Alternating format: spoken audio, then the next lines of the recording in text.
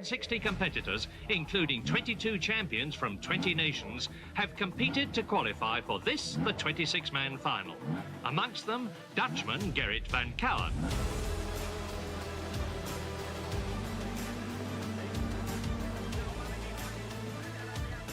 They're going to be wheel to wheel, then crafty wheel to wheel.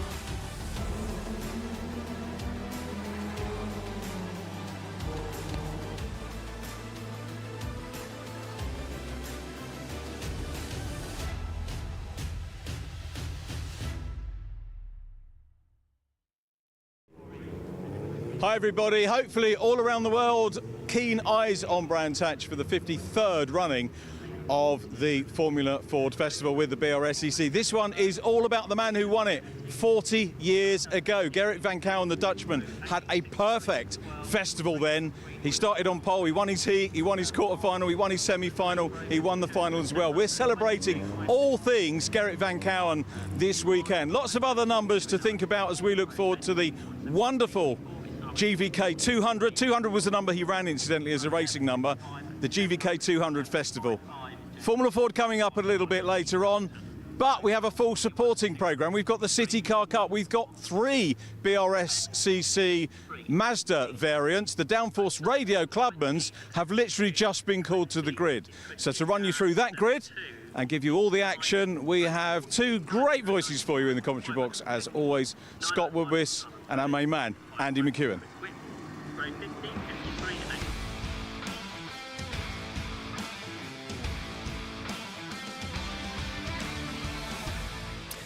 Thank you very much, Richard. Well, 1.5 great voices, I'm afraid, today up in the commentary box. Andy McEwen here, feeling a little bit under the weather, but ready to battle through. Joined, thank goodness, by Scott Woodwis to help talk through all of the action. And action aplenty there will be, Scott. Always a great highlight of the British motor racing season, this event. And this year, perhaps more so than ever. Yeah, good morning, everybody. Welcome to the 53rd Brscc Formula Ford Festival, named this year, of course, the Garrett Van Kouwen Anniversary Formula Ford Festival, in honour of the late, great Garrett Van Kouwen, who very sadly lost at the beginning of 2024, but 40 years ago on this weekend, he went on to take one of the greatest, in my view, greatest festival victories, as you mentioned, as Richard mentioned, winning his heat, winning his quarter-final, winning his semi-final, picking up the £5,000 at the time, which is a lot of money for going sub 49 seconds with lap time, and then doing that again whilst also dominating the final to take the victory and to write himself onto the Roll of Honour. That comes up shortly with the 3 heats interspersed with our support category action, first of all including the Downforce Radio Mazda MX-5 Clubman Championship. Championship battle on the line here between Paul Bateman and Johnny Greensmith as they set off on their formation lap. This should be quite a fascinating one. By the end of today, we will have a provisional champion for this one, but who it's going to be, that's the big question. Indeed so. Only 9 points covering those two at the top of the points table. Paul Bateman and Johnny Greensmith, 988 for Bateman, 979 for Johnny Greensmith. After a mixed season for both, I think it's fair to say, with a couple of non-finishes and non-scores along the way. Johnny Greensmith didn't score anything at the season opener at Silverstone. Paul Bateman a non-scorer at Cadwell Park last time out as well. But they both had a whole host of race wins, some good consistent point scoring as well. And they will now look for more of the same here at Brands Hatch in, as you can see, suboptimal conditions really. It is a little bit damp out there, nowhere near though as wet as it was for qualifying earlier on today, it must be said, when the rain really was coming in sideways at some point. So hoping that in slightly better conditions we should see certainly an increase in pace and hopefully some good side-by-side racing. The grid then for this one, headed by Chris Dawkins, actually. Chris Dawkins on the pole position. Ollie Walden starting alongside him. Jake Pace and Jordan Pimbley together on row number 2. Johnny Greensmith then starts from row 3 alongside Paul Bateman. So that's interesting, Scott. The 2 title contenders, neither of them having the best of qualifying runs, but very evenly matched. There were only a couple of tenths or so between them, and they will both be starting absolutely together on the grid. They will, and that's going to be the main fight to watch out for throughout today. A couple of interesting drivers back on the grid. Chris Dawkins, who appeared right at the beginning of the season, is now dovetailing it with a run here. He always promises that this is going to be my full season year, and then life course gets in the way and he's able to come back out. But he's in one of Martin Tolley's Go For It racing machines, well sorted throughout the season. There have been Go For It racing throughout the year. Of course, contenders in the gas-shocked Mazda MX-5 Championship with Jack Noller, which we'll get on to. Of course, Jordan Pimley, who, if anyone remembers last year, put on possibly genuine one of the best wet weather performances I've ever seen in club motorsport, maybe motorsport full stop, at Snetterton in the wet, came from the back of the grid in 28th to the victory on the last lap of the race. It was genuinely an astonishing drive, and in these mixed conditions I'm not surprised to see him up towards the front on that kind of front 2 rows of the grid. As for that third row, the 2 championship contenders, all they're going to think about is, 1, try to beat each other, but 2, they've got to keep it clean, particularly in these damp and slippery conditions. It's been wet out there this morning, on and off rain, so there's a bit of a dry line forming, but offline it's still very slippery. There might be a little bit of possible fluid somewhere, as there has been throughout. It's been very slippery, particularly around between Surtees through to Clark Curve. There's been a few spins off in qualifying, so that's going to be critical. Keep it on the road, keep the noses out of trouble, and of course, critically, who can get in front of the other. Bateman has the advantage, so mainly, really, the pressure's all on Greensmith to get in front and to outscore him as much as possible to take full advantage of that. Or indeed stay in front, because he did, of course, out-qualify Paul Bateman earlier on this morning, so he'll be hoping that he can keep that up in the race. About a quarter of a second faster he was, but like I said, they were very, or slightly anyway, different conditions than they face for the beginning of what will be a 15-minute race, the final event of the 2024 season. Just 2 races to settle it, 9 points between them. It is 2 points per position on track as well, so if you finish 1 place ahead of your rival,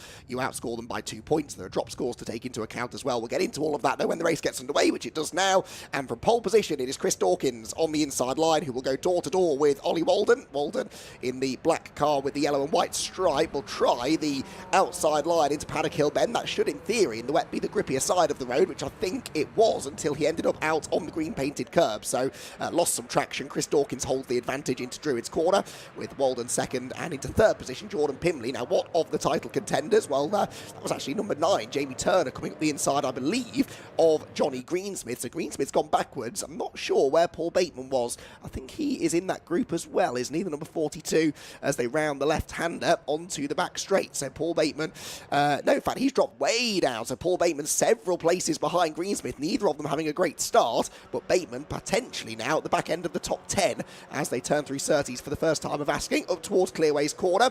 And Chris Dawkins, oh, someone's off. That was a blue car as well. Who was that had gone straight on at Surtees? Hopefully that wasn't the points leader, Paul Bateman. No, it wasn't. It was actually a purple car, number 17. Pete Smith rejoins briefly as the leader and will now, of course, be swallowed by the pack as they head across the line, with Chris Dawkins leading fairly comfortably at the end of lap 1. We've had the 722 car off as well up at Clearways. That's Alan Hawkins. He, though, rejoins albeit at the back of the field. So Dawkins leads, Pimley second, Walden third, Jake Pace fourth, then Jamie Turner and Del Pace are the first of the title contenders. Johnny Greensmith only 7th, but crucially Paul Bateman is only 11th. So that is, 1, 2, 3, 4 places ahead. That's an 8-point advantage at the moment for Greensmith. He was 9 points behind coming into the race, but of course this will become a drop score if Bateman were to stay there. So we'll get into that later in the race. Greensmith, though, looks quick. He's up the inside there of Del Pace, picks up another position now and into 6th place. So Johnny Greensmith into the top 6. He appears a little bit more confident, you'd have to say, in these conditions than his championship rival Paul Bateman does. And that may well prove to be significant as the 15 minutes goes on. Up through the right-hander at Clearways there go. That's Jamie Turner now nipping up the inside, or trying to, of Jake Pace. We've got both the Paces in this race. Del losing a position. Jake trying here to gain one, and that would be to get himself into the podium places. But right now, Scott Woodward, there is no catching Chris Dawkins, or is there? Because actually Jordan Pimley in 2nd place was fractionally faster than him that time. Whilst that's happening, I saw in the background Paul Bateman trying to get up the inside of Pete Smith. That would have been for 8th position, which he does. He almost edges the number 17 car out of the way. And up the hill he will go to try and chase after the next man up the road, which is going to be William Bream in 264, closing up for 2nd place between Jordan Pimley, Ollie Walden and Jake Pace. And that's between 2nd, 3rd and 4th. And Johnny Greensmith still 6th, but he's chasing after Jamie Turner and number 9 car. You can see them not completely at full pace. You can see that it's still wet and there's a car going for a rotation. That's Jake Pace. Just keeps it off the barrier outside of our commentary box window.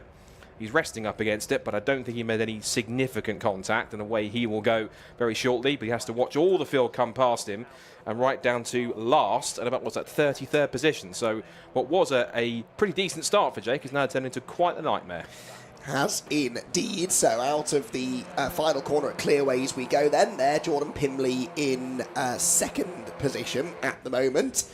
And what's that lap time again? It is faster than the race leader. 3/10 faster that time than the race leader. So a brilliant start for Dawkins, but now starting to slip back into the clutches maybe of his pursuers. It's then 9/10 further back to Ollie Walden in third.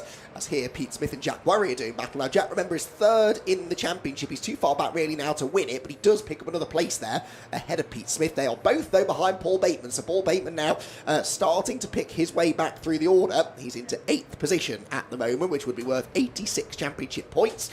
However, that would still be a drop score. He is dropping 2 non-scores, is Bateman, from Cadwell Park last time out. His other worst finish, I believe, is a 3rd place, is it not? I don't think he's ever finished off the podium all year. Yes, so a 3rd place at Alton Park he's dropping at the moment. So anything worse than that in this race will automatically become a dropped score. And he is definitely running lower than that position at the moment. But both he and Greensmith now, Scott, it would seem, starting to warm to the challenge and moving their way forwards. Certainly are. There's a couple of fisticuffs there. That was 63 getting into the mix. That was 63 being, looking down the quite far down the order, that's Thomas Greenwood. Just behind them, you've got another battle developing here. This is 20 and 23. So that would have been Martin Tolliger in the mix with Christian Dan in blue. And again, nice healthy entry for the Downforce Radio Mazda MX-5 Championship this weekend for the season finale. More moves there for Greenwood up the inside of 73. That is going to be of Lawrence. So it's another place made up for him. That, I believe, looking at it, unless my eyes deceive me, if I'm incorrect, it's very similar colours. That looks like it's the ex-Matthew Fletcher car, which won the championship last year, if my memory serves me right. So that car, good to see it back out from Tucker Motorsport. But you can see, even though there's little grip, there's my point proven, because that's 711 Keith Dalton going for a spin. Ooh. And getting stuck almost on the curb, wheel spinning, trying to get himself away. Yeah, the better option is to back away. But even then, he's going on to incredibly slippery and icy, slick, wet grass. Manages to get eventually back onto the road, but he's way down the order once again. So, again, that's the point I was about to make, is here we've got Johnny Greensmith getting into a battle he doesn't really need to be involved in with Jamie Turner. This is over 4th position, and it's Greensmith taking the place. So he's up the inside out of Clark Curve, and now down the pit straight towards Paddock Hill Bend. He has the inside line, but ironically, in these conditions, Andy, you don't want to be on the racing line because, well, there wouldn't have been any rubber considering the overnight rain, but in typical circumstances, you want to be on the off the racing line. That's where most of the grip is, because on the racing line, the rubber that usually gets laid down gets wet, it gets slippery, and therefore you lose grip being on the ideal line that you'd be on in the dry. So being offline, ironically, makes you faster in these conditions. Yes, it is one of the unique challenges, really, of racing in the wet. Oh, dear, we've had drama going up Halewood Hill, 63 and 24. Simon Waterfall and Thomas Greenwood, by the look of it. Yes, now Waterfall's been in the barriers. Luckily, it's recticel barriers up there, so hopefully won't have done too much damage, but there is bodywork in the middle of the road. Even if both of those cars can remove themselves from the scene, we may need a safety car here to clear that all up. Meanwhile, the lead gap continuing to come down, came down by another 2/10 on the previous lap, and I think by even more this time around. Looking out of the window, it looks to me like Jordan Pimley is almost with Chris Dawkins now. We'll see what the official margin is at the line. Well, still about 0.6 of a second. It crept down rather than coming down significantly. Johnny Greensmith in 4th place then at the head of this group. The car at the back of the group, though, the all-blue number 42, that is the championship leader, Paul Bateman. And this is the problem, you see, because there's all this debris on the road going up the hill. The leaders having to slow right down and move to the inside, almost to a complete stop as they go through that double-waved yellow flag zone, which is good, really. That's what they should be doing. The safety car boards are out as well. And so the race then will be paused, or at least the racing will be paused. They'll trundle around behind the safety car for a couple of laps, and then I'm sure we'll be good to go racing again. But gives us a chance to take stock of the championship situation then. Johnny Greensmith up into 4th position. He benefits from this, really, because he had a couple of seconds of empty track in front of him until he got to Ollie Walden in 3rd position. Now, Ollie and Jordan Pimley, Scott, are both listed with a G next to their name. I presume that means guest driver. I also presume that means they're not scoring points. Correct on both fronts. Which means I need to readjust my calculations then, so bear with me a second. That actually means that Johnny Greensmith, although he's running 4th on the road, would currently score 2nd-placed points, wrong way around, and Paul Bateman, who is running 8th on the road, would score 6th-place points, so that would be 90.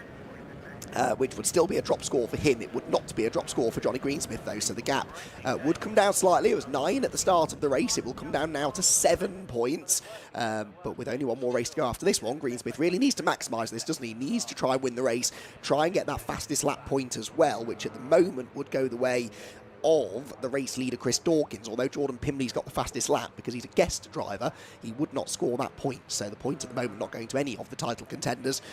Johnny Greensmith, though, will be pretty happy, I think, to have had this opportunity behind the safety car to close in on those leading 3, take stock of the situation, and maybe, just maybe, go on to challenge for a race win. That would be certainly what he needs, really, to take this fight properly to the last race, Scott.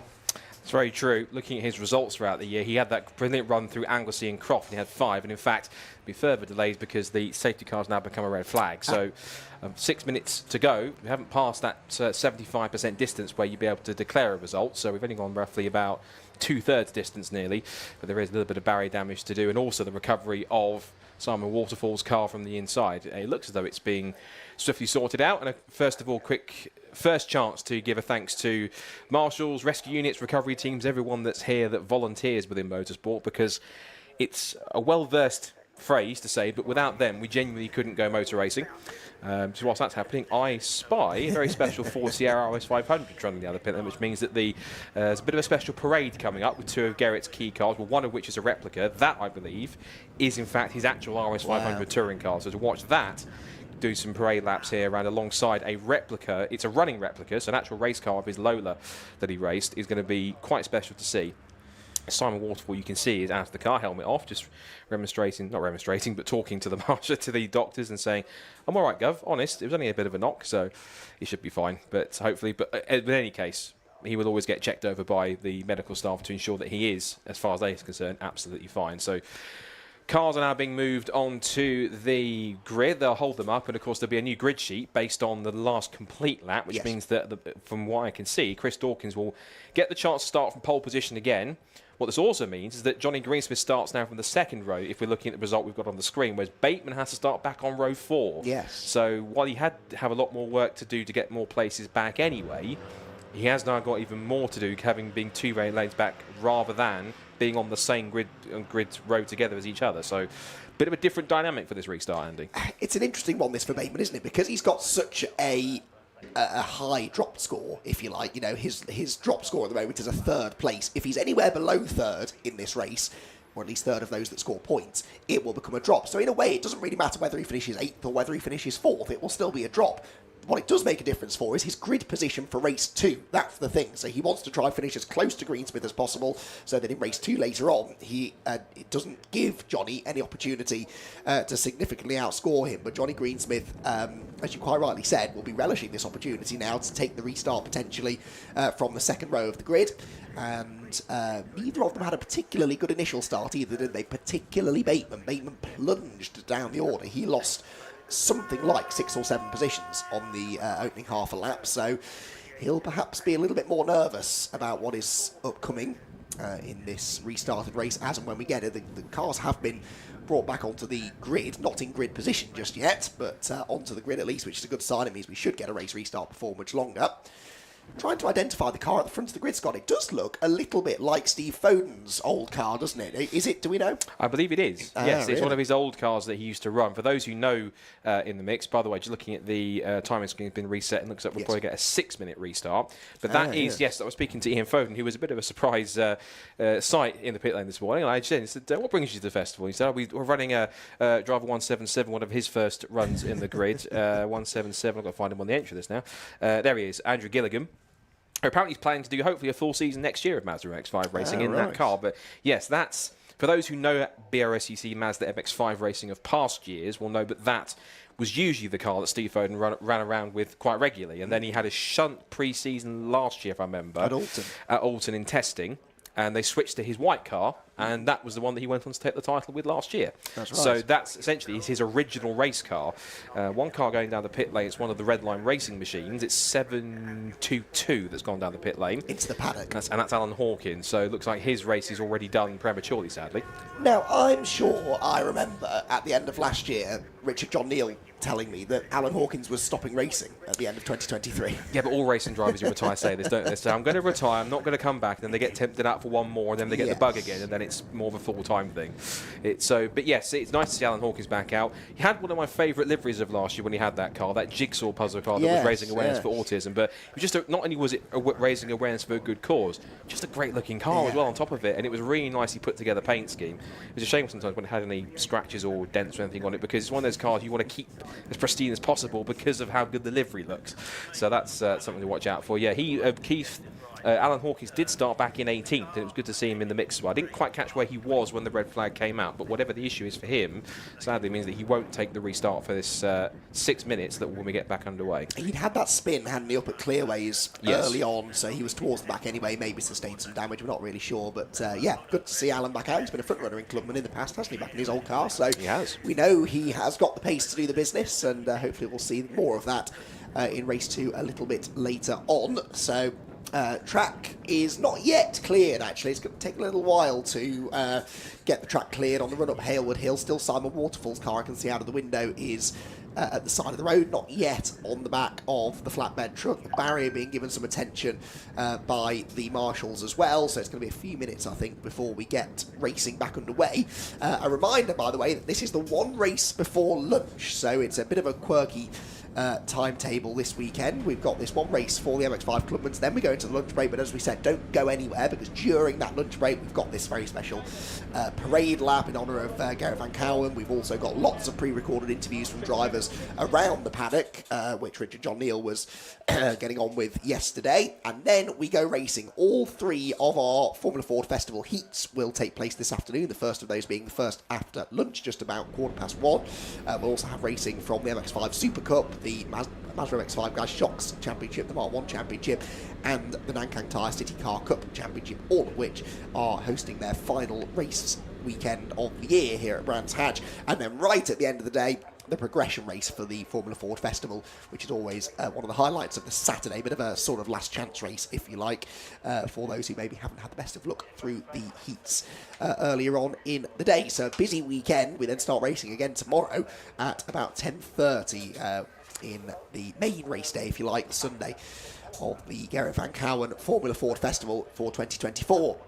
Car 24 here being loaded back onto the flatbed truck, so it shouldn't be too much longer before we're good to get racing back underway here at Brands Hatch, and we get a resumption of this championship battle between Paul Bateman and Johnny Greensmith for the Mazda MX-5 Clubman Championship in what I would say now, Scott, are still very challenging conditions. It is far less wet than it was an hour ago, but in a way, that's not a great thing. I was stood trackside watching the Mark 1 MX-5 Championship qualifying session, actually. All of the quick laps came in the first 5 minutes when the track was at its wettest, because eventually it gets to a point where it's not as wet, but actually the track is yielding less grip than it is when there's lots of standing water. And as we know, racing drivers only ever want the conditions in one of 2 ways, fully wet or fully dry, because they know exactly what direction to go on the setup. If it's dry, you put this setup on. It goes wet, you put this setup on. If it's anywhere in between that, it's almost a complete lottery. You've got to try and find a balance between the two, and that's when car balance and handling and just the feel of it always feels a little bit like it's all over the place. You've got some of the drivers who do appreciate these conditions, are good in slick conditions, but they're not fully wet or fully dry, intermediate that we call them. There is a dry line around the circuit. I can see it in prominently Exting Druids coming down the hill towards Graham Hillman and Exting. So there is a path for them to pick their way through if they choose to have a dry line. But ultimately, it's tricky, because then if you're so used to running on that dry line, you then if you then run wide and go off onto the wet line, it then ultimately means that you're almost out in no man's land and can get caught out. So if you have to switch between different grit levels, it's always quite tricky to try and figure out. Indeed so, and that is one of the great challenges of wet weather racing. There's not just one kind of wet, is there? It really does change lap by lap. Right, we can head, I believe, back down to the pit lane, and very quickly, before racing resumes, catch up with Richard John Neal. Richard, what have you got for us? Well, the good news is we managed to catch up. I'm going to give Andy McEwen a break because his voice is really, really struggling today, and I feel so sorry for him because I've been there in that situation at Mondello many years ago. Someone bought me a pint of Guinness, which was lovely, but so pint of Guinness for Mr. McEwen. Anyway, Downforce Radio, Clapham North, two very valued sponsors. We've got a Downforce Radio race going on at the moment, and George, thank you for backing that. You're down here watching your championship going on. I am. It's quite unusual. I don't normally get a chance, but because of the way in which the programme is sort of scheduled, I'm here with my cup of tea, having a chat with you, and looking at the wonderful.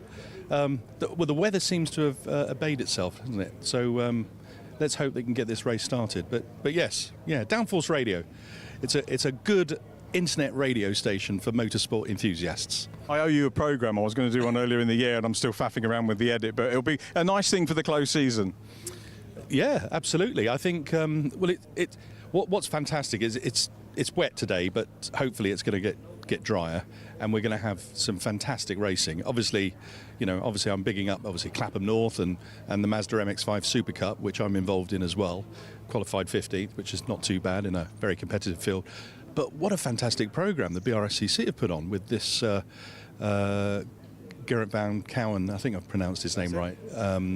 In fact, I saw Garrett. He came up to us a couple of years ago.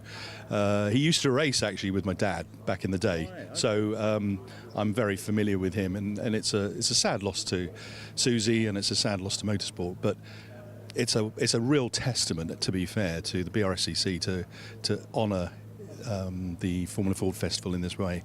So it's quite emotional. It is. It was lovely to see the car yesterday. We're going to have the run at lunchtime as well, which will be good. But so excited for your racing? I am, yes.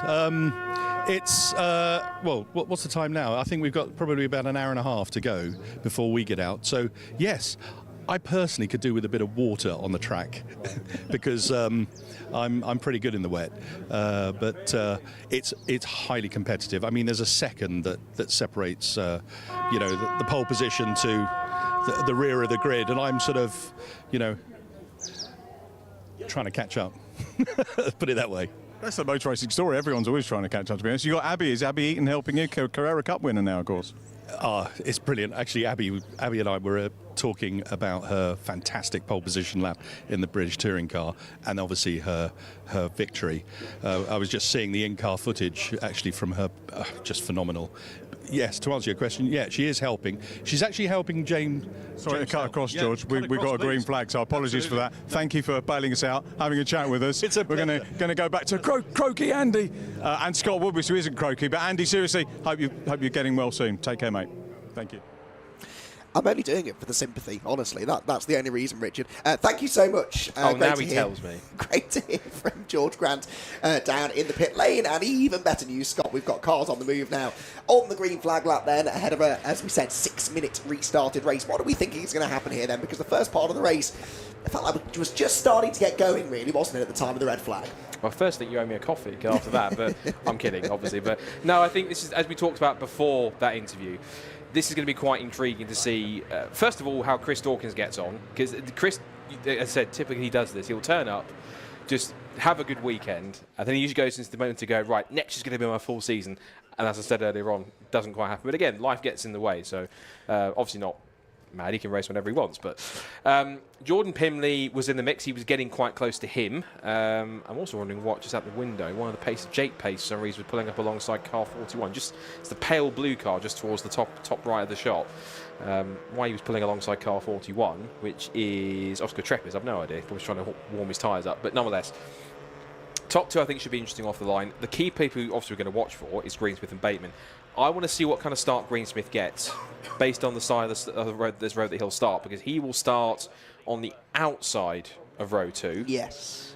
So on the left-hand side, on the flatter part of the circuit. And I've always pointed this out, and it harks back to a TCR race from ages ago, I think 2018, because I remember it before when the front row of the grid, we had Dan Lloyd and Ollie Taylor, that was it, yes. yeah. And he was on the outside line. He had the flatter patch of the circuit. If you look at the front row, what you'll see here is that the inside, the pole position line, is on a slant, whereas alongside, to the left, it's a flatter piece of tarmac. So in theory, that flatter piece of tarmac means you've got much better ground to get a better start. So I think possibly on that flatter surface, where you're not so much on the tilt, it might be an advantage for Greensmith. Then again, Bateman's also on that side too. He's on the row 4, and he's got a relatively, position-wise, clear run, because apart from Del Pace off to his right on the next row, directly in front of him in his line is Johnny Greensmith. So if he gets a good start and Del doesn't move across to defend his line or to hold the place, should be quite an intriguing way to see if he can get up there. But it's all about this second start. It's going to be a real 6-minute dash for the cash, shall we say, and these guys are going to be going at it hammer and tongs, as they will be very shortly. Green flag at the back, so take 2, I reckon. Let's try this again, shall we then? Let's see what happens. 6 minutes on the clock. It is the red car of Chris Dawkins on pole position. Ollie Walden alongside. And the lights go out, away they go, and a good start made this time, definitely by Walden. Walden gets the advantage. Oh, and there's drama further back involving Bateman. It's Bateman. And he's got damage to the right rear corner. Paul Bateman, the championship leader, perhaps destined for a 3rd non-score of the season. This could change everything. Where is Greensmith? He is fine. Greensmith is through. There's more sideways action down the hill, but Bateman Scott is out. Yeah, Bateman has rear suspension damage. He got caught up in the mix and said that's the one thing they couldn't get involved in, as Ollie Walden gets sideways out wide. That's the one thing you couldn't do and get in trouble. Round goes one of the Misty Racing cars. That's car 12, Reese March up at Druids. It's all kicking off on this restart. We've said it would be a dash for the cash, and the pole sitter is down to what looks like 3rd or 4th place, but the man that got the lightning start was Del Pace. Yes. Sitting on row 3, he's up to 2nd already. Dawkins on the retaliation up the inside, trying to squeeze his way through. They are literally kissing wing mirrors through Surtees. Round the outside goes Dell and holds on to 2nd, and Jamie Turner thinks, right, I'll go past one, if not the pair of you. Del Pace runs him out wide. Dawkins has nowhere to go, and through past both of them goes Jamie Turner, and there goes also in the mix Johnny Greensmith as he leans onto, looks like is that Keith Dalton, 87? It is Keith Dalton. He's come up from wherever he was towards the back of the grid, but all of this is absolutely plain sailing for the Rainmeister Jordan Pimley. Off the road has gone 15, so that was 15 Paul Tucker. He's another one of, I think, the guest drivers this weekend. Good to see him back in the MX-5. But Jordan Pimley, as we said before, he is the Rainmaster. You give him an inch, he will take a mile, and he's up the mix. Meanwhile, that's significant in the bottom right corner. Paul Bateman in the pit lane with rear suspension damage, and I think it's safe to say in this race, he is out. And yet, we are in a really strange position where, despite the fact he's out of the race, his championship lead is going to extend by 2 points because he scores back, of course, the 96 points he was previously dropping, and Greensmith is only running in 6th place. That is 5th of the point scorers at the moment. So Greensmith now needs to get a few places back. He's not got long to do it, but if he can pick up a few positions now, then he might be able to close that gap. He, at the moment, would be, I reckon, 11 points back from Paul Bateman, because Paul does at least have that big drop score to fall back on. Problem is, of course, if anything were to now go wrong in race 2, and that is Ollie Walden off. Ollie Walden in the 87. But it won't change the points because he's a guest. Because he's a guest driver, yes, absolutely right. But it does at least free up a bit of track position for Johnny Greensmith. Now he's on the tail of Del Pace. Now Del Pace definitely is a point scorer, and Greensmith is trying to go to the outside into Paddock Hill. Ben goes through, nicely done. So Johnny Greensmith then into 4th position. That is 3rd of the point scorers. That's an extra 2 championship points. And all of a sudden, Scott, it's starting to get very interesting indeed. Yeah, the calculation that shows it's 9. That's Pimley out wide. He won't change anything for point scorers, as Jamie Turner now takes the lead. Chris Dawkins alongside him in 2nd place and trying to make the move. So again, it's those slick conditions as now Turner falls foul of it. He runs wide on the exit of Graham Hill Bend. Pimley back up the inside. Haven't got to the Formula Fords yet, and they're kicking off already. It's side by side. Turner on the outside. Pimley now gets back into the lead somehow after he was sideways at Druids a couple of moments ago. Dawkins is on the tail, and who's the one person that benefits if they fight? Johnny Greensmith. Johnny Greensmith will be catching the road, and off goes Pimley again. Pimley out breaking himself into clearway, so back through goes Jamie Turner. Jamie Turner has the fastest lap point as well at the moment. He is a championship scorer, but look, Greensmith is there. Johnny Greensmith is there. Pimley, the black and yellow car, doesn't score points, but the red Go For It racing car, Chris Dawkins, does. There is a real opportunity here for Johnny Greensmith to gain some more positions, and of course the race 2 grid, based upon the result of this one, will have Paul Bateman right at the back. It certainly will. That's a very good point on that side. Pimley get very sideways and over the curb on the exit, but somehow holds on to it. Dawkins now thinks he's got to line up the inside. That avenue gets shut off immediately, but again, Dawkins forces the issue, squeezes past on the inside, and Johnny Greensmith watching, thinking, I can get past both of you. I just need to pick my moment, but he's running out of time. It's only 2 minutes, and Dawkins runs wide. That's another 2 points for Johnny Greensmith. Is out onto the grass, and he's even got his arm on the side of the car, thinking, well, I can't do much now because I'm out on the grass, and that's kind of my race, the chance for podium ruin. So up now to what is now essentially 2nd place point scorers, goes Johnny Greensmith. That's now on to 98 points. It now brings the championship lead down to just 7. So this is quite intriguing.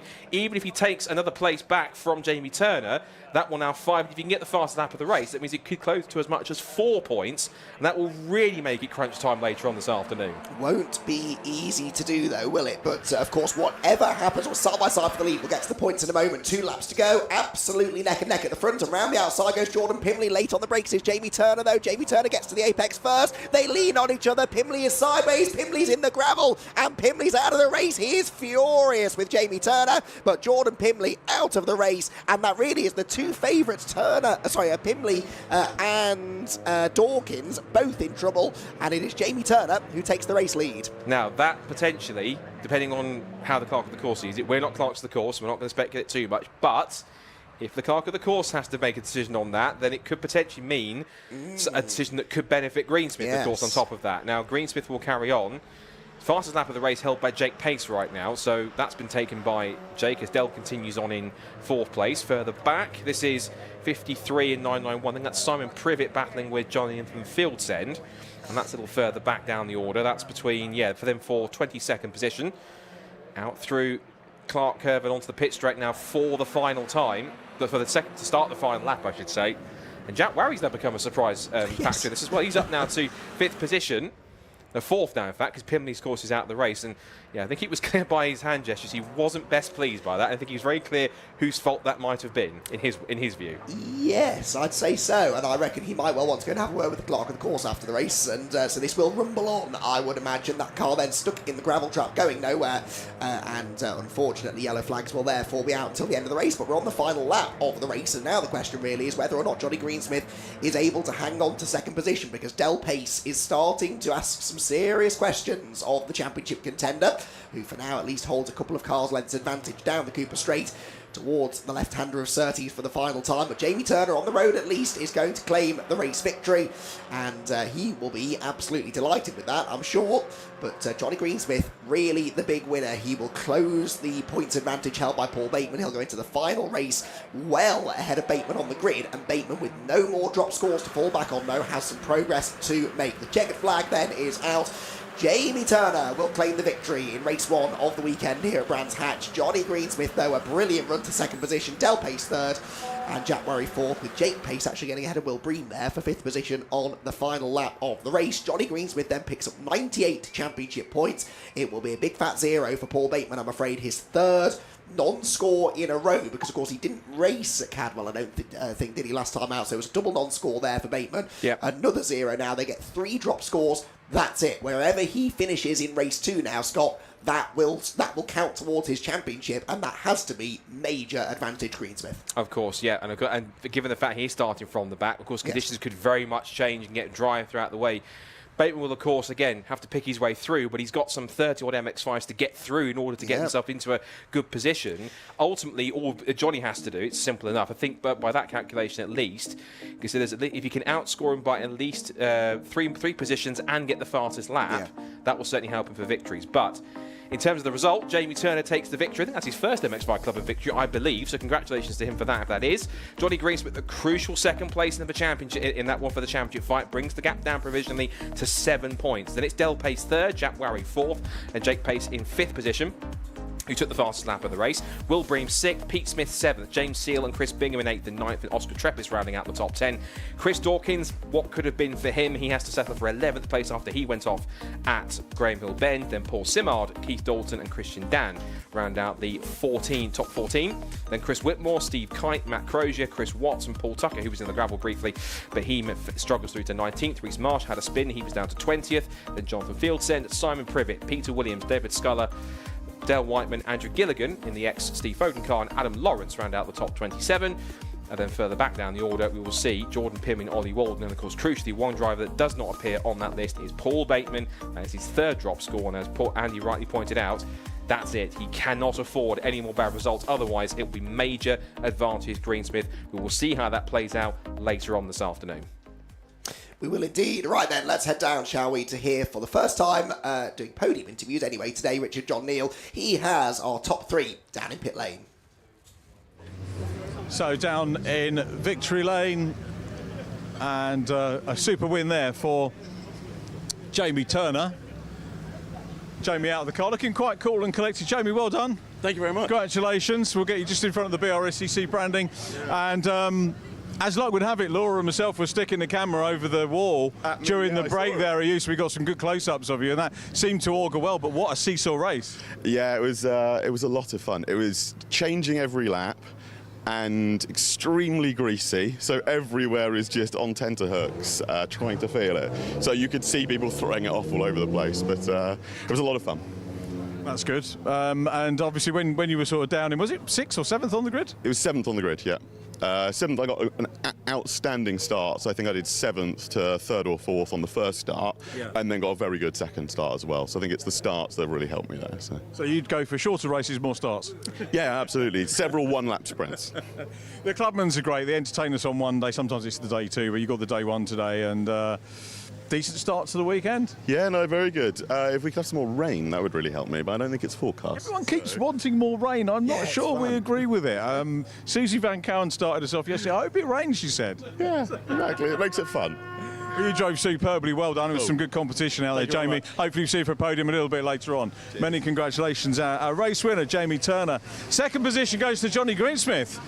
Johnny, well, the championship is just like going one way and the other. Paul, I think, was not there. Yeah, that's right. Conditions out there were terrible, absolutely terrible. Changing every lap. Then when they stopped it, car felt horrendous. So I thought it's not going to get any better. And then it just come to me on them last 2 laps. Started coming to me. But yeah, it's going to be a good second race, definitely. Where does that leave you points-wise? Because I've not actually can't balance papers and computers and everything where we are here. I ain't got a clue myself. Good man, me neither. Andy McKeown will probably enjoy it. That's the key thing, isn't it, with racing? And it's great to be like that at the end of the year, isn't it? Oh, yeah, it's got to be. That's what you've got to do. Enjoy this sport. Otherwise, it's not worth doing. So, yeah. How did you get the mucky bits on the car? It's a bit. Did the rallycross stage. Yeah, it took loads of more. It didn't cover all the windscreen, but I just kept the wipers going and it cleared eventually. So yeah, so it was good. It's the number, isn't it, Crystal? 22, two little ducks. Yeah, that's the one. Yeah. I know he likes going in the dirt as well sometimes, but yeah, it's a shame because Chris was going really well as well. Yeah. So yeah. I thought we were going to get a natter with him, but not that I'm unhappy with who we're chatting to. It's always good to catch up with you, Joe. It's been a good mid-season onwards, hasn't it? Yeah, it has. It's a shame that it didn't start off good at Silverstone with a blown engine and stuff like that, but that's just a life lesson where you've got to be on the ball with this job. So you've just got to put your hard work into it and it pays you back. Unfortunately, I didn't do that. But a good year and another podium, and we'll see you for race 2 and the decider a little bit later on. Johnny Greensmith, thanks ever so much indeed. And third position, Del Pace. Good to see you too. Silverstone won it, I think, last time. With the boy as well. I think we alternated with you. You beat him there. Yeah, I think I did, yeah. I can't remember. But yeah, no, all good. So. Anything you change? You're not going to tell us, everyone else I'm talking to saying, yeah, I like the wet, it can carry on. Are you a fan of the wet as well? No, Jake, my lad's normally better in the wet, so I think he lost it out the back, which put him back. But yeah, all good. Obviously, father and son team, and great to have that in racing. I probably asked you this before. Do you swap notes on conditions and everything else, or do you sort of tend to do your own things? No, we share everything. Yeah. It's all about making him go faster, really. I'm just here to participate. Do you ever have bragging rights between you? No, not really.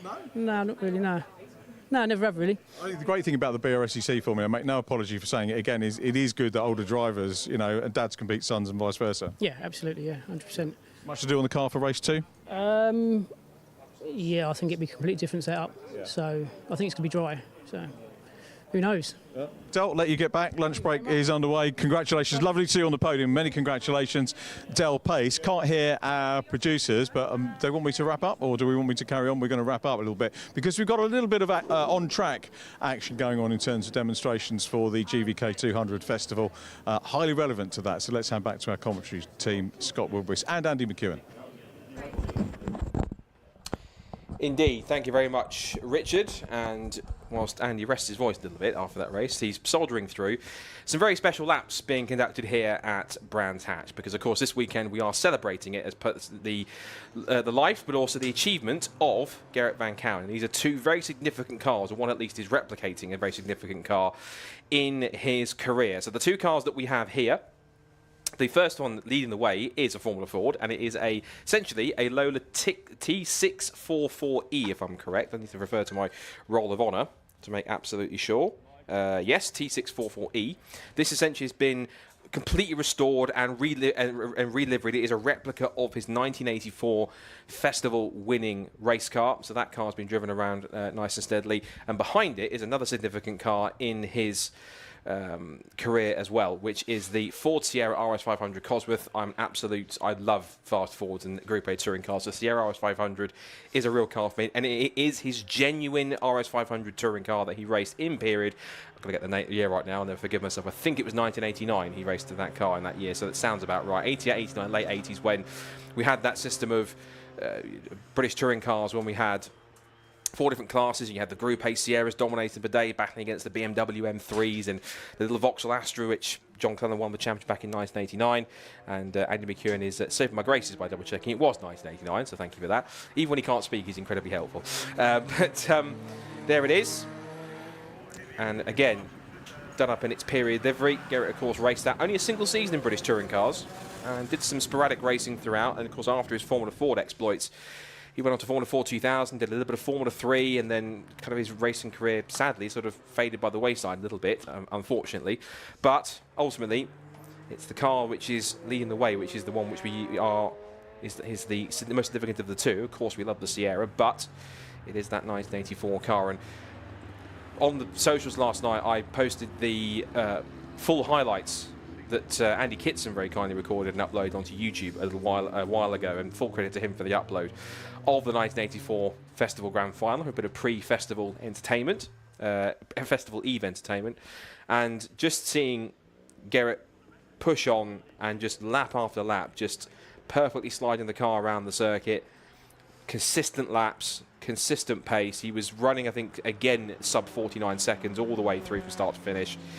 It was a really excellent run through for Garrett, and of course through that entire festival, won his heat, won his quarter-final, won his semi-final. He took the £5,000 prize, which of course back in 1989 was a lot of money to go sub 49 seconds. And then not only did that in the semi-final and won the prize, but then carried on doing it again in the final when he just dominated the race. He was ahead of, in terms of that race, we had Uwe Schaefer, who was at that time making his first appearance at the festival, if I remember what Murray Walker said from the commentary. And then it was Bertrand Gachot, who had almost a festival to forget at one point in the semi-final in 85, because he turned up in a rather lovely Marlborough liveried car, and it didn't get any further than the towards Paddock Hill Bend in the semi-final. I won't describe what happened to that car, but best if you watch the highlights of that on YouTube and you'll see. But there is the Sierra. Of course, that was one of the most iconic touring cars ever, of course, and Garrett, of course, lending himself into the world of saloon car racing when he'd done a lot of single-seaters, come through, done a lot of racing in Benelux, and was a double European Formula Ford champion on top of that as well. And it came out sporadically for more races every now and again, both in his native Netherlands and also in other races too. But the car's being led around at a slow speed by the RunYourFleet.com Jaguar safety car. And it's wonderful to have these two cars. And of course, the Susie Van Kouwen, who is the partner and unfortunately the widow of Gerrit Van Kouwen, of course, saw that car for the first time yesterday and was rather emotional, I understand, and understandably so, because it's a quite poignant weekend. It is, of course, a weekend which we're celebrating the achievements and the life and, of course, the incredible performance of Gerrit Van Kouwen. And, of course, they run almost side by side down the pit straight together, and it's a wonderful way to pay tribute, not just for the entire weekend, but to put these two cars out on track together and to showcase two that were pretty significant in Garrett's career. And as a thank you to Susie, to, of course, to Graham Fuller, who's been part of all of this preparation, to the entire Van Kouwen family, to all of his dear friends and fellow competitors and colleagues who were in the mix and enjoyed racing with him, who knew him, who worked with him, and of course the people who are being the heats are being dedicated to. We'll go through one or two of them as we get through, but names like Kees van der Grint, Danny Blundell, David Robertson, Mike Blanchet, who was past the key person who ran low the cars and was the man who put his faith in Gerrit Van Kouwen back in 1983 and 84, and after the good performance in 83, gave him essentially a full works outfit for 84, and they essentially ran away with just about any Formula Ford race that they could get, any Formula Ford race he entered. It was very rare that Gerrit wasn't a victor, and genuinely a real cult hero for Formula Fords. He may not have achieved the heights of someone like Jenson Button or Anthony Davidson or Mark Webber or Johnny Herbert gone through, but takes nothing away from his achievement. There are some real... This race has made some real cult heroes of some drivers like Dave Coyne, Vincenzo Sospiri, Nicky Palhares, who's here this weekend, 1989 Festival winner in the wet in a Duckham's liveried Van Diemen.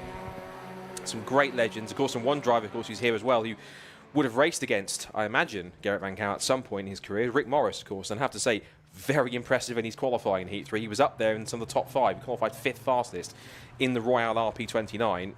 Age does not, it's purely a number for Rick. It does not slow him down one bit, and it's great to see. So the car's continuing their parade laps, being led round by the safety car. And I have to say, a sterling job has been done by everyone that's been involved with the build and the livery and the entire process of putting this replica of Garrett's 1984 winning Lola together. Of course, it's a fully fledged eligible race car.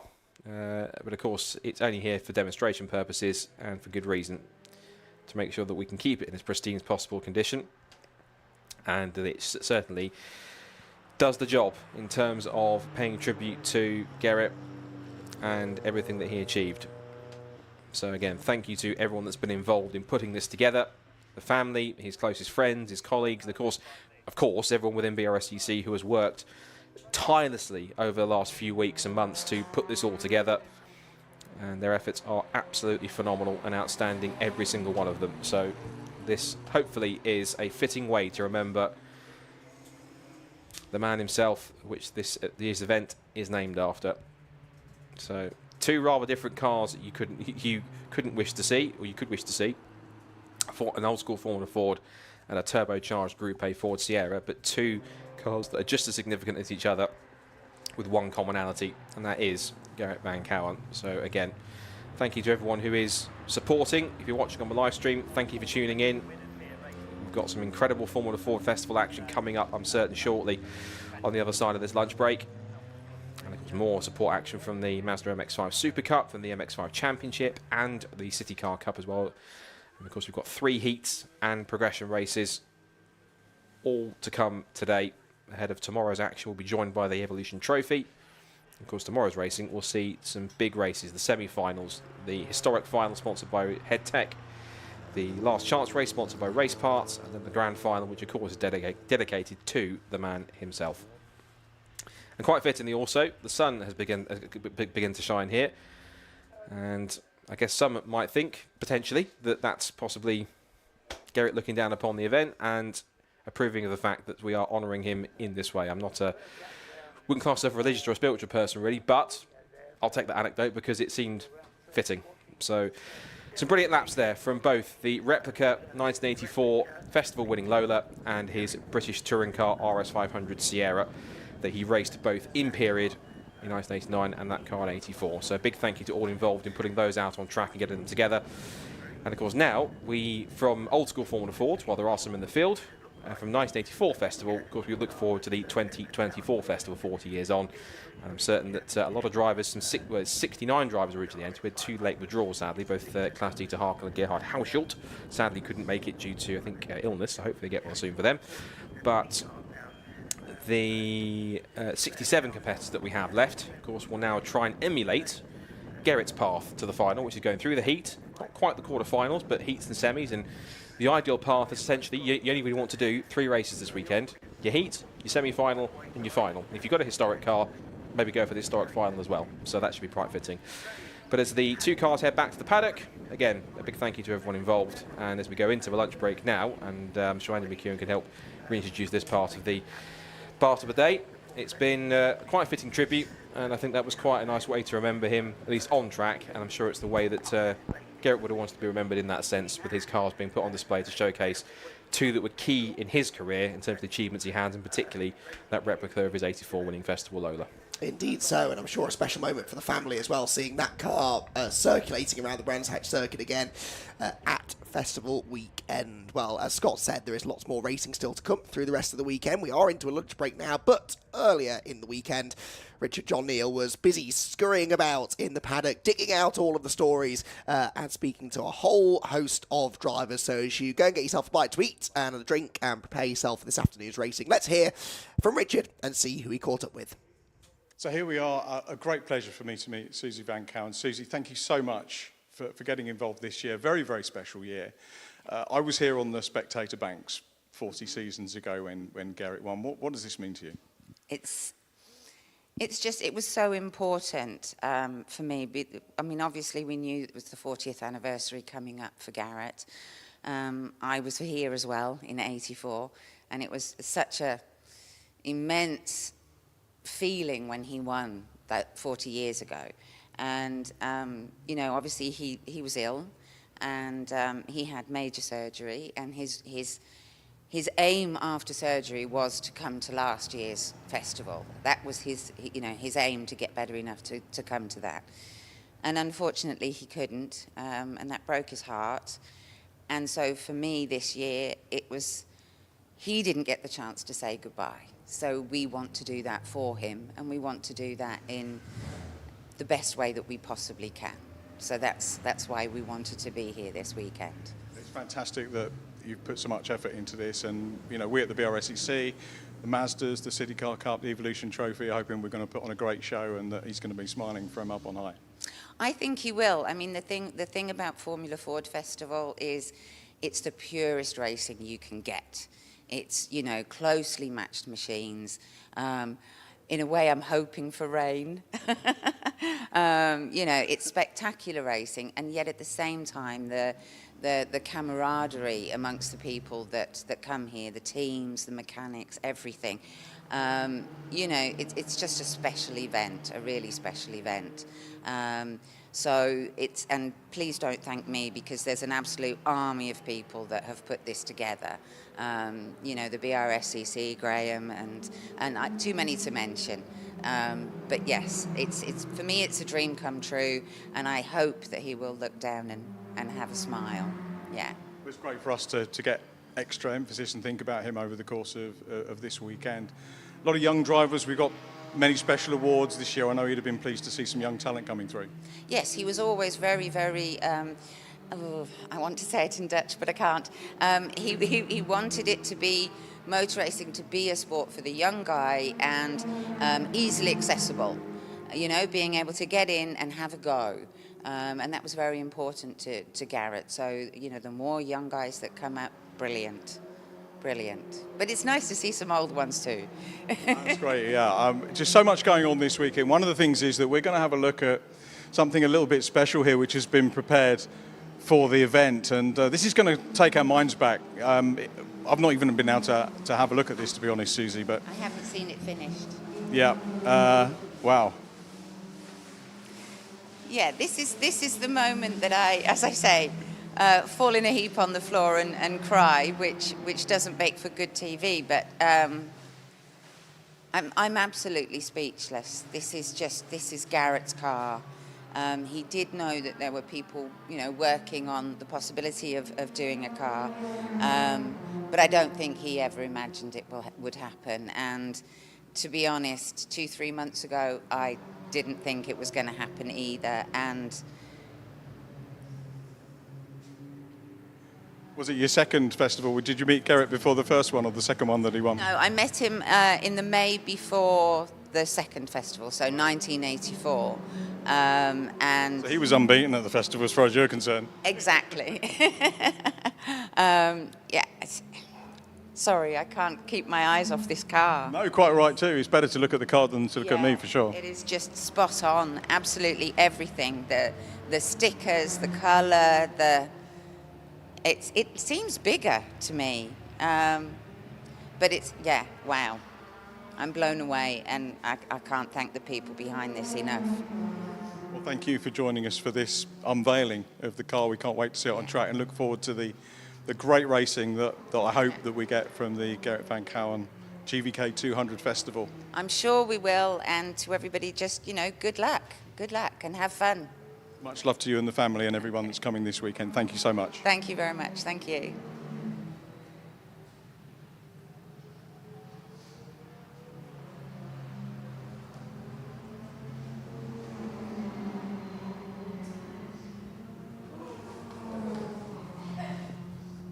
Staying with City Car Cup, Andy Lloyd and JP Latham. Time to catch up with you guys. I'm going to have a word with Andy Lloyd first. What's your role? I don't think we've had a natter with you on camera before, so tell us a little bit about your role and how you're finding the year. Well, I'm head of media for the Student Motorsport Challenge, and I've been working with JP pretty much since the start of the challenge 3 seasons ago now. And myself and our team look after all the press releases, previews, reviews. This year we have also launched live video streaming from circuits from the paddock, where we talk to drivers, team principals, sponsors. So we've upped our video game this year, and we also provide social media content. We think it's very important for the teams, the drivers, their sponsors and our sponsors that we give it as much coverage as we possibly can, and that's why we put so much effort into media for effectively a club championship. We certainly appreciate the fact that you get in touch with us before the events, the other commentators do as well, because unless we know the stories, we can't really do our job properly, so we're grateful for that. JP, he's end of term report, is he doing okay? Oh, end of term reports. Andy's actually one of the first days he's been here on a Friday to support, so it's nice to see we get things set up and how we do that side of things. Not a lot of people see that kind of motorsport, the setup, the build-up, the shakedown, if you would, the tear-down, and the students are doing that as well.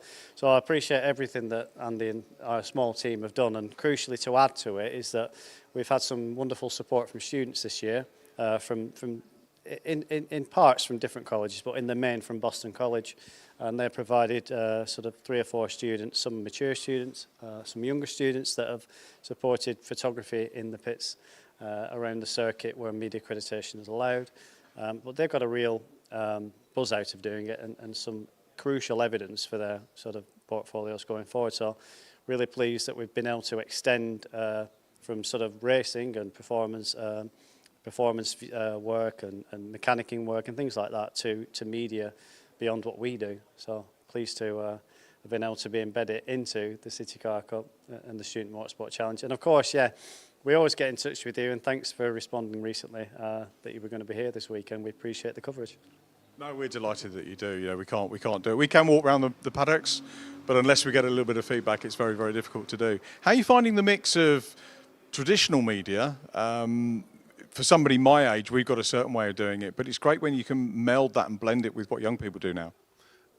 That's exactly right. I mean, you've really got to think who your audience are, and why we're doing this. The challenge exists to provide experience for the next generation of young professionals in motorsport.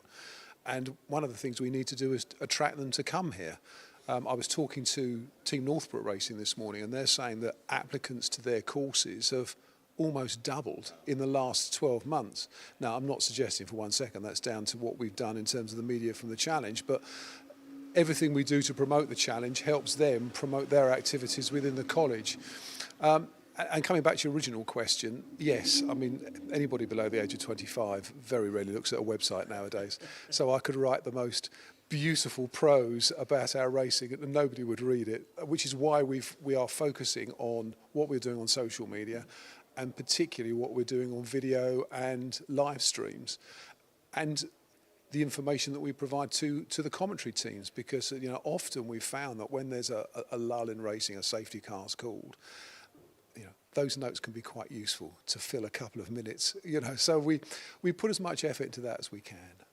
JP, the buy-in that we're getting from the colleges now is superb, isn't it? And really gratifying to see 2 car teams. We're seeing drivers move out of City Car Cup. When that happens now with the college teams, I was just talking to Ari Barker about it, there's the potential then for the second car to become the first and another newcomer to come in.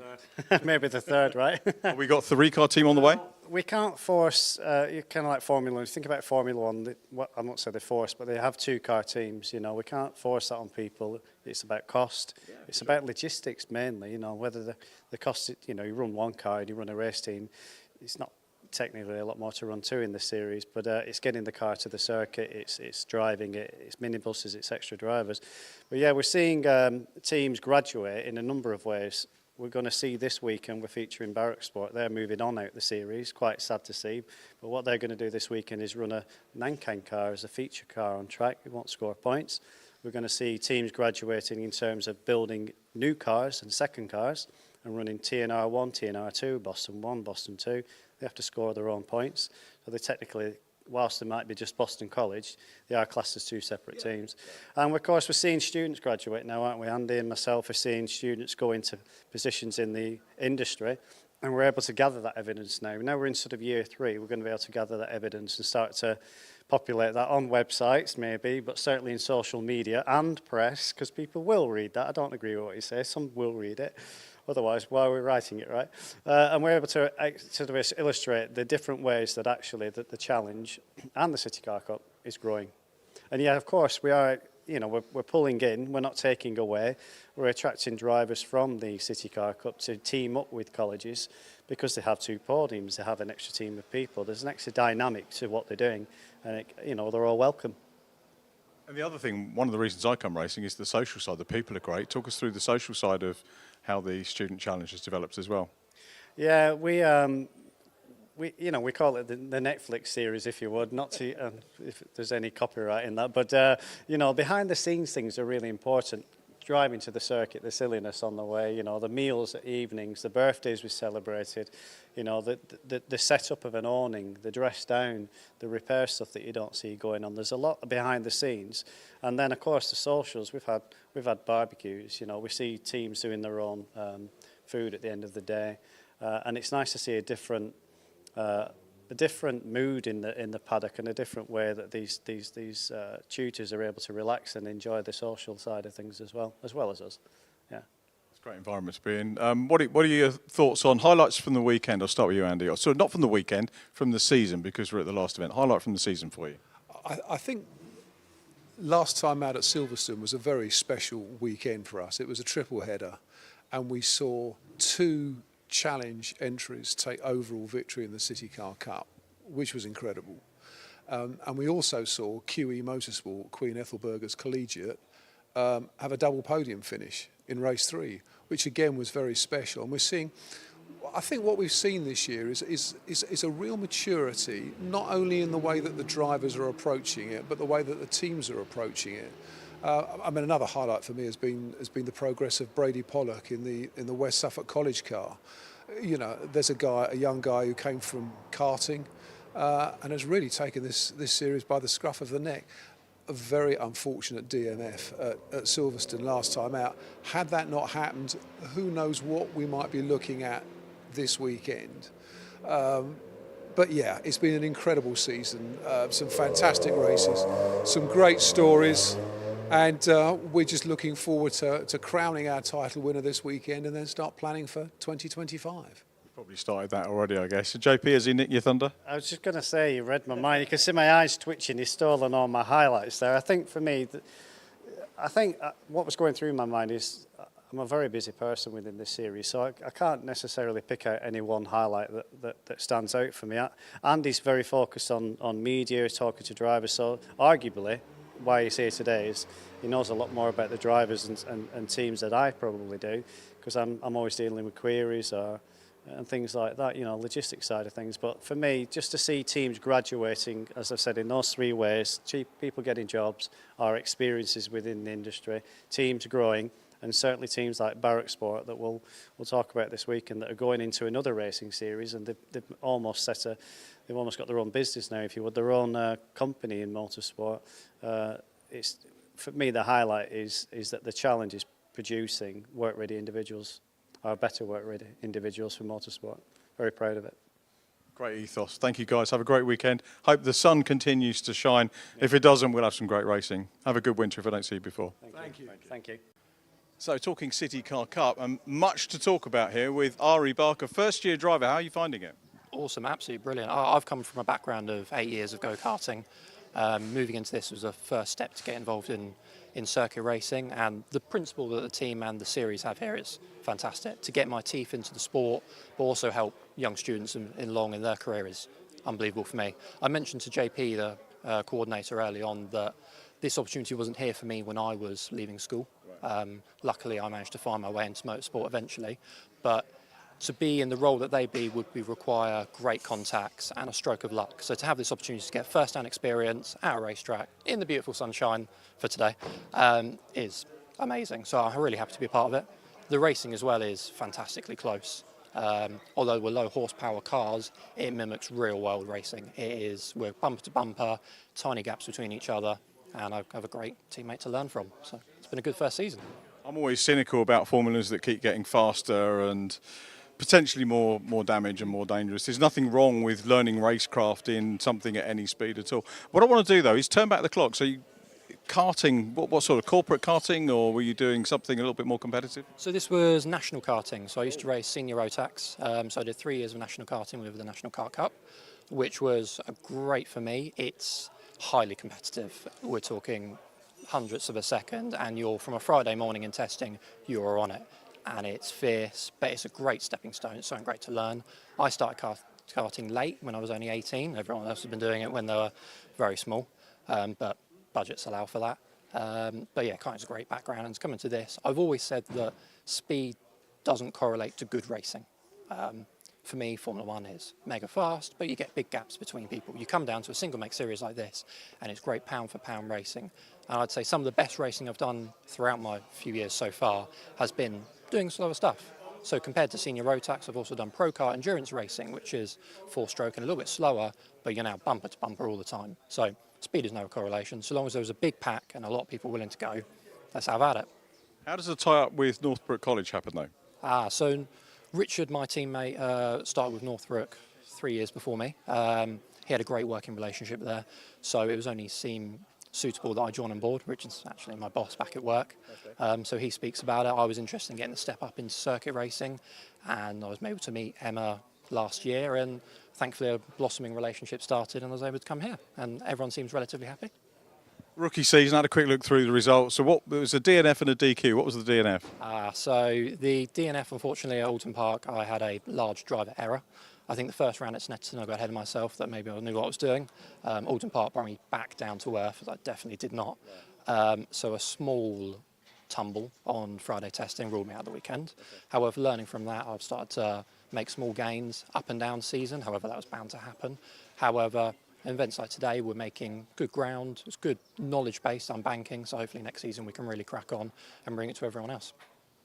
And with obviously the 2 cars, I think, being looked after by the college, if your teammates to move on, does that mean you become the #1 driver and there's an opportunity for someone else to come in and learn their craft? I'd imagine that would be the case, yeah. I don't know what Richard's plans going forward. He's a hell of a driver and he's proven that he can pedal many things. So if that happens, that would be great, but I like working with anyone. And the students, drivers, the team, the knowledge is growing, the outfit is achieving great things, back-to-back series champions, and fingers crossed that Rich can bring it home this weekend for the team.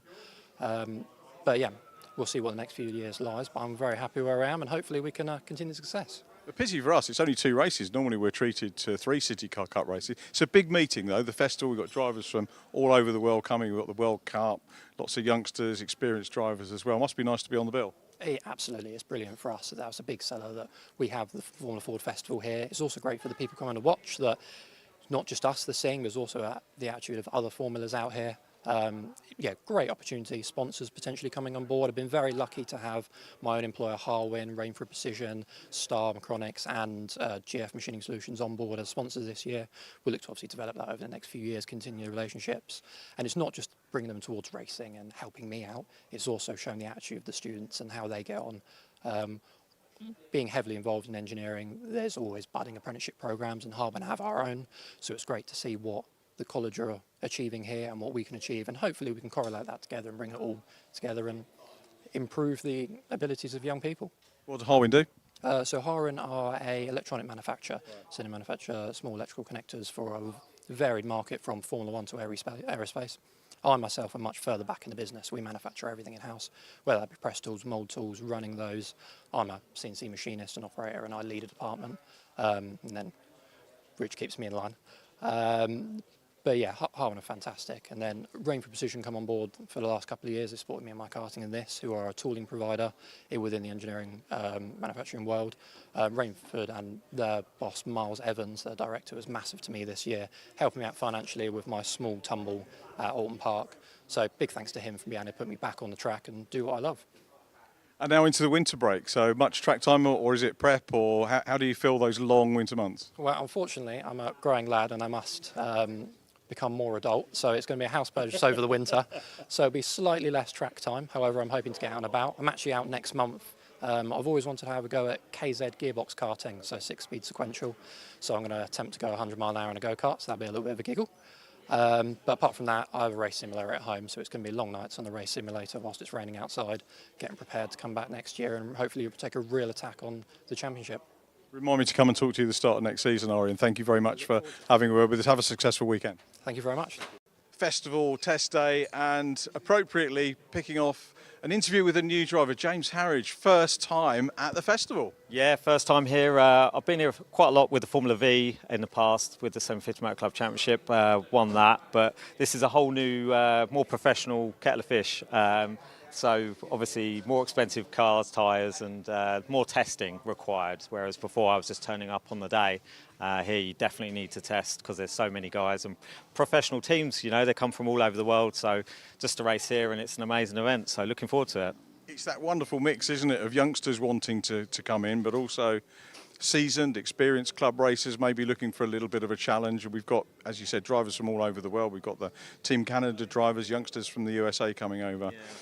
We talk about Formula Ford as a starting point, but I'm guessing that Formula V must be a great starting point too. Yeah, I mean, I can't take it away from it. Formula V is more tricky than people think. It's yeah, it's a great championship, but really the driver side of it, I think this is a definite step up. This is very professional. The drivers could win in anything, so I've definitely noticed the difference, but I'll get there. It's just going to take a bit more time and money, so I'll get there. It's just chipping away at it. It's my first event, proper race here, so I've only driven the car once before.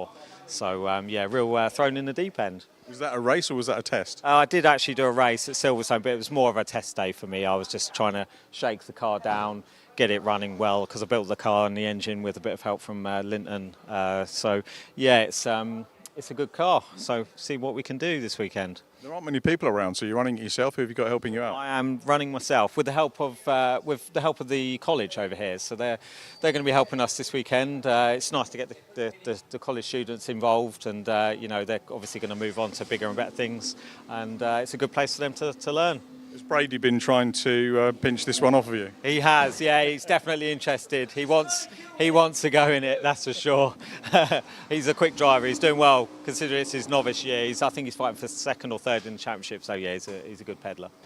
I'm glad you added that context because I was just going to do it. Tell us about the car. Where did you source it from? Yeah, so Linton Stootley, Enigma Motorsport, he had the car sat in his unit. It'd been there for about 20 years, I think, so a long time. So I built it back up. It was a Duratec car, so it's converted into the Crossflow, which is obviously a lot of work. And we're just sort of finding out how to set it up. And obviously I haven't got a big team, but the help I've got is really, really thankful for that. So yeah, it's good. Looking forward to it. It's a great event. We're made up that you're doing the festival, and obviously great to come in at the end of the year. Maybe not so great to come into such a big event. Have you seen the draw, by the way, for the heats? Who are you up against? Yes, yeah. I mean, I've actually drawn the strong heat, I believe. So yeah, wasn't ideal. I mean, I think I have to come somewhere in the top 50, 12, 15, something like that. But I didn't really look too hard. I just want to concentrate on me and driving and try and get the most out of my potential. I think I just want to make the final. Is my honest opinion. I just want to get in the final, and that'll be a massive box ticked for me. And then look at improving for next year. It's great to catch up with you as a newcomer, and welcome to the festival. Thanks so much. Have a great weekend, and we look forward to seeing you in the final. Thank you. Yeah, you too. Cheers. Thank you. Nice to meet you. That was a real pleasure to do that interview with James Harridge. First time at the festival, making the move from Formula V, as we covered. In itself, a fantastic formula to get started with in single-seaters. And James lines up over there. He's in the white car P10 for his first Formula Ford Festival race, which we're looking forward to. All of the Formula Ford races this weekend, in terms of the festival element, are dedicated to people who were involved in Gerrit Van Kouwen's career. And the first one is, Heat 1 is dedicated to Kees van der Grint, and you'll hear more about Kees as we get the build-up to the first race with Andy and Scott a little bit later on. But we've got some of those people along with us this weekend, and they're looking forward to presenting the trophies and talking to some of the personalities as well. That's what we want to do right now. On pole position, how appropriate was it that pole position goes to the man who won last year and is looking to break some festival records here, Rory Smith. Rory, we had a very quick catch-up yesterday in the paddock, and I was just saying to you now, you were the last one of the last drivers to get here into the holding area. I'm guessing you're trying to just make sure that the setup's right for the conditions. Yeah, that's right. I mean, it's we had a bit of rain this morning. And the track's still not 100% dry just yet, so it's just trying to guesstimate as best as we can as to where we think we should be. In testing, we had 0 wet running, so it really is a voyage of discovery for this one, but hopefully we've got it the least wrong out of everyone, and we can have a good race. Hey, I mean, qualifying, you've got to be pleased with pole. That really sets the tone, doesn't it, for the rest of the meeting, and a great start to the defence of your title. Yeah, I mean, it's still very early days, but it's like you said, it's good to have some nice speed early on, and hopefully I can just continue that momentum, get a decent result from this, and just stay near the front. And I think that's all you can aim for at this stage, and then the gloves will really come off later on the weekend. So yeah, should be good. What's your focus on? Is it your own performance, or do you have a little corner of your mind where you're thinking about the guys that are around you? You've got Darwin Smith alongside, Jordan Kelly and Tom Nippers on row 2. How much thought goes into experience you've had racing with them in the past? Yeah, I mean, you'd be foolish not to think about the others. It massively dictates how you race with them and what their sort of strong and weak characteristics are. So you definitely do have to think about others as well as thinking about you maximising your own pace. So yeah, there's a lot of that going on. I'm going to let you get on with the prep. Thanks for having a chat with us. Good luck for the defence, and all being well, we'll see you on the podium. Thank you very much. Thanks, Rory. Rory Smith there, and qualifying was fascinating to watch unfold in terms of some of the classic cars doing so well and getting up at the sharp end. I'm going to repeat something I did last year, and I hope everyone will stick with me for this, because last year I did my first Formula Ford interview with Charlie Mann, who is here. I'm going to go and have a quick catch-up with Charlie, because it's Charlie's second festival, and we did this last year, Charlie, and some of the footage that Laura shot, we got Laura back with us as well, wound up on social media, which was great. So how was the year since last festival? Yeah, we've made big progress this year. We had our first podium and then eventually our first win in the last race of the year. So yeah, we've made a lot of progress with the car, and we've kept plugging away at it and kept learning more and more about it. Obviously there are a lot of teams with a lot of experience with these sort of cars, but yeah, we've kept learning and we've got a lot quicker as the year's gone on. Congratulations on that win. That was great to see that in the stats. Didn't see it in the flesh, but great to see. And a lot of work goes into getting there, doesn't it? It does, yeah. It's a really, really competitive formula, and as I say, some of the teams who've been doing it lots of years are mega at setting these cars up, and yeah, we've just been moving closer and closer towards the front all year, and yeah, we're really pleased to get a win in that last race of the year. It really felt like everything sort of came together for us. Well, that's great. Add to some of those this weekend. A couple of cars in front of you. Qualifying was, I don't like using the cliche lottery, but it was difficult, wasn't it? Nobody really knew what the weather was doing. I don't think the weather knew what it was doing, to be honest, this morning. No, we only had 12 minutes as well, which isn't long round here, and we had a lot of cars on track of sort of mixed speed. So yeah, we struggled a little bit in quali. I think we went a little bit too, we didn't quite have enough grip on the car. But again, this one's a little bit of a lottery because the track's drying more and more and more. So this will be a very interesting race. Some people have, I suppose, if you set the car up more for the wet, you'd be good in the wet and bad in the dry, and vice versa if you set it up the other way. So yeah, it's a little bit of a balancing act in this one. Hopefully we got it right. Target for this one? Hoping for a sort of top 4, top 5 finish, and looking for a top 10 overall, ideally in the festival. That would be the aim for this year. It's top 12, isn't it, to go through from the heat? So basically, you're sat out till semis. You don't want to be in the progression race anyway. No, try and avoid that if possible. Yeah, I'd like to watch that from the sidelines. So try and avoid that. Fingers crossed for you, Charlie. Thanks for having a chat. Maybe do the same again next year. Yeah, we're definitely looking at it. I think we'll likely be in the same again, yeah, so we're looking forward to it. Excellent. Could be a regular thing, our chats here. I had to catch up after you. Well done. Congratulations. Charlie was in the mini formula, I don't know if you remember, moved over, and so we knew him from that. I'm going to talk to John Svensson, who is here, and John was saying, John's a bit of a festival veteran, John, for the benefit of the viewers. How many times have you come? I think more than 15 times, and the first one was back in 1994, so that's a long time ago. a silly question, but what's been your favourite year out of all the ones you've been? I think the 98 when Jason Button won, and that was one of my best races, and I think that I finished 6th or 7th, something like that, so that was not bad. At that time the Z-Tech class was a top class and it was really good. Sorry, we have to go. Yeah, you got to start up. John, thanks for the quick chat. John Svensson there, one of our European contenders. One of the things I love about the festival is it still attracts drivers from all over the world. We've got Australians racing, we've got people from Canada, the Team Canada, that we'll catch up with a little bit later on. We've got the American drivers, we've got Australians, all sorts. And that will come through in the World Cup, which Andy and Scott have been talking about. Talking about Andy and Scott, they're about to give you the rundown on the Heat 1 dedicated to Kees van der Grin. Over to you guys.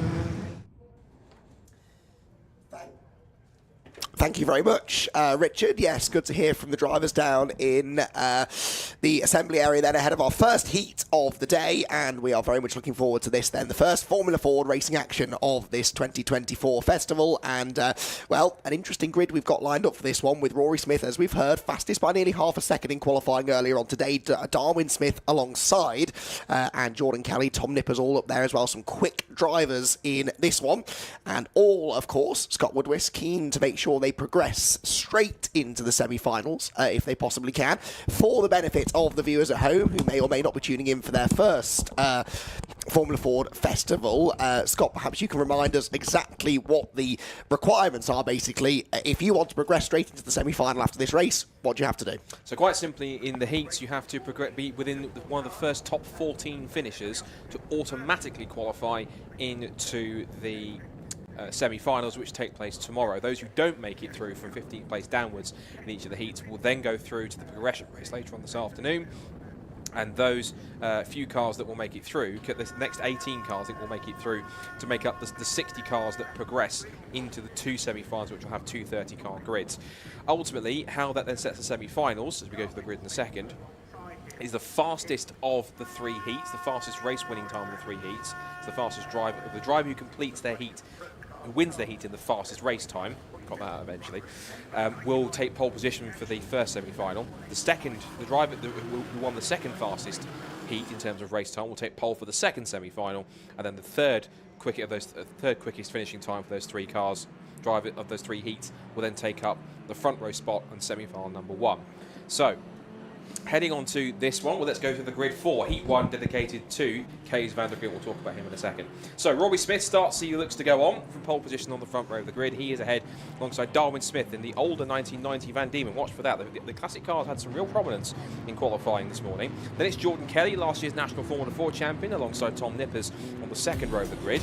Next then comes Rob Hall and Charlie Mann. Rob Hall in the Swift chassis, Swift Cooper chassis, along with Luke Cooper in that team. And Charlie Mann, he took a couple of victories and run well in this year's United Formula 4 Championship. John Svensson from Belgium, good to have him back on the grid in 7th alongside Jason Cribble, impressive young American who's been racing United Formula Ford. And it's David MacArthur, always a veteran of the festival, and James Harridge, who we had interviewed earlier on. He rounds up for top 10. Then it's Stephen O'Connor and William Liston, had some really great runs at Brands Hatch earlier this season, and Silverstone in the Super Classic Formula Fords. And they go to Samuel Harrison and Bob Hawkins, of course the father of Tom Hawkins, who's the class winner in the Super Classic Formula Fords this year. Adam Farber's another regular festival attendee, starts 15th in his Ray, then alongside Jonathan Barnes. Then it's Ben Hatfield and Phil Atwood, one of his exciting cars, Mikhail Fitzgerald and Don Boyack in that bright blue machine. And right to the back of the grid in her first festival, Melly Zhang from America in a very classic Formula Ford at the back. So 21 starters for this first heat, which is dedicated to Kees van der Grin, who was a former racer, later becoming Bridgestone's senior tyre engineer in the Ferrari F1 team during the Todd Schumacher era. He went head of its competition department. He was also hugely influential in Garrett's early career, persuading him to transfer his racing successes basically to come from Europe to the UK and to assist him with that in the mix. Now, you spotted something that's actually quite crucial, because the defending festival champion is not on the front row of the grid. He's been wheeled back into the pit lane, so drama from race number 1 in the festival. Rory Smith looks like he'll have to start from the pit lane, or dramatically might not even take the start at all. I think it'll be a non-start, this, Scott. He's been pushed behind the barrier. The marshal is talking to him. He's not actually in the pit lane. He's in a little sort of recovery road, if you like, between the pit lane and the start-finish straight. So yeah, Rory Smith a non-starter due to start from pole position. Look, there's loads of debris on the ground. Has this come from Rory's car? Is it an engine or a gearbox or something that's gone pop and left bits of metal on the track, or is that from someone else? What is that? It's very odd. Is that a drive shaft? I think it's a drive shaft, isn't it? Yeah, I think he's broken a drive shaft coming to the grid, spinning the wheels up to get heat in the tyres. I think he's done a drive shaft in. We'll get confirmation of that later. Anyway, that means that Darwin Smith and Jordan Kelly are alone at the front of the grid. There's one non-starter further back as well, going nowhere. That's Michael Fitzgerald, I fear. But on the run to Paddock Hill Bend for the first time, it will be Darwin Smith in the 1990 Van Diemen that leads the way. Jordan Kelly slotting into second position. Then Tom Nippers is there in third in the black car by the looks of it, as they head uphill towards Druids Corner. Good start made by Charlie Mann there, the red number 20 car. He has come from 6th on the grid, which I suppose was actually 5th, up into 4th place by the time they round Druids and head down the hill into Graham Hill Bend for the first time. Now a definitive dry line starting to appear through Graham Hill Bend. That will make things interesting already, though. Yellow flags are out, and I think a safety car because of this staller on the grid, I'm pretty sure. Oh no, it's not actually a staller on the grid. That car has got moving again, but there are yellow flags and a safety car, so the first lap of 12 already interrupted. I think we did have the Michael Fitzgerald car stalled on the grid. Michael has now got going, so actually, ironically, the need for the safety car no longer there, but the call had already been made. So hopefully just the one lap behind the safety car, and we will get racing back underway here at Brands Hatch then in this first Formula Ford Festival heat, which already, as Scott said, has been drama-filled. We're only a lap into it. Darwin Smith the leader, then Jordan Kelly second, Tom Nippers third, Charlie Mann fourth, Rob Hall in 5th position, and John Spencer in 6th place. 7th place then is going to be Stephen O'Connor, with Jason Pribble next. And then William Liston and James Harridge to complete the top 10.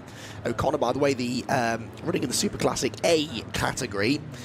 And perhaps, Scott Woodward, you can explain to me why Darwin Smith in a 1990 Van Diemen is not running in the Super Classic element, if you like, the historic element of the race, and yet Stephen O'Connor in exactly the same car is.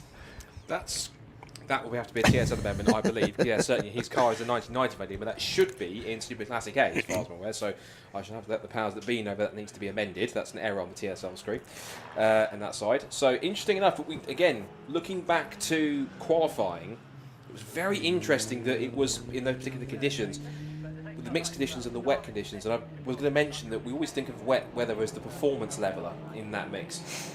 Some of the older cars were getting up there with very quick lap times, and so it just depends on the driver, the setup, and indeed the engine that you've got underneath you is quite key. Now, this is interesting here because Jordan Kelly, this is close, to pick his moment.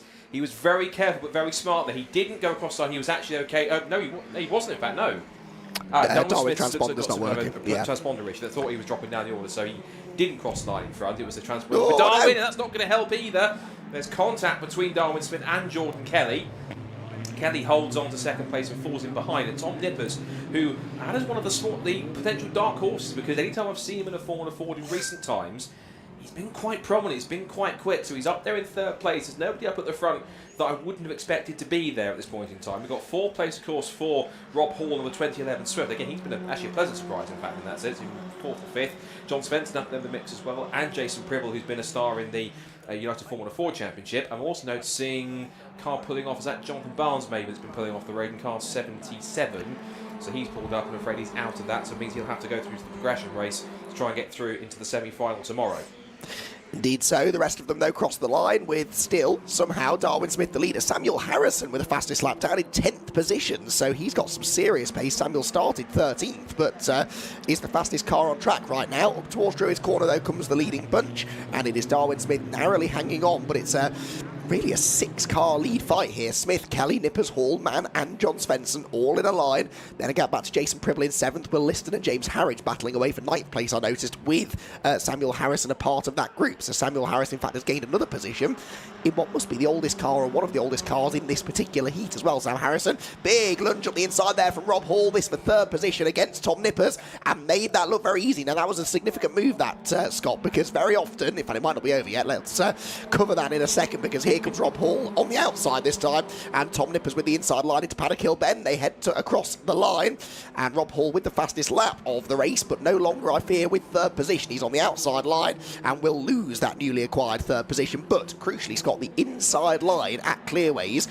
is working. Now that tells me the track is drying, because that's notorious. I was chatting to Peter Daly about this in the assembly area early on today. He said clearways is always the last corner to dry. It is viciously slippery when wet, and you cannot get up the inside and keep the car to stick to the apex. Well, Rob Hall managed that, lost the place again on the run past the line, but that inside line is working, and that bodes well for some good racing. Yeah, it's certainly brighter out there. That's going to help to dry the circuit out a little bit more. Coming up towards half distance, and again Rob Hall has a look up the inside, sticks the nose of the Swift inside Tom Nippers' Van Diemen as they come out through Clark Curve.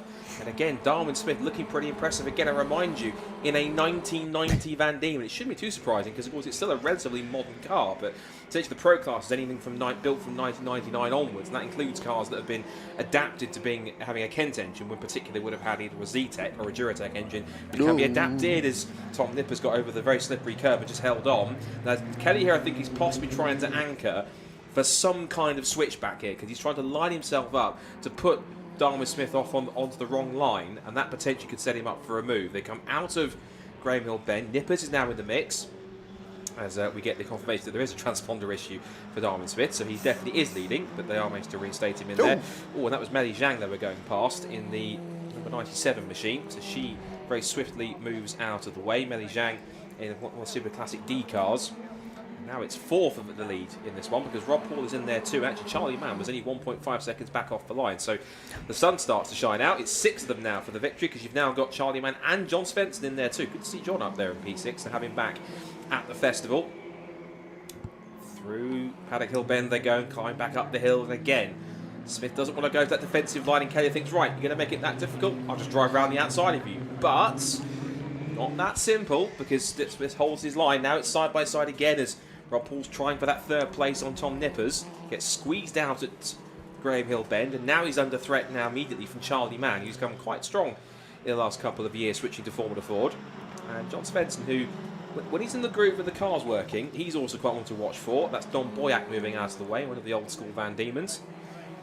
Now out through Clark Curve again, as now it's also looks like the end of the festival weekend rather than the start of it with the sun shining. But it's a key thing that we've got after the rain this morning. We've got some sunshine, and now it's side by side for the lead. Yes, it is. To the outside goes Jordan Kelly, fractionally ahead by 1,000th of a second at the beginning of the lap, but will not be ahead by the time they arrive at Paddock Hill Bend. Here comes that switchback, though. There's a back marker up the road, but it doesn't matter. Jordan Kelly gets to the inside and will have now surely the preferred line through Druids. The inside is much drier now than the outside, and Jordan Kelly finally breaks through the defences of Darwin Smith, who may now lose second place as well, and does, to Tom Nippers. So 2 of the more modern cars now moving through to the front. That wasn't really great news, though, I don't think, for Jordan Kelly, because Tom Nippers looks quick and is already on his gearbox as they head through Surtees and up towards Clearways, which we know is a potential passing spot. Not sure he's quite close enough. Here comes Rob Hall now. The floodgates starting to open slightly here, aren't they, against Darwin Smith, who hangs on for third place for now. We only will have, though, 4 laps to go at the end of this one. Can he hang on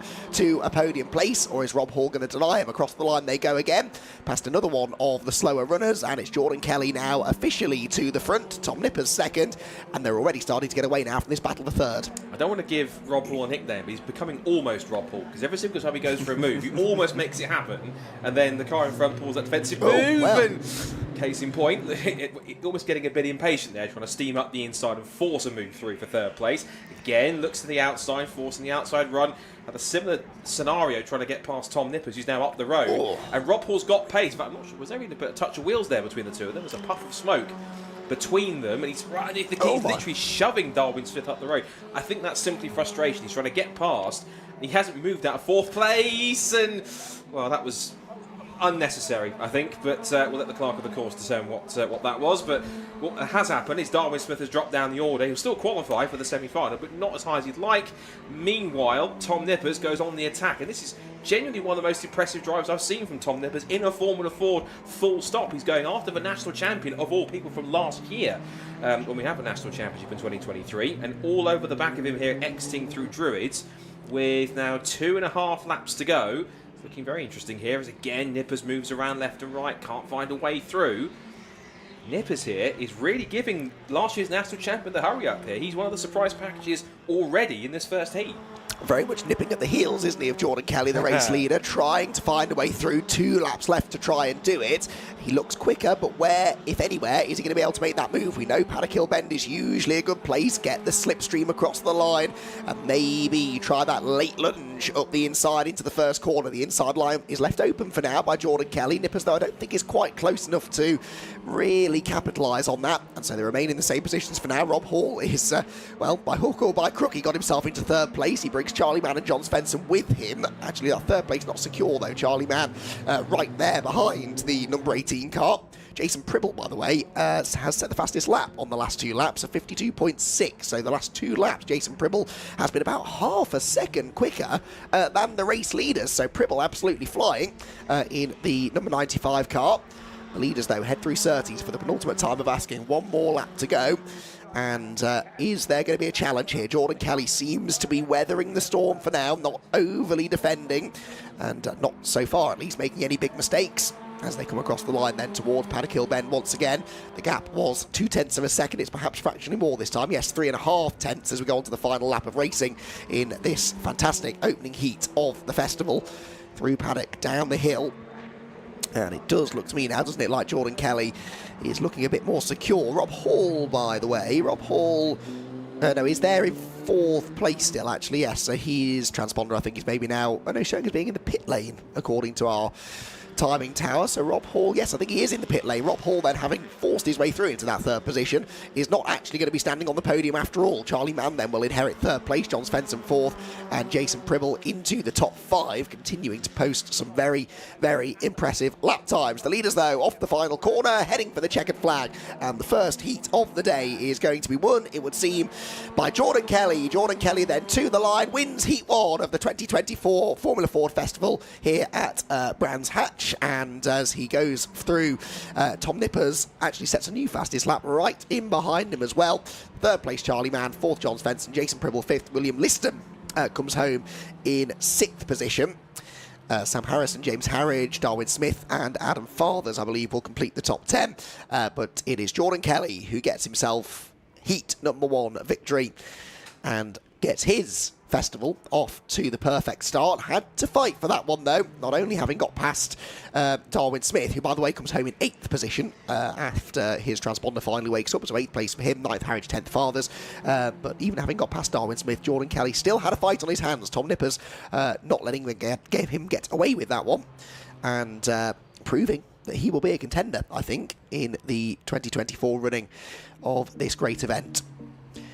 So cars will head to the Parc Fermé area. Well, shortly we'll hear from our Heat 1 winner. That Heat 1 winner is Jordan Kelly. Tom Nippers coming home 2nd, Charlie Mann 3rd, and John Svensson in 4th, ahead of Jason Pribble. Will Liston comes home in 6th position. Then he was the Super Classic B winner. And Samuel Harrison in a Class D car, that Eldon, which I'm pretty sure was the oldest car on the grid, storming through the order to finish in 7th position, setting fastest laps midway through the race as well. Darwin Smith, he'll be very frustrated with 8th position, especially the manner in which he dropped down to 8th place. James Harridge and Adam Fathers complete the top 10. Then it was Bob Hawkins and Jonathan Barnes with Ben Hadfield and Phil Atwood next. Phil Atwood in 14th place, the last driver in that heat anyway, to gain automatic progression to the semi-finals. 15th place for Michael Fitzgerald after his slow start. Don Boyack 16th. Rob Hall retired to the pit lane in the end. Meli Zhang was 2 laps down but still running, with Stephen O'Connor a non-finisher. And crucially, really, the big story from that race, Rory Smith, a non-starter. Rory Smith doesn't even appear on that list because his car that was due to start from pole position never made the start of the race. And, well, Scott, it didn't take long, did it? It didn't, and that's a big drama because that's one of the big favourites, defending champion, in peril already, which is something that we didn't have on the script. No. But then again, this is the festival, anything can happen as we know in motorsport, and that just did. So, interesting stuff. Jordan Kelly, of course, I think that's a well-deserved victory for him. Last year's national champion. Tom Nippers, I think he's already now, for me, one of the dark horses. He looks very quick from the outset as well. And Charlie Mann also put an impressive effort in there. 3rd place for him. A good effort from John Svensson too, up in P4. Some good drivers in the mix, and that should set things up nicely for Heats 2 and 3 coming up shortly. And I believe we can hear from our top 3s now, heading down for the first time for the festival with Richard John Neal, with our top 3 from Heat 1 dedicated to Kees van der Grint.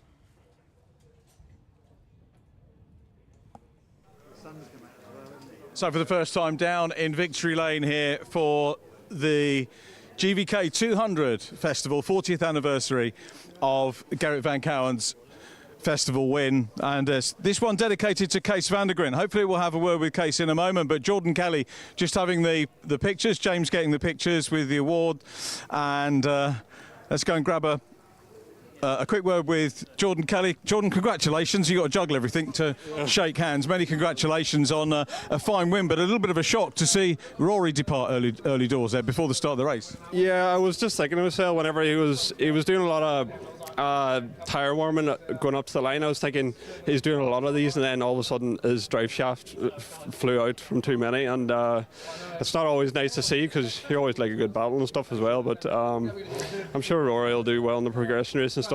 I've seen him do it before and stuff. So no, it was good to get the win. It was hard to get past Darwin, but it was a good clean race, to be fair. And then Tom was having you tried inside and outside, didn't you, to get past? So had to work very, very hard indeed. Yeah, I just try to keeping him in his merge as much as I could, and just try to get him to make a mistake. So he made a mistake early on, and I knew if I could just keep him under pressure, I could try something. So lucky enough, I got past and got the one in the end of. I love you say the way you say lucky. You earned it. You had to work for it. Is the track drying, would you say, Jordan? Yeah, I'd say it's after this session here, I'd say it's going to be fully dry. From what I can see out there, I didn't think it would be as dry as it was, and it was. So because we were still full wet setup, so it was an interesting race, that's for sure. It's going to affect, isn't it? The speed of the heats affects where you start in the semi-final. So do you mind starting P2? It's a little bit of a downhill run, can be sometimes perceived to work for you. I mean, it's always good to be starting first, second. It's the run up the hill. If you can get a good start in second, I'd say you have as good a chance as first in the paddock. So we'll see how it goes now tomorrow. Very well done on the win, and we look forward to seeing you for semi-final tomorrow. Thanks very much. Thanks, Jordan. Congratulations. Well done. I won't get you to handshake again. I was going to have a quick word with Kees van der Grin, if I may. Kees, what a pleasure to see you here. That heat dedicated to yourself. Any anecdotes for us or memories of the great man, Gerrit Van Kouwen? Well, there are too many. Too many. But I have to say, I like to thank the organizer, because I'm mighty impressed how he is on it. It's unbelievable, so a little bit emotional, so for me, and I didn't expect. So how we, and anecdotes, we have so many, because he dominated the festival, and actually he dominated the Formula Ford races on the continent, but we had many fights how we should dominate. And one anecdote is, for example, he was already Dutch, Benelux, and German champion, and then on Sunday was the final for the European race, and on Saturday was a race for the Benelux Championship. And I told him not to do that, because save the car, you take the title in the European. But he said, no, I need to race, and always. So he did, but he crashed.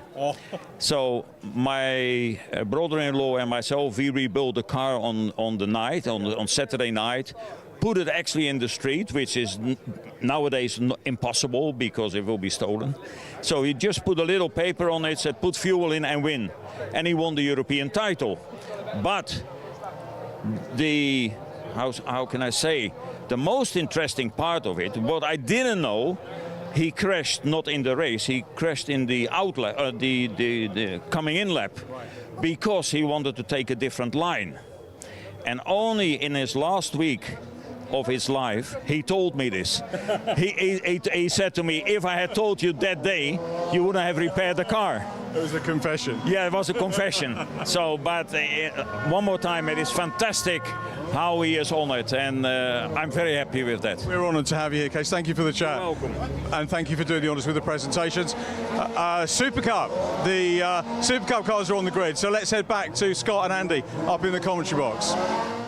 Perfect timing, Richard. Yes, cars lining up on the grid then at the end of their green flag lap for this first of 3 races that will decide the 2024 Mazda MX-5 Super Cup Championship. Then we have got a fascinating championship battle in progress then here, with 2 drivers in contention. Aidan Hills, Patrick Fletcher, 11 points between them in the favour of Aidan Hills. So Patrick Fletcher with all the catching up to do. Well, Patrick is doing something about that already after qualifying, having stuck his car on pole position alongside Ollie Allwood with Aidan Hills and Simon Baldwin together on row 2, Tom Griffiths and James Costner's row 3. But no time to go through the full grid. The car's already lined up then ahead of a 20-minute race then. They'll race once today, twice tomorrow, and at the end of Sunday evening, we will have a champion. The red lights then go on. Out they will go, and who's going to get the best of the starts at the front of the field? It is Fletcher. So Patrick Fletcher will lead them towards Paddock Hill Bend. Allwood slots into second place, sweeping round the outside. Tries to go Simon Baldwin, but then very late on the brakes. James Cossons was that, I think, steaming round the outside of everyone. Yes, it was in the 24 car.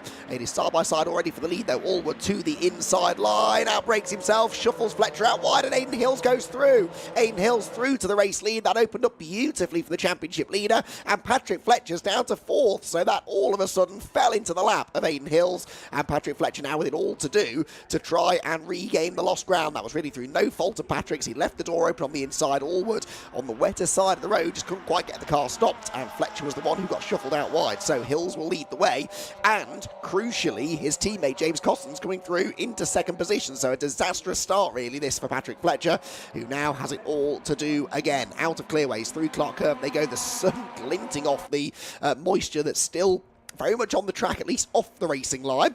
They head towards Paddock, though. Defensive line taken by Costons. Allwood wants the inside line, but can't find a gap. And so it will be Costons who hangs on to second place, and Patrick Fletcher in 4th. He needs to try and start making progress. There's contact further back involving Joe Wiggin, though, and Simon Baldwin. They're both in the gravel. Baldwin will dig his way out, but Wiggin is going nowhere. Joe Wiggin's car stopped at the side of the road. We've had drama at Druids as well between Allwood and James Costons. They've both gone wide again, and that allows Fletcher through into second place. So Patrick Fletcher up into second position, just as he lost 2 positions, or 3 positions really, up at Druids on the opening lap of the race. Through a very similar situation, he is able to pick his way back through into the runners-up spot. The yellow flags are out, unsurprisingly. The safety car is coming out, unsurprisingly, because we've got Joe Wiggins' car beached in the gravel trap at Paddock Hill Bend after Scott. Another very lively start to the race. Typical of MX-5 Super Cup in that sense. And as we look at Joe Wiggins' car in the gravel, it's obviously not an ideal. He's had a bit of an up and down season, has Joe Wiggins, particularly when it comes to fortunes. He had a couple of races. He's amazingly his first 2 MX-5 Super Cup wins ever back at Alton Park, and since then he's been in this battle for 3rd ever championship with Tom Griffiths. So obviously that's going to be a major blow to him in terms of where he is in that zone. They came into the weekend effectively about sort of 4 points away from each other on those results. So going into this one, this should be quite interesting to see how Tom takes full advantage of that. And of course, in terms of the competition at the front, well, it's the top 2 of the championship for Pro Class who are now nose to tail. And even though Tom Griffiths probably won't ever want to see a rival off the road in that sort of manner, there might be a wry smile under his helmet, I think, given the fact that he's now got an opportunity to go ahead and take some key points and essentially try and extend that lead even further. Yes, indeed. He is 11 points behind Aidan Hills on drop scores. Joe Wiggin jogs through the gravel trap at Paddock Hill Bend back to his car. It was hard to see, really, how that started. He was on the inside of Baldwin. I think there was a bit of a squeeze, a little bit like, really, we saw in the Clubman race earlier on today, where we had that collision between 2 drivers at Paddock Hill Bend, and I think sometimes 2 drivers both go for the apex at the same time. They're just in contact, almost inevitable in that situation, and sadly Wiggin, who was on the inside line, actually is the one who ends up getting sideways and beached in the gravel trap. So shame for Joe. He had a non-finish at Cadwell Park a couple of rounds ago. That was, though, his only other non-score. So drop score-wise, remember they dropped their 3 lowest scores. That will now be a second 0 for Joe Wiggin. He will score back one of his previous drop scores. He'll still end up scoring 80-odd points from this race. But, of course, depending on where the others end up finishing, that could all change. At the moment, though, Aidan Hills on course for the race win. That would be 100 points, 98 points for Patrick Fletcher. Tom Griffiths 4th at the moment on 94 points then he would score. So as it stands, the championship lead would go out by 2 points. Wiggins' car already out of the gravel, and that's why he was running back to the car, because he's going to drive it back around to the pit lane area, because he's got no major damage on that car, and he will still be able to bring it around, dropping gravel all over the track, of course, but he'll do his best to stay off the racing line, which he is, I can see.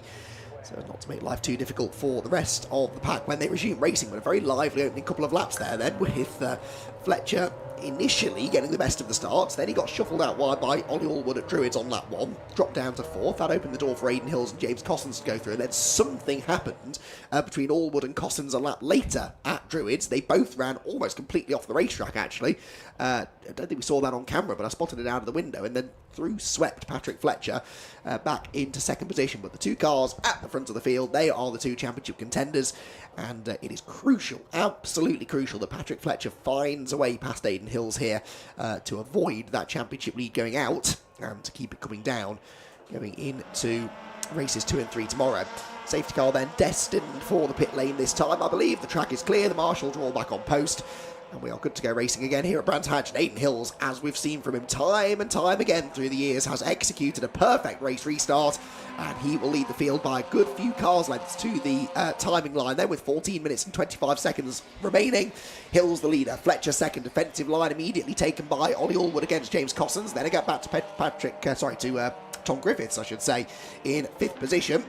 Who's going to make the first move there? Well, Cossins looking racy, isn't he? He will be a little bit miffed, I think, of what happened between these two up here a few laps ago. He's on the outside, and again they make contact. Again, out wide goes Cossins, through goes Tom Griffiths. More points gained by Tom in this fight for third in the championship, or will it be? Because Cossins is coming back at him now into Graham Hill Bend. Tom has the momentum though on the outside line, will sweep through and does indeed clear car 24 as it heads down the Cooper Straight. But for the third time already in this race, Ollie Allwood involved in a bit of an altercation up at Druids Cornerway. He does seem to be struggling to get the car stopped at the moment for some reason. You go to the outside of Ollie Allwood up there at your peril right now, Scott. Yeah, seemingly so. Ollie Allwood feeling very racy and very defensive here to try and hold on to that position. And Ollie's probably in some of the best form that he's had all season. He's had again, another one that's had a slightly up and down season in Super Cup, had a couple of good moments, 1 or 2 podiums, and now he finds himself in the groove with this car, it seems. Speaking of in the groove, Aidan Hills just sets the fastest lap of the race, and that's crucial because that'll be another bonus point for him in that sense. Of course, it's bonus points apiece for this first race because Fletcher got the bonus point for qualifying on pole. And at the moment, Aidan Hills has it for fastest lap, and now the sun's come out, and we're seeing this really beautiful blue sky coming out now, which we've got this little sort of reflective strip of almost like I don't know what we call it, almost like what do we call it, like a darkened sort of film over our sort of commentary box window here from where we're sat. It's beautifully bright out there, so thankfully all the weather we had this morning is pretty much dissipated, and it's now beautiful sunshine. What it is doing, crucially, it is drying up the track incredibly quickly, because you can see, even though it's quite still wet on coming into pit lane, the circuit itself now being used quite a lot now is drying up rather rapidly. So I think anyone that was on a mixed setup to start with will find themselves, I think, possibly for the racing tomorrow, if it stays dry, going more to a fully dry setup in that sense. Leaders come through the Paddock Hill Bend once again with, that's now 6 laps in the books, and Fletcher now takes the fastest lap of the race now. He's now got both the bonus points. That'll mean that he will finish this race and finishes where he is, ironically on 100 points, which is exactly the same amount which Aidan Hills would have if he stays where he is. So ultimately means there's no change in the order. There's some more shenanigans going towards the back here. Some of the club class runners. You can see Jim Barrett at the back of that group. There's also Kamal Kelsey, Elliot Lettis, and I think Ollie Hall in there too as well. Elliot Lettis, a very busy weekend for him. He's doing MX-5 Super Cup and also City Car Cup, so he's getting his money's worth this weekend. Getting plenty of laps in around the Brands Hatch Indy Circuit, isn't he, this weekend? Patrick Fletcher then setting that fastest lap, significant for 2 reasons. Not only because it steals the bonus points away from Aidan Hills, it also means he is catching Aidan Hills. He caught him by 2/10 on that lap, 2/10 again on that 7th lap of the race. So yes, Aidan Hills is, no doubt about it, being caught now by his championship rival Patrick Fletcher, and the gap is down to only half a second as they went through that time around. Up into Druids Corner here, Tom Griffiths nibbling away at the back of Ollie Allwood's car. In fact, Griffiths has now stolen that fastest lap point away by the looks of it, so Tom Griffiths then picking up an extra place as they an extra point I should say, as they head down the Cooper Straight this time around, and in towards the very quick left-hander at Surtees, through the left, the right at McLaren, then into the tighter right at Clearways, then the open right at Clark Curve, and look at this for the race lead, for the championship lead. It is game on. Patrick Fletcher has caught Aidan Hills, is right on the tail now of his title rival, with one thing in mind, and that thing is getting past Aiden Hills, outscoring him, taking some points out of his championship lead. And right now, you would have to say, Scott, that Patrick Fletcher looks quick enough that he might just be able to do that. Definitely. He's on the tail of the championship leader and defending champion, and now Fletcher going to the outside. This is what we wanted to see. The two Titans battling for the Pro Class title together on track, and Fletcher's nibbling away at the rear bumper of Aiden Hills. He's putting himself firmly into the defending champion's mirrors.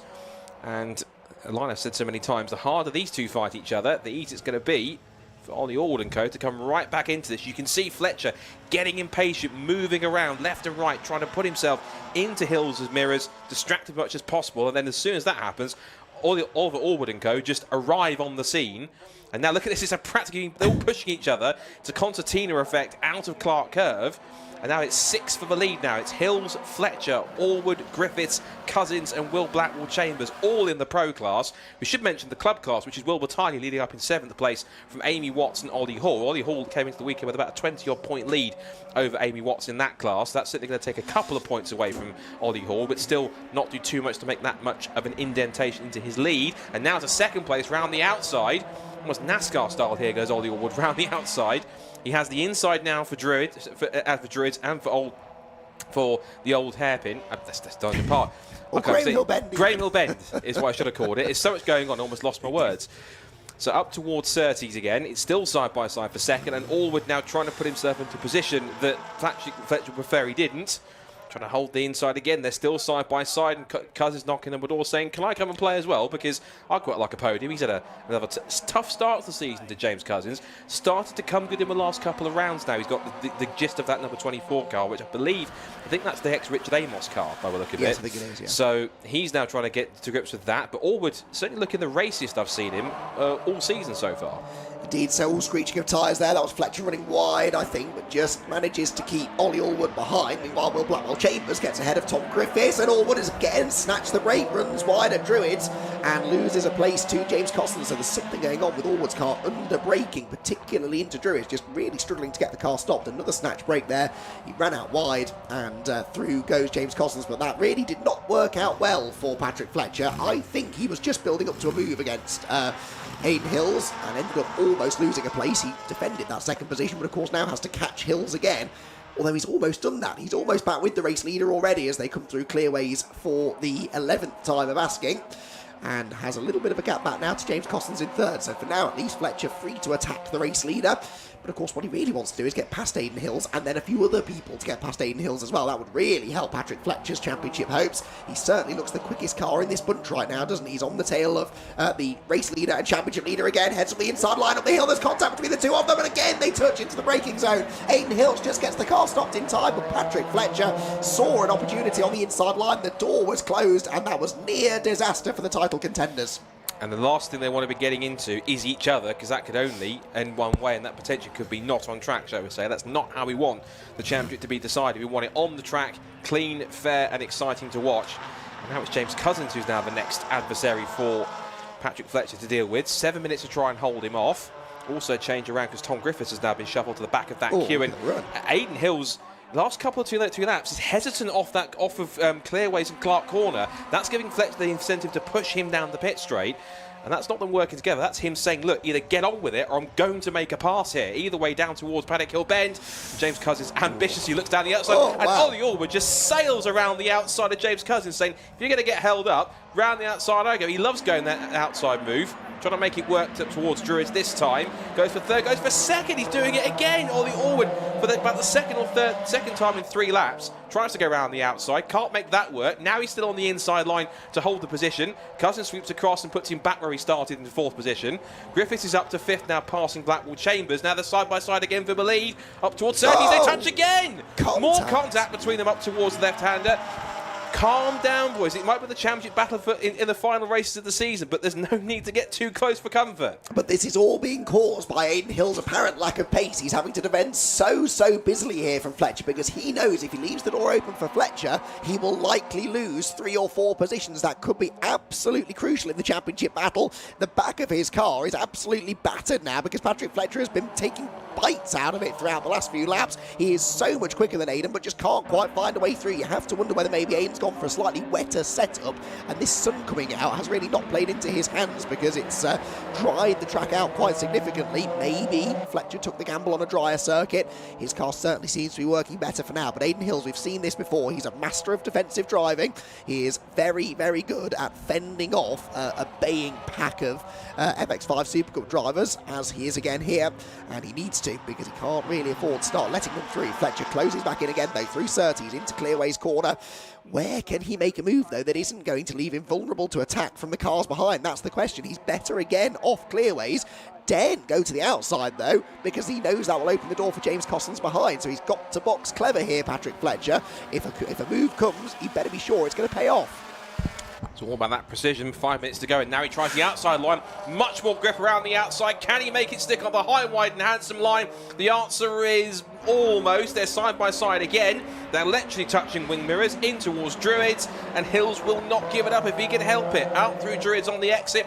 Shows him the door when he's off the road onto the AstroTurf on the outside. Loses second place to, crucially, Aiden's teammate James Cousins. So it's now Hills Motorsport cars 1 and 2, and now Aiden Hills has the benefit of a rear gunner because he's now got someone to help him get away. And you can bet your bottom dollar for the next 4.5 minutes, James Cousins is going to make Patrick Fletcher's life on track as difficult as possible in order to back him up into the rest of the pack, because he knows that the more that he can make life difficult for Patrick Fletcher, the easier it is for Aiden Hills to get away and to try and keep on extending that championship lead. And if he keeps on losing places, it just means a bigger points gap going to race number 2 for Aiden Hills compared to Fletcher. Fletcher trying to go back down the outside as he tried in race 1.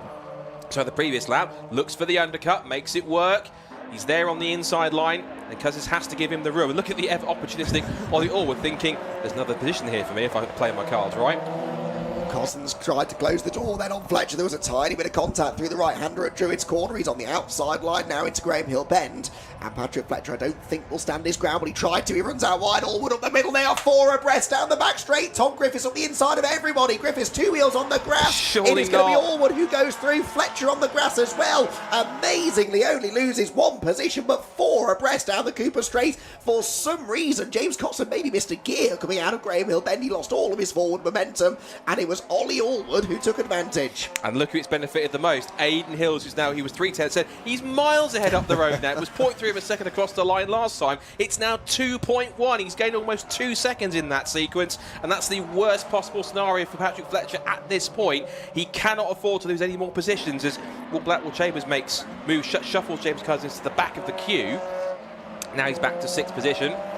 And Patrick Fletcher, he'll be now desperately wanting to claw his way back past Ollie Allwood. There's less than 3 minutes to go. And now down towards Graham Hill Bend. Now, once again, we're on lap 17, so you forget how quickly laps get reeled off here. Meanwhile, just looking backwards for this battle, just behind them coming through Graham Hill Bend, just at the top of the screen. We'll get to that in a second because it's now 2nd place once again, and Allwood holds on to the position. Fletcher still unable to find a way through, and now he has to try and deal with Tom Griffiths applying the pressure as they come back out through Clark Curve, back onto the pit straight once again. I was about to say in the club class, still Wilbur Tiley ahead of Amy Watts. And Wilbur is only a couple of tenths ahead. In fact, the two of them just in the background here at nose to tail.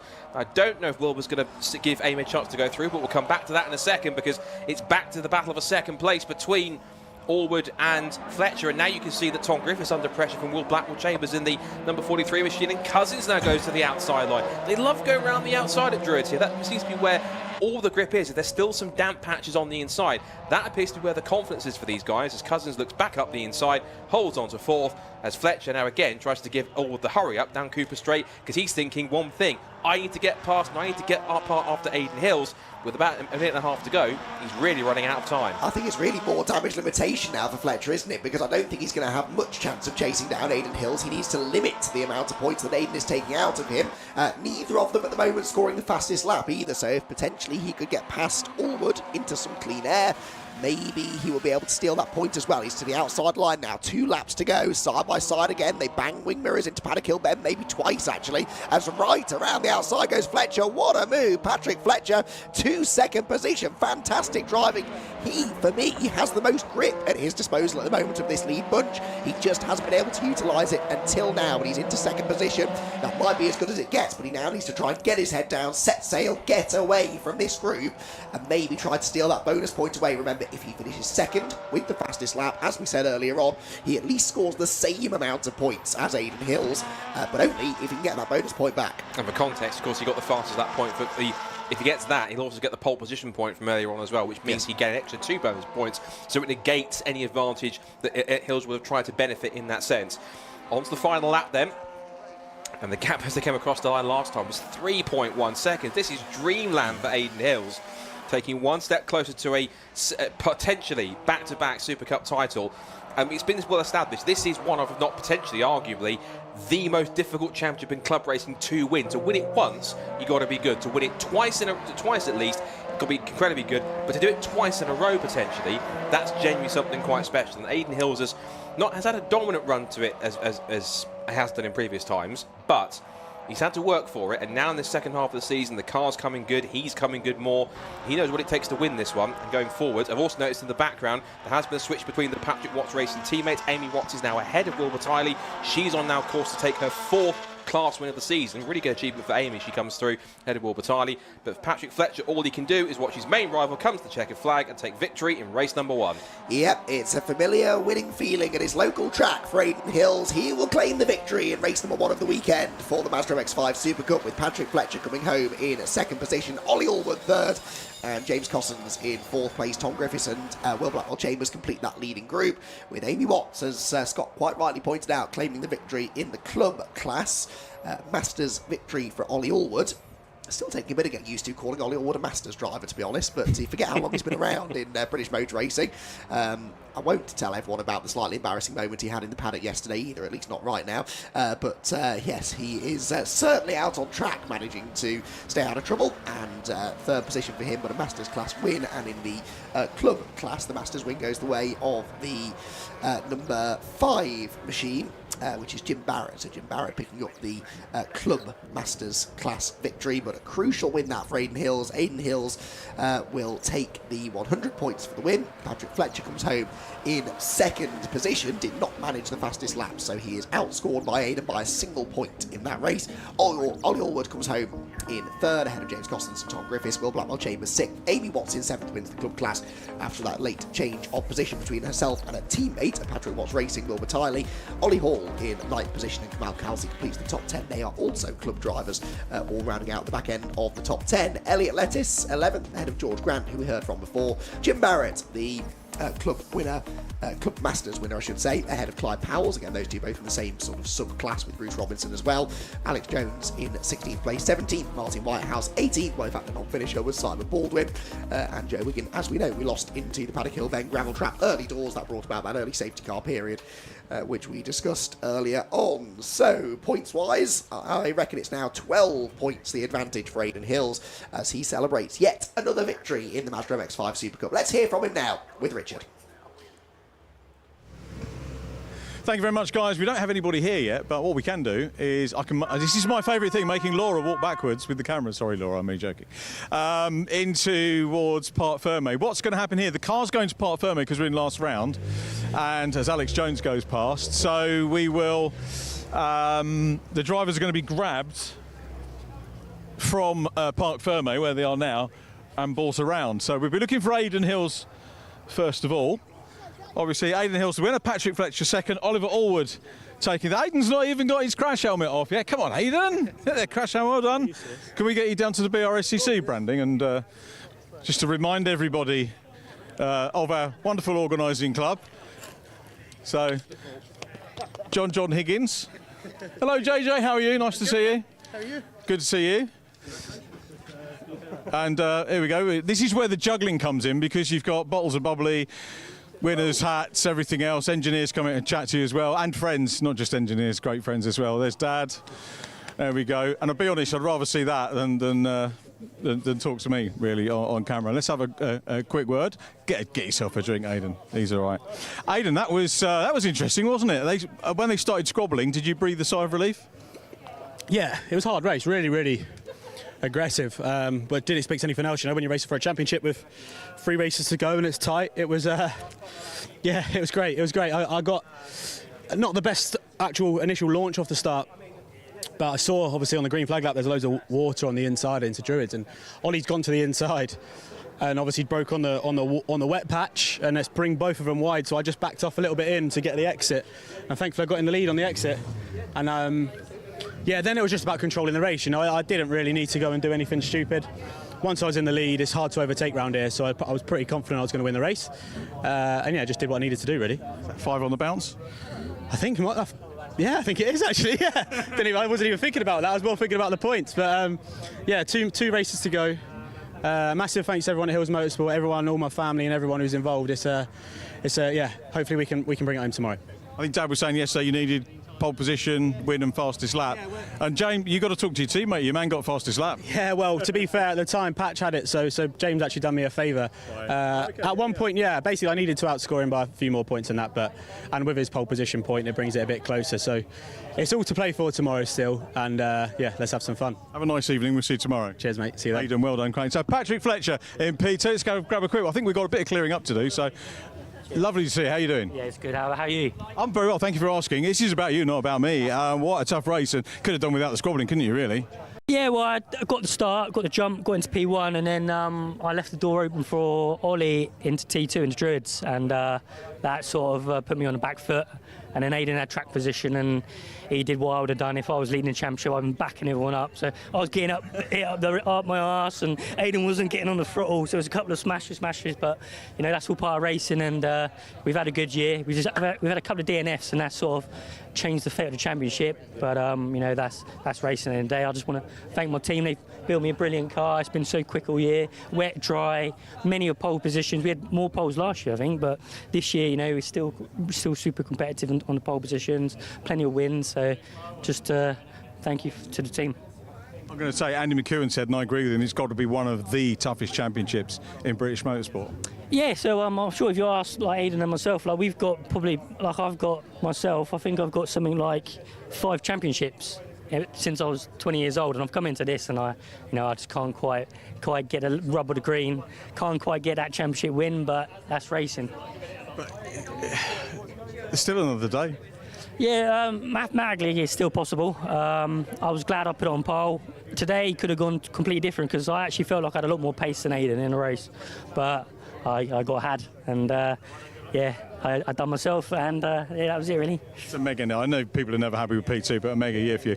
Patrick, good to see you. We'll catch you a little bit later tomorrow on. Have a good evening. Oliver Allwood takes third place. Have a word with Ollie. Again, what a fantastic race we had from this guy. Thank you very much, sir. Great to see you. What a race. And I think, as Darren, thank you for getting involved in that squabble with James and Patrick and everybody else. Yeah, to be honest, I was fighting my own fight. I know this championship on the cards here for these two, but for me it's an opportunity to hopefully get one of these things. So yeah, did my best. Unfortunately, didn't have enough to hold Patch back, and he did a great move around the outside. I thought I'd judged it just right, and no, he had the grip and the power, so fair play. But yeah, really pleased with it. I think probably owe James Cousins a little bit of an apology. I think we had a little bit of nerfing around, but it was all measured and not in jest. So yeah, it's a good race. Yeah, it was light bits of touching in it from Patrick and Aidan as well at times, and I think we kind of expect it and appreciate it, and you guys deal with it sensibly. Yeah, I think we are relatively sensible people, so we do all right. I don't think there's any malice out there. I think everybody's just trying to do their best. So yeah, hopefully that can continue for the next 2 races. Are you Masters champion, by the way, as well? Yeah, sadly. Congratulations, well done. Always like to try and get that. Not sadly. There's nothing wrong with being a master. You'll take your age now when you're my age. I'm 44 years old, so I turn 45 at the end of the year, so I feel like I'm a bit of an imposter, to be honest. But yeah, yeah, I'm leading it by a country mile. Looking good on it. Whistler's gone for the next one. I'm going to grab a quick word with Amy Watts if I can. Laura's going to come over here. We'll change over. Hello, guys. Right, Wilbur led. Amy, win without swearing, please. Good. Hi. Yeah, what a great race. That was a really tough battle. I mean, it's last one of the season. It's my home track. Have expectations. I've made the terrible mistake of inviting friends down to come watch this weekend, so the pressure's on. But my God, these two boys put me under so much pressure. It was such a fun race, like back and forth. But I guess with this circuit, it's got its kinks, and the lines change depending on how the track dries. That's a wet line now, but it's not a damp line, and it's like you've got to constantly be adapting to the circuit as it dries out. Whilst watching these two people, didn't swear, in the rear view, but no, that was an absolutely brilliant race, really, really good fun, and yay, I finally got a fun hat. Winning. Well done, Amy. Enjoy wearing it. Thank you very much. I know we've got to go to the Sting. Very quick word, one word each. I'm sorry, so we've got time for cars on grid. So we have Ollie and Wilbur. One word each. Great. Well, win of the season, so yeah, it's good. Congratulations. More than one word, but there we go. Sorry we can't talk. Cars on grid. Sting coming up, and we have the second Formula Ford heat, which is dedicated to Danny Blundell. So, big part of Garrett Van Kouwen's career. Heat 2 coming up, and can't wait to see what happens again. Well done to the Clapham North Mazda people, but Formula Ford upcoming now.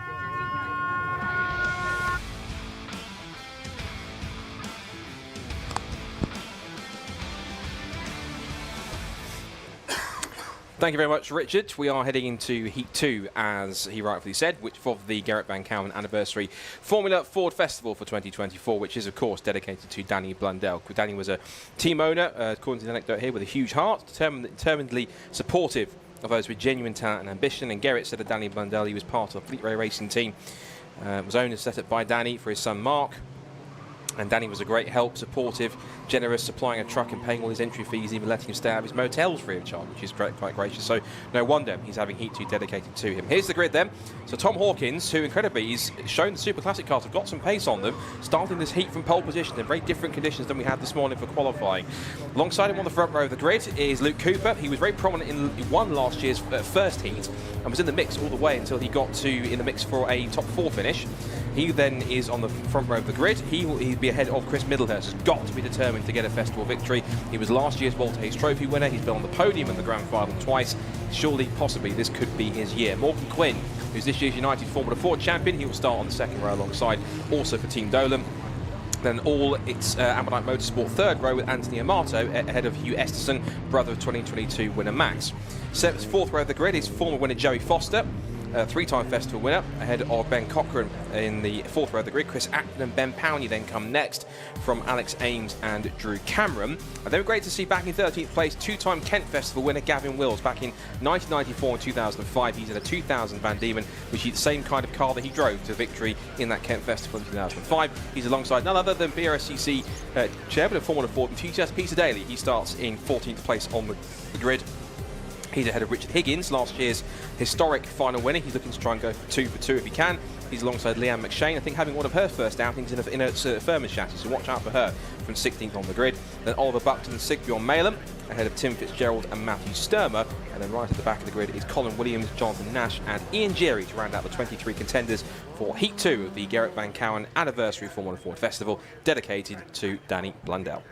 Indeed. So the cars line up on the grid then. Same deal as before with the first heat. It is a 12-lap race. The top 14 finishers from this one will automatically progress through to the semi-final tomorrow. The rest of them will have to go to the progression race, which is the last race of the day today. So we'll get to that a little bit later on in the afternoon. But yes, Tom Hawkins on pole position there. At the back is the Eldon of Ian Jerry, which pulls in truly unique design, the Eldon, isn't it? The Eldon Falconer, as it is called. But at front of the field, it's the Swift of Tom Hawkins from pole position then. A 12-lap heat underway, and Tom Hawkins with a good start from pole. Not a great getaway, I don't think, from Luke Cooper on the outside. Maybe under some threat here from Chris Middlehurst as they head for Paddock Hill Bend. But no, Chris has to slot back into third, so it's grid order then as they drop down through Paddock Hill for the first time. Here actually comes an attack now from Cooper, who had the wide line through Paddock. He locks the brake into Druid, strips a little bit wide So too, though, does Hawkins. That almost opens the door for Middlehurst. In fact, it does open the door for Middlehurst. He's into second place. So Middlehurst in the right place at the right time there. Moves up into second position then. And will now go off after leader Tom Hawkins as they head down the Cooper Straight for the first time. Hawkins defending the inside line there quite drastically against Middlehurst, who really looks up for the fight here in the early stages of this second heat. Through clearways they go. Out towards the end of the opening lap, much wider line taken by the leader there. That's going to open up the door, I think, for Middlehurst on the inside. Yes, it does. This could be from third to first in a lap for Chris Middlehurst. It is. He goes to the front of the pack then. Middlehurst with the advantage, heading towards Paddock Hill. Ben Cooper through into second place as well. Maybe Hawkins in danger here of getting hung out to dry. Has to try and fight his way back into line. In third place is Morgan Quinn going to come through as well. Morgan Quinn late on the brakes. Not as late on the brakes though as Hawkins, who I think should be able to stand his ground on the outside at Druid to get the inside line for Graham Hill Bend. It is side by side then for third. But on the inside line, yes, it is going to be Tom Hawkins who just about hangs on. So already quite a shuffle of the pack. It's Middlehurst leader. It is Luke Cooper, in second position. Luke Cooper hasn't always had the best of luck at the festival over the years, but we know what a rapid Formula Ford 1600 driver he is, and Scott Woodward, he is demonstrating that now. Yeah, definitely. As you mentioned, last year's Walter Hayes Trophy winner, two-time podium finisher in the grand final, former national Formula Ford champion in 2022 as well. Chris Middlehurst, any time he gets into a Formula Ford, he is always prominent, but so is Luke Cooper, and he's right on my tail. I did pick this out as being one of the more competitive heats, all respect to the others, because we've got the likes of Joe Foster and Chris Middlehurst and everyone else in the mix as well. This is going to be quite the intention. One car running off the road, that's possibly Ben Cochran in the background going off through the Paddock Hill Bend gravel. It is car number 9 by the look of it, which I think that is Ben Cochran. It is. He started back on the 4th row of the grid. As the sun continues to beat down here on Festival Saturday, out of the left-hander at the I keep calling old Herman, Graham Hill Bend, we're on circuit, through Surtees and up now through Clearways, McLaren and Clark Curve. Still Middlehurst and Cooper pulling away. And I mentioned before, as I said, Cooper, he's that kind of driver, but he's got everything in the groove. He's a very quick natural driver, very quick in Castle Coombe Formula Ford circles. Of course, has been quite successful there in that championship. Shout out to Castle Coombe Formula Ford Championship. And he certainly, whenever he gets a chance into a Formula Ford, and again, when he's in the groove, he's incredibly quick. Won his heat in damp conditions last year, and got himself all the way through successfully to that final where he was in the mix for a podium. So certainly this could be his chance to make an impression too in that case as well. Yeah, Middlehurst then with the lead, but a narrow advantage over Luke Cooper then. 3 laps in the book. Morgan Quinn in third has the fastest lap, and is therefore getting away slightly now from Hugh Estes and Joey Foster. Tom Hawkins down to 6th. So Tom Hawkins in that Super Classic car. I think we are seeing the Super Classic cars now. The road has dried out, just starting to fade a little bit maybe from their qualifying pace, but still well inside the promotional spots, if you like. Liam McShane at the moment in 14th place, and Peter Daly 15th. So Peter Daly in a fight to try and automatically progress into the semi-finals. Through Paddock Hill Bend we go again then. Middlehurst the leader. Luke Cooper closes in. Morgan Quinn there with another fastest lap, and impressively Scott doing that without really a major slipstream. He's still over a second adrift of these leading two, but catching them regardless. So he could be a real factor before the end of the race. So too though could Joey Foster. Never count Joey Foster out at the festival. He sweeps around the outside of Hugh Estes there and moves into 4th place. Does indeed. So Joey Foster, the Flying Cornishman, as people know him by. Of course, took victory in 2003, then won the 2004 Kent Festival. Then it was another 13 years before he won another festival in 2017. That was in a Ray chassis. Of course, now he's in a Furman and trying to push on. And that Furman chassis has kind of really been the car that he's stuck to, of course, being loyal to Ralph Furman. And that's got a newer generation of Furman-built Formula Ford chassis. Of course, Ralph Furman was most prominent working with building Van Diemen chassis, but all the know-how that he's got to build up that kind of Furman brand with over the last few years. And the Furman car just as quick as any other modern Formula Ford out there. Up towards Druids now.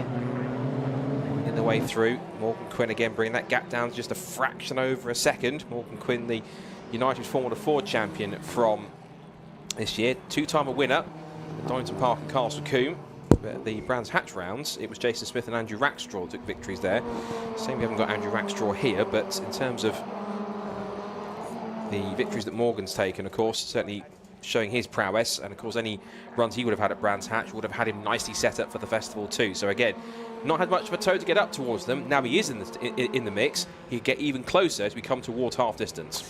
Yes, half a second quicker than them that time, because he's well and truly now within the slipstreaming range on the tail then of the top two as they drop down through Paddock Hill Bend again. We are halfway through Heat 2, and Chris Middlehurst defends that inside line, which is still a little bit damp under the trees. Has to be careful not to snatch a break and run wide. But now Luke Cooper really in the hardest position of the lot of them, because he's trying to attack for the race lead. He's trying to defend his second place as well. And Morgan Quinn is there now, ready to make a bit of a nuisance of himself to the top two. Sweep through the left-hander at Surtees, onto the brakes into Clearway's corner. Middlehurst managing this race well so far, you'd have to say. Looked in the early stages like Luke Cooper was quite a bit faster than him, but things have just settled down now. As they come across the line, if anything, Cooper now under more pressure from Quinn than he is applying to Middlehurst. Morgan goes to the outside line into Paddock Hill Bend, not necessarily trying to go round the outside, but looking for the better exit, looking for the switchback on the way down through the dip, but it all stays the same. The fastest cars on the track that time, though, were the 4th and 5th place cars, because as these three start to battle, Joey Foster and Hugh Esterson close in from behind. So it is 1.7 seconds now covering the top 5 cars. And just as in Heat 1, this is turning into a proper Formula Ford race as they head down the Cooper Straight and towards Surtees, with Middlehurst slenderly holding the advantage. Where, if anywhere, though, does move come? We ask this question most years, I think, Scott, in the heats. How much of a risk are you willing to take to try and win your heat? It does make a difference as far as your grid position is concerned in the semi-finals. But actually, if you're Luke Cooper and you go for a move and it doesn't work, you could lose 2 or 3 positions. He is going to the outside here into Paddock Hill Bend, but as Joey Foster in 4th place sets the new fastest lap, he is starting to close in, and these drivers have got to think about playing the long game.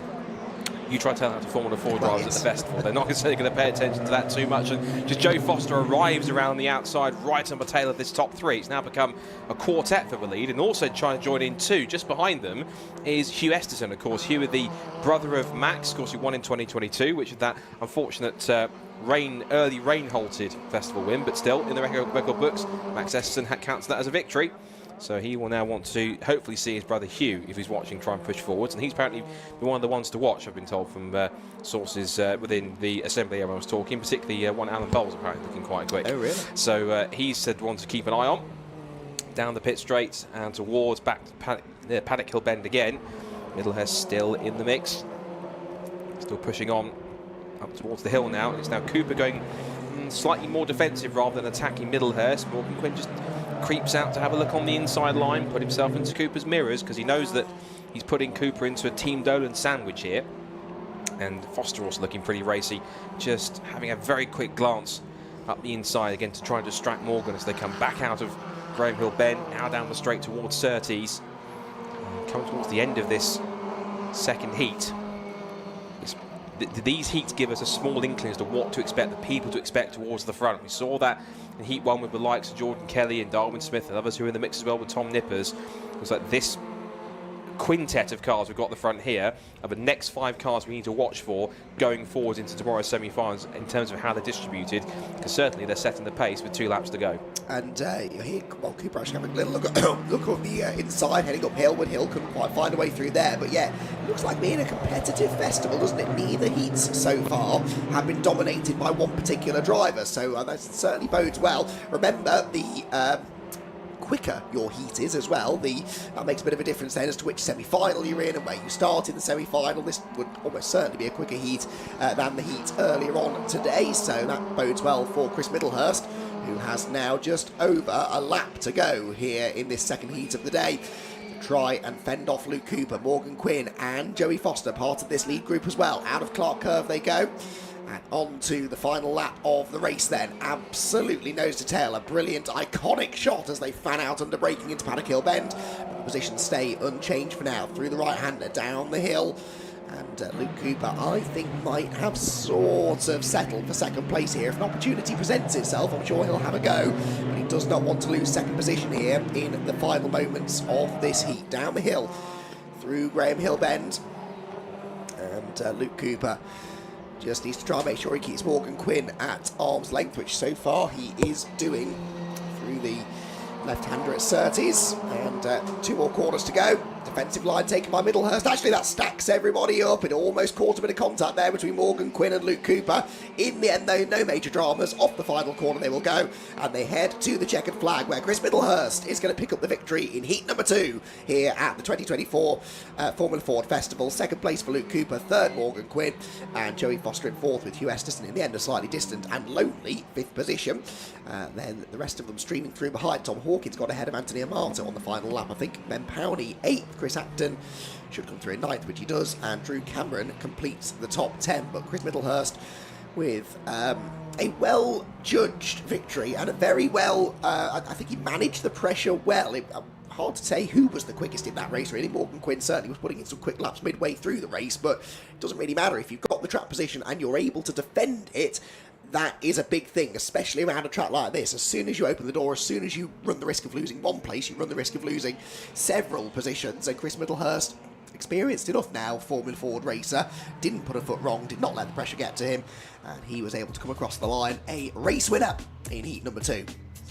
So Middlehurst gets the top step of the podium, Luke Cooper second and Morgan Quinn third, with Joey Foster and Hugh Esterson completing the top 5. Tom Hawkins in 6th position was the Super Classic A-Class victor, ahead of Anthony Amato and Ben Powney. Chris Acton and Drew Cameron complete the top 10, then Gavin Wills and Ben Cochran, with Alex Ames and Leanne McShane in 14th place. So Leanne crucially getting that last transfer spot, then ahead of Peter Daly by 67 thousandths of a second, and Peter almost got there, but we'll have to now rely on the progression race later on today.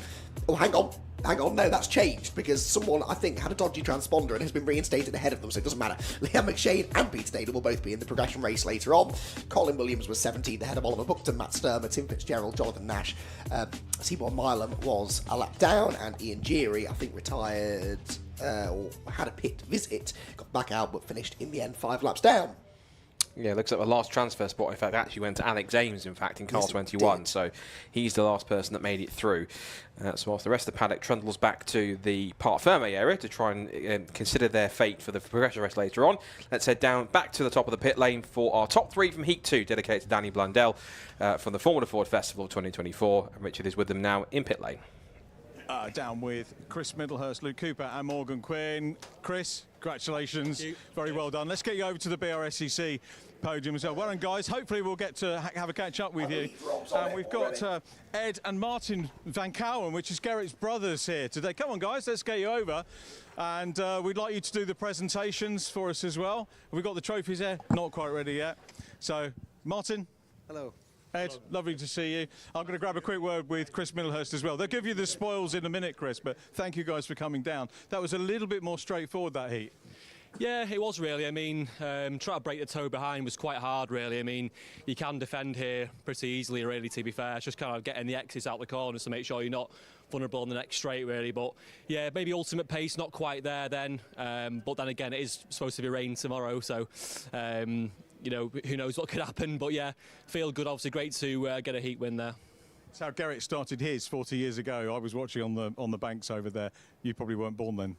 No, definitely not. No, I was born in '94, but yeah, I've seen many festivals over the years, of course, on YouTube, and watching obviously races. You know, back then, you know, it's fantastic and massive grids, and you know, it's still very competitive even today. But you know, less obviously works teams, things like that. But yeah, the spirit's still here, and great to have the family here, and you know, it's fantastic to as a memorial.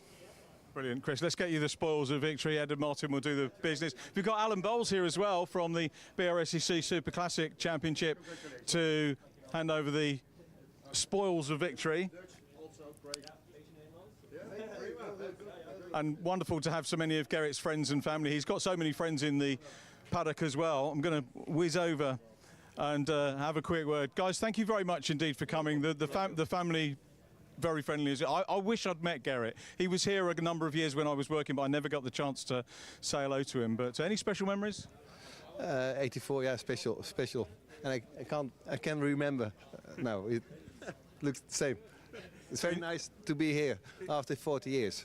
It's lovely to have you here. And for yourself? It's great to be here. I've never been here before, but seeing the car, it makes it emotional for me. Yeah. Realizing that he was here and did big succeed. Yeah. It's great. to be here. Like yourselves, I wish he was here to see it and join us, but up there, I guess he is. We're going to raise a Great glass to him festival here. tonight. Thank you very much indeed for coming. Ed and Martin Van Kouwen. Let's have a quick, I think we've got a wee bit of time, so we're going to have a word with Luke Cooper, who took second position. Well done, Luke.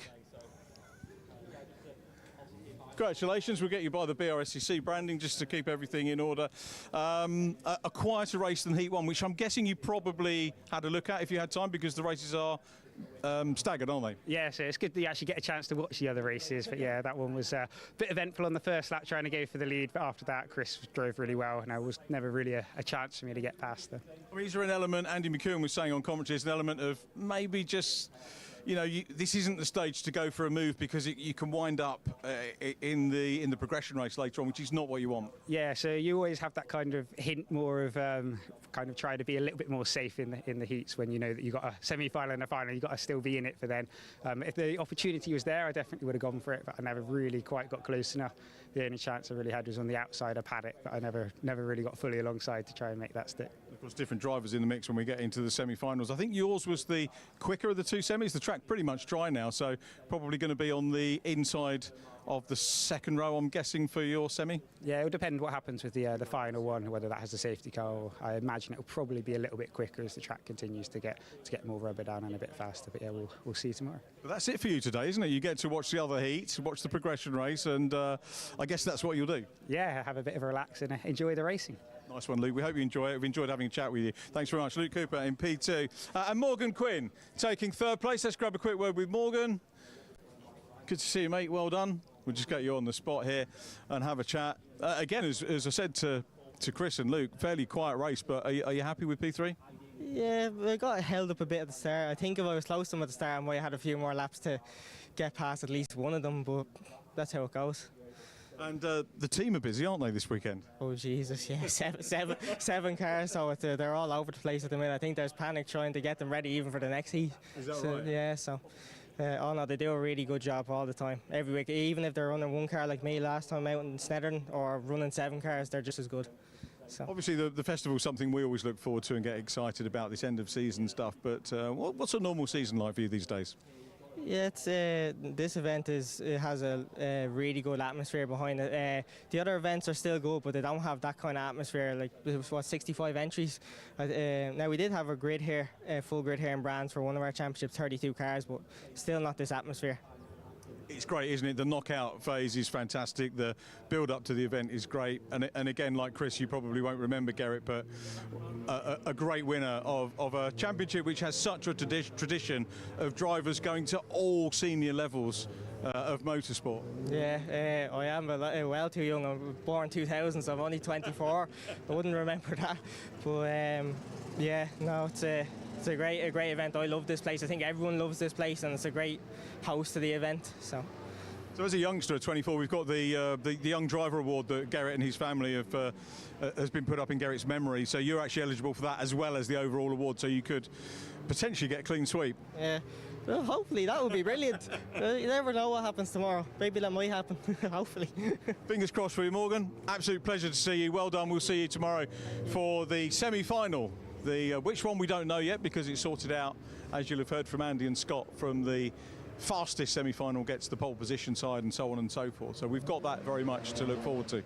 Speaking of looking forward, our thanks once again, actually looking back, to Ed and Martin Van Kouwen for doing the honours with the presentations. A great pleasure to have met those. We're now looking forward to the Gaz Shocks Mazda MX-5 Championship. We've seen the Clubmans, we've seen the Super Cup, so this is the traditional Mark 1 Championship. The cars are on the grid, and we'll have the details of the upcoming race for you in just a couple of moments.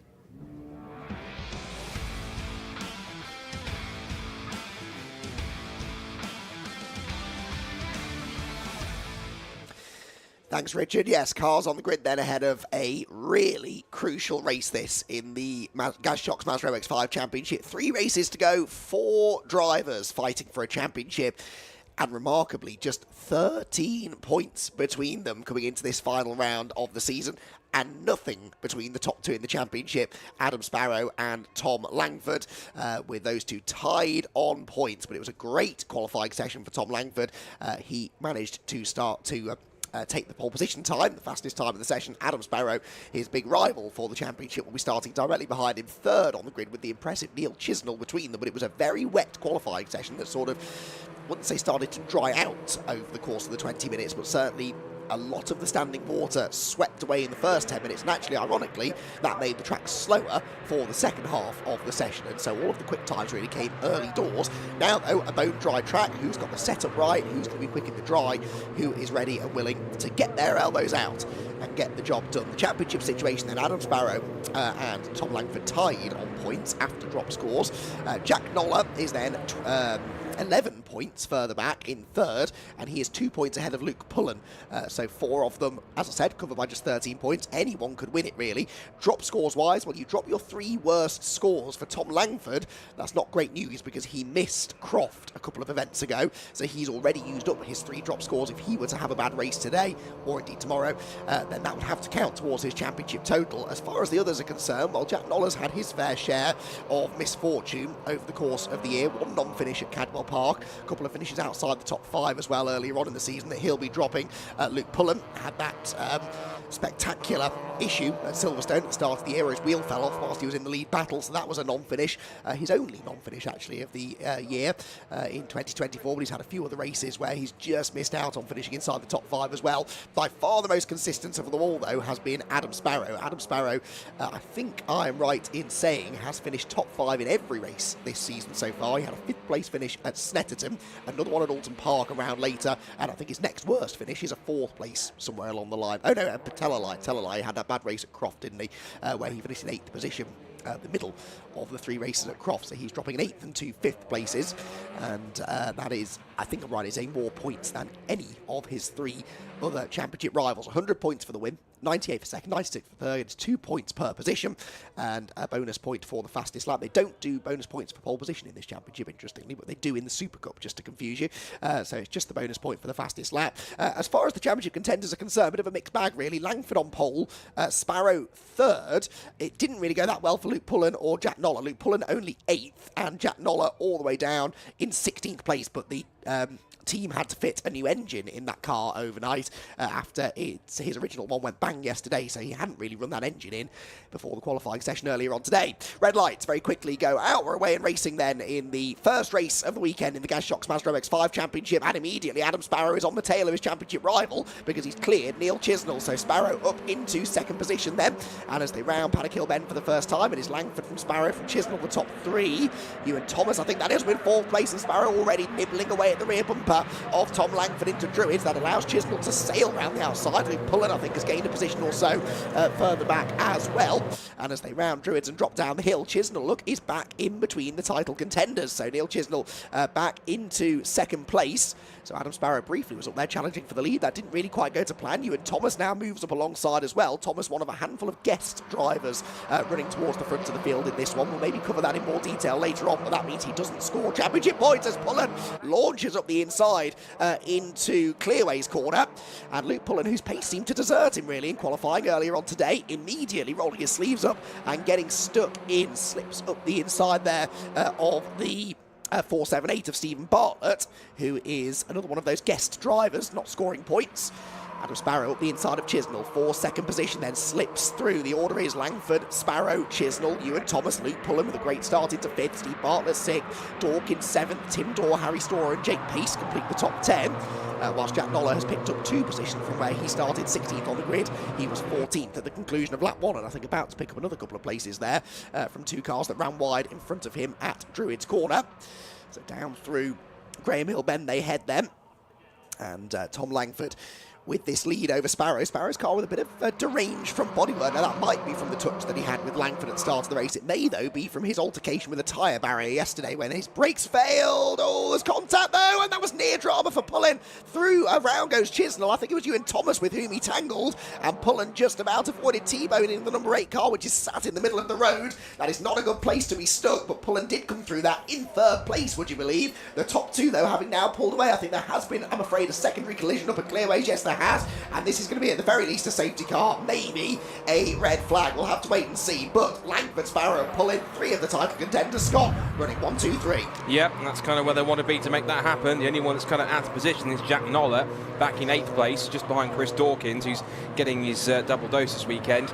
And as you unfortunately predicted, it is a red flag, but with cars in the middle of the road, essentially the clerk of the course really has no choice but to do that, which means we go again. We reset and we go once more. Now, they had completed 2 laps. They were on lap 3. So usually it means if they complete no more than 2 laps, they revert to the original grid, if I'm correct. Yes. If it's more than 2 laps they complete, then they have to go back to the order they were when they crossed the line at the end of lap 3. So ultimately, we're going to go back to the original grid positions.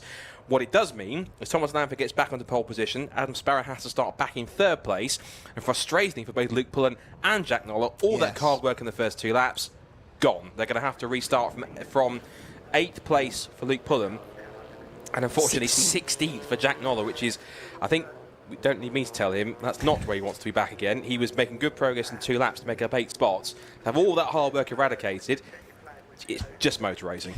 It is. I suppose a few of the cars that were set to line up ahead of him won't be starting, or won't be taking the restart anyway. That's perhaps going to help him, but yeah, that is unfortunate, isn't it, for those 2, both of whom had made some good progress. In fact, Noller had gained 6 places on that second lap of the race, but hey, he will try and bounce back. At least he and Pullen will both be happy, I think, that their race pace is better than their qualifying pace, so they're probably going to be quite pleased that it's dried out ahead of the first race of the weekend.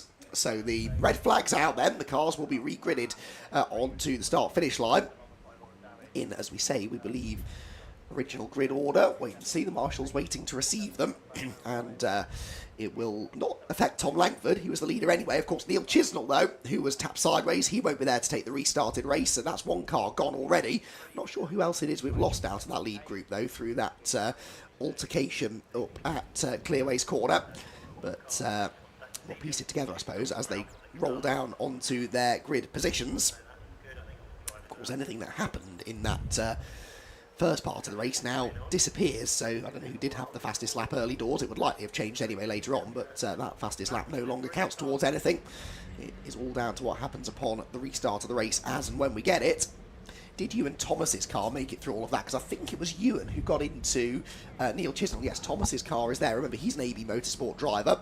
Tom Langford and Luke Pullen, both AB Motorsport drivers, so they potentially will be happy to have a teammate up there to help them, maybe, depending on how the race pans out. Of course, Martin Tolley and his team running Jack Noller's car, and that team have worked wonders to get that car ready for the races this weekend after his engine dramas yesterday. Good to see a healthy gathering of people in the Paddock Hill Grandstand. That grandstand, Scott, this morning was a ghost town, but I don't think that was any reflection on the popularity of the event, more the rather miserable weather conditions we were faced with this morning. But as soon as the sun comes out, that is the best seat in the house, isn't it? It definitely is. It's good to see so many people already, at least, down at Paddock Hill Bend. If that's how busy it is just for the heats and for Saturday, I'm actually looking forward to how busy it could be for Sunday, because it really could be a packed-out grandstand down there to watch. Hopefully, all being well, a fitting grand final for this Gerrit Van Kouwen Anniversary Formula Ford Festival. And it's great to see so many people turning out for this event. And obviously, for their own reasons, most will be here for the festival. Some will be here to support the drivers in the Mazdas, same for City Car, same for Evolution Trophy tomorrow, but they're all here for the festival. So it's one of those things where if you're here for one championship, you might as well come and watch all of it, because it's worth it, particularly with the 2 festival heats that we've had that have had plenty of storylines to talk about in each of them. We've still got 1 more to go. But for now, of course, the big focus is on Mazda MX-5s, and they are regridding them back up. And in terms of positions, yeah, they are regridding them in the original positions. The only thing that I think you're spotting, because he was involved in that first incident, Neil Chisnell missing from the front of the grid. Yeah, so I'd already mentioned Chisnell. I think the other one we've lost potentially is Jake Pace. No, Jake Pace has arrived now actually on the inside of row 4, so there's only one of the front runners really not taking the start. I've also just noticed a car heading towards the outer paddock, and I think it was the number 78 heading to the paddock. Richard Bartlett. Yes, Richard Bartlett from the back of the grid. I think that was more mechanical than accident damage, though. So there'll be a gap on the outside of row 1, but everyone else, as you can see, towards the front of the field anyway, arriving in position. There will be some mid-pack who aren't taking the restart, though. We don't yet appear to have either Adam Craig or Ollie Walden back in position, so I don't know whether their cars are still up there at Clearways Corner. Rest of them gathering together, the nerves starting to rise, I'm sure, particularly among those title contenders. But it's interesting talking to them, really. Spoke to Jack Noller earlier on today, and he's sort of very much seeing himself as an outside bet for the championship, not necessarily thinking that he's got much of a chance. And yeah, then you talk to Luke Pullen, who's 2 points further behind him, and he's well up for it. So, you know, different drivers come into it with a different approach, I suppose. Obviously, for Langford and Sparrow, it is very different. They're tied for the championship lead. Both of them know that they could very much win it, but the other two, I would not be surprised if, you know, some people may be seeing them as dark horses. I would not be surprised to see them still a factor in the championship battle going into that last race, especially given the pace that Pullen and Noller had on the initial start to the race. But they've got more work to do still before any points are dished out at the end of this first race of the weekend. Who else are we missing then? I think we've now got Adam Craig and Ollie Walden in position then. Tim Dorr is there. Tim was very confident after testing yesterday. And I'm afraid it's Neil Chisnell's car, which looks rather worse for wear. Neil out of the car, though, which is a relief, because I think he was collected again after having initially had the spin. We saw him sort of sat precariously in the middle of the road. I think maybe another couple of cars came in after and couldn't avoid him, so it's always a scary position to be in, but the fact that he's out of the car so swiftly is very much a good sign. And what a shame, though, because Neil had such a fabulous performance in qualifying earlier on today. He was only 0.2 slower than Tom Langford. There is one of the other cars, number 53, which is being loaded onto the back of the flatbed truck, Jonathan Field's end, with damage to the rear of his car, interestingly. And I think there might have been a third car possibly involved. May or may not have found its way into the gravel trap, not 100% sure. But yeah, what a shame for Neil Chisnell. Good to see him finally showing some good pace in qualifying. But them's the brakes, I suppose. We didn't really see exactly how that incident started, but Chisnell certainly ended up getting tapped into a spin. And it was all for nothing in the end after a great effort earlier on this morning. And he will definitely be keen to try and get that car repaired, I'm sure, for tomorrow's 2 races. Good to see as well, Scott, the grid growing over the year as well. At the start of the season, there was a little bit of chat in the paddock about how the grid numbers had dropped a bit since last year, and, you know, this always gets tongues wagging. It's a natural part of motor racing. Grid sizes are not always going to be a constant from year to year, but I think any opinions that this was not going to be a competitive season because the grid had shrunk slightly were very, very quickly proven wrong. It's been arguably the most competitive season in this championship for many a years, because not only do we have a championship fight, but between 4 drivers who have been pretty much inseparable all year long. I'll come to you in a second. I'm just readjusting my headset. I could jump in and save you here, Scott, but for the purposes of saving my voice, I won't. Well, you're the one with the slight sort of voice. Now I'm right in position. I can answer your question. Yes, it's been actually genuinely one of the most competitive I can feel for recent years. We've had seasons before when 1 or 2 drivers have run away with it, or one driver, I'm thinking back to the Tom Roach days, when someone would just jump away and win every single race at a canter and win the championship fairly early. Whereas this year we've had a genuine, proper group of 4 drivers who any one of them have been in that contention to take the victory. Fortunately, that car's not going to be in contention for victory really for the rest of the season, I'm afraid, because Neil Chisnell's car looking quite worse for wear, sadly. That's looking rather sorry for itself. So hopefully, all being well, if they can get it out for tomorrow's races, then fingers crossed. But if not, then hopefully we'll see that car back again next year, because that immediately, unfortunately, is in no fit state to race at all anymore. That's got some damage on the front that's going to need quite a major attention from Brian Chandler's boys. I'm sure they'll try and work as best they can. But in terms of going back to the point about the grid that we have here, it's great to see that we've got a different and a new generation of drivers coming through, particularly this year. It's pretty much the young guns in terms of Thomas Langford, particularly Luke Pullen, Jack Noller and Adam Sparrow, these younger drivers that are using the MX-5 Championship as a platform, whether to just get into motorsport and enjoy it for racing on a budget, or if others have ambitions to move further up the career ladder. It's actually quite a really good way. And I was working this out earlier on in the season, not long ago, is that we've actually got about 9 or 10 drivers that are under the age of 25 on this group, which is quite nice to see, particularly one of the most rapid in recent times has joined, is Ewan Thomas. He's come along. Of course, he started the season Super Cup, switched across to Mark 1s because he wasn't finding the results as good as he felt they could be in Super Cup. Switched to Mark 1s, was immediately on the pace, and he's been up there bothering the regular championship contenders and front runners ever since. So keep an eye on car number 9. He's starting from 5th on the grid and continuing to look stronger. And if he's back again for next season, depending on what the likes of Langford, Pullen, Sparrow, or Knoll or anyone else does for next season, if they come back or not, he can certainly be one of those drivers, I think, that from the outset will be a possible dark horse to be in championship contention, or at least getting some good results. He hasn't won a race yet, but I think he's getting to that point where he potentially, now we've got 1 or 2 podiums under his belt, maybe he's starting to draw towards that point. Maybe this weekend could be the best way to sign off his sort of majority 2024 season in the Mark 1s to go forwards. Thomas Langford, of course, now has still a clear run from pole position. Whereas Adam Sparrow's now got a little space on the left-hand side, bar Stephen Bartley. He's now got a gap that he can aim for from the second row of the grid. As for both Luke Pullen and Jack Knoll, of course, Jack is just getting away now on the right-hand side towards the middle of the shot. The white car back on row 8 again. So, again, all that hard work he put in to go up to 8th place, now he's going to have to reset himself and go again, because it's not been... he had such a great start, and then just the rotten bad luck with the red flag through no fault of his own. He's going to kind of go through that work all over again. But, again, that's just how it works. If he wants to get himself into the mix for the championship and even at least try and aim for a podium spot in the championship in the top 3, he's just got to work his way through. And realistically, the best person he's probably fighting is going to be Luke Pullen, given the fact there is currently about 2 points between them. Yes, only 2 points between them. I was just looking back at what, what Noller's drop scores are. He had that non-finish from Cadwell, an 88. I reckon, from Croft, which was a 7th, and an 84 from Cadwell, which was a 9th. I don't think he scored worse than that. No, he hasn't. So if he can't beat 9th place in this race, it will become a drop score. He will score back the highest of those drops, which I think, like I said, was 88, wasn't it? His highest drop, yeah, 0, 84 and 88 he's dropping, so he will score 88 points regardless from this race, and it's not a complete disaster.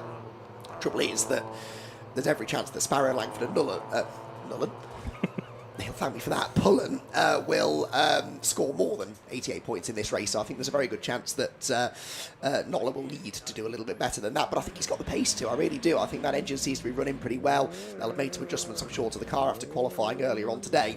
And I just think sometimes, wet qualifying session, it can be very unpredictable. If you miss the setup ever so slightly, it can be almost impossible to set a good lap time. I think in the dry now, it's a level playing field. We should see those two move forward a little bit. So drivers then spinning the tyres, trying to generate some tyre temperature. It's not been a cold day particularly, actually. When it was raining earlier on, still pretty warm, pretty humid actually at times. So pretty pleasant day for racing. No real sign of rain at the moment. So a dry track, a warm track, and a big grid still, despite that incident that brought out the red flag. A big grid of Mazda MX-5 set to do battle then in take 2 of this first race of the weekend for the Gas Shocks Mazda MX-5 Championship. 18 minutes the duration for this restarted race, and we're not really losing any racing time. I think they'd done about 2 minutes when the red flags flew. That's one of the joys, I suppose, of being so far ahead of the timetable. So, red lights will come on momentarily, and it is once again the turn of Tom Langford to try and launch the car well from pole position and hold on to the lead into Paddock Hill Bend. Off the lights go, away the cars go, and it will be, I think, those two once again who head the field in towards the first corner. Yes, it will. Langford on the inside, Sparrow in second position, third place Bartlett. Look at Pullen already going for fourth round the outside into Paddock Hill Bend. Another great start there from the youngster as he looks to try and get the switch back up the inside into Druids Corner, which he will do, I think. It's the 1-2-2 car of Chris Dawkins with whom he's battling, and Pullen breaks through into fourth place, bringing Tim Dorr, his teammate, with him as well. Tim, as I said in the dry yesterday, was feeling really confident after pre-event testing, whereas Noller couldn't quite spot him in that pack. About 12. He's already made up about 4 spots already. So, wow. Well, technically 3 because we didn't have Neil Chisholm at the front. So 3 places technically made up into 12th place and trying to breach the top 10. Through Surtees they go for the first time on the restart. And now with Langford once again having to deal with Sparrow. almost immediately welded to his front both. He's up the inside and through he goes. So also remember, these two are level in the championship. And of course, I was going to point out as well, whatever happens in this race, the deadlock's going to be broken, because even though if one of them gets the fastest lap, they still beat each other by a point, depending on where they're going to be at least. So someone's going to end this race in the championship lead. Here comes Luke Pullen having a dive up the inside, tries to lock his brakes. It's 3 abreast almost into Paddock Hill Bend. That will never work. Are they all back out of it at the same time? And Stephen Bartlett was the innocent party in that, thinking, I'm not part of this championship fight. What are you getting to me for? How they did not all end up in a heap at Paddock Hill Bend, I do not know. Pullen does now break through into 3rd position, but Luke Pullen is up for the fight today, isn't he? 8th on the grid, remember. 3rd as they drop down into Graham Hill Bend now. And Stephen Bartlett, I think, sensibly just getting out of this fight amongst the championship leaders. So down the Cooper Straight they go. Sparrow, the leader. 2nd place for Langford. 3rd now Pullen. All of them in contention for the championship. Then Stephen Bartlett in 4th position. Steve Bartlett, remember, a guest driver, doesn't score championship points. Pulling into the back of Langford, who seemed to slow. Langford slowing the joint championship leader off the pace at Clearways. I think he was slowing into the corner. I think that's why there was contact between the two of them. And he is dropping down the order, Scott. I wonder if it's a missed gear or anything else, because he looks like he's virtually back up to speed. He's on the back of the queue now. He's in the mix some ways, just behind, looks like that's Ewan Thomas, and also in there too with 122 Chris Dawkins. Tim Daw's in there somehow. Where he's come from, I've absolutely no idea, but Tim Daw, who is the defending Masters champion, somehow is up to 4th place, defending from Chris Dawkins, a fellow Master driver, though he's a guest in this race, I'm pretty sure. Off the road's gone Martin Tolley, he's gone gravel tracking. Nothing new there. Anyway, he won't thank me for that. That's off the road. Back on the road he goes. I'm trying not to make. I didn't intend to make Andy McKeon laugh when his throat's still so sore. So, but as he carries on, we'll carry. Rather than laugh, he's more squeaking rather than laughing. Anyway, back to the front. It's now Sparrow who leads. Stephen Bartlett's up to 2nd now. Luke Pullen 3rd. Tim Daw is still in 4th place and pressuring his AB Motorsport teammate. And there's Jack Nollis steaming up the inside of his Go For It racing partner, Chris Dawkins.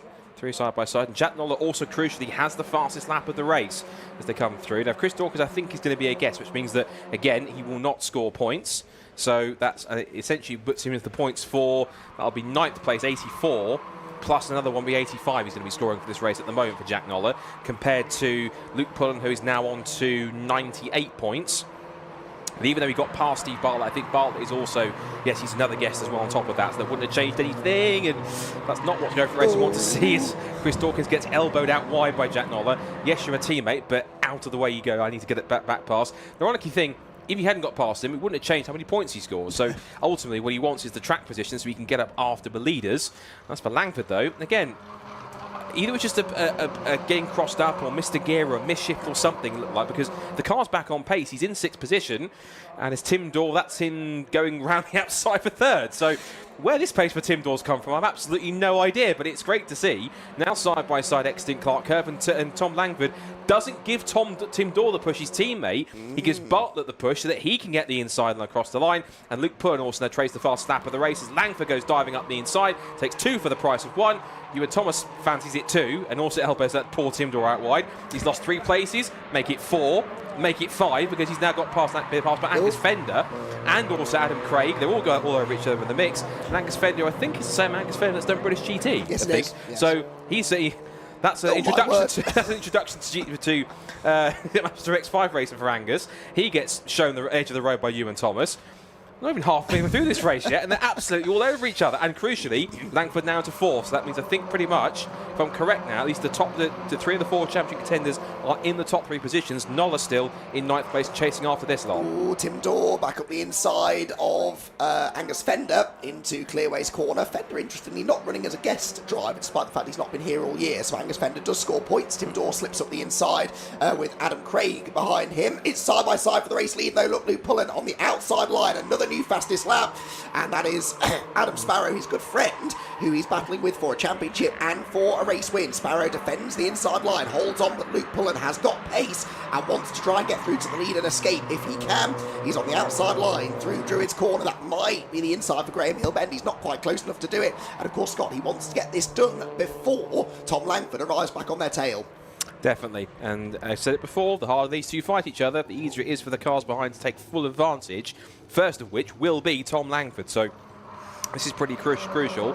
At the moment, of course, in terms of outscoring each other, it's Sparrow who would break the deadlock and go to an advantage of, we think, 6 points at the moment, unless that changes. He's just amending it because Langford's up to third now, so it's now 4 points in Sparrow's favour at this point.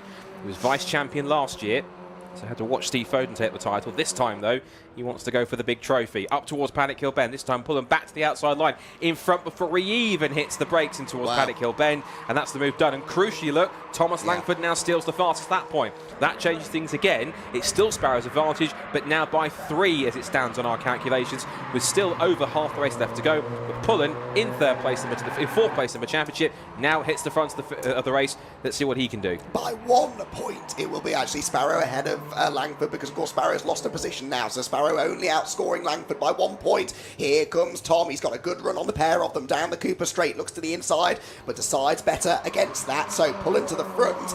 Does he now have the pace to get away? Sparrow on the inside into Clearway's corner. Luke leaves the door open because he knows he's got the traction and the momentum on the outside line and will be able to hang on to the lead. Now, what Luke really wants here is for these two to start taking lumps out of each other behind. Remember, Langford has to be careful, has no more drop scores to fall back on. He sweeps around the outside of Sparrow, though. Has he cleared Adam Sparrow? Yes, he has. So Langford 3 into second position and Adam Sparrow down to third, having led for much of the first half of the race. It is now an AB Motorsport 1-2, and of course that is another change of championship lead. Yeah, but actually that now will give, that's now Sparrow down to 96 and down to 99 now, so it's now Langford's advantage by 3 at this point, which is interesting. So this is probably the theme of the weekend. It will change lap by lap in terms of how this dynamic of the championship's going to be.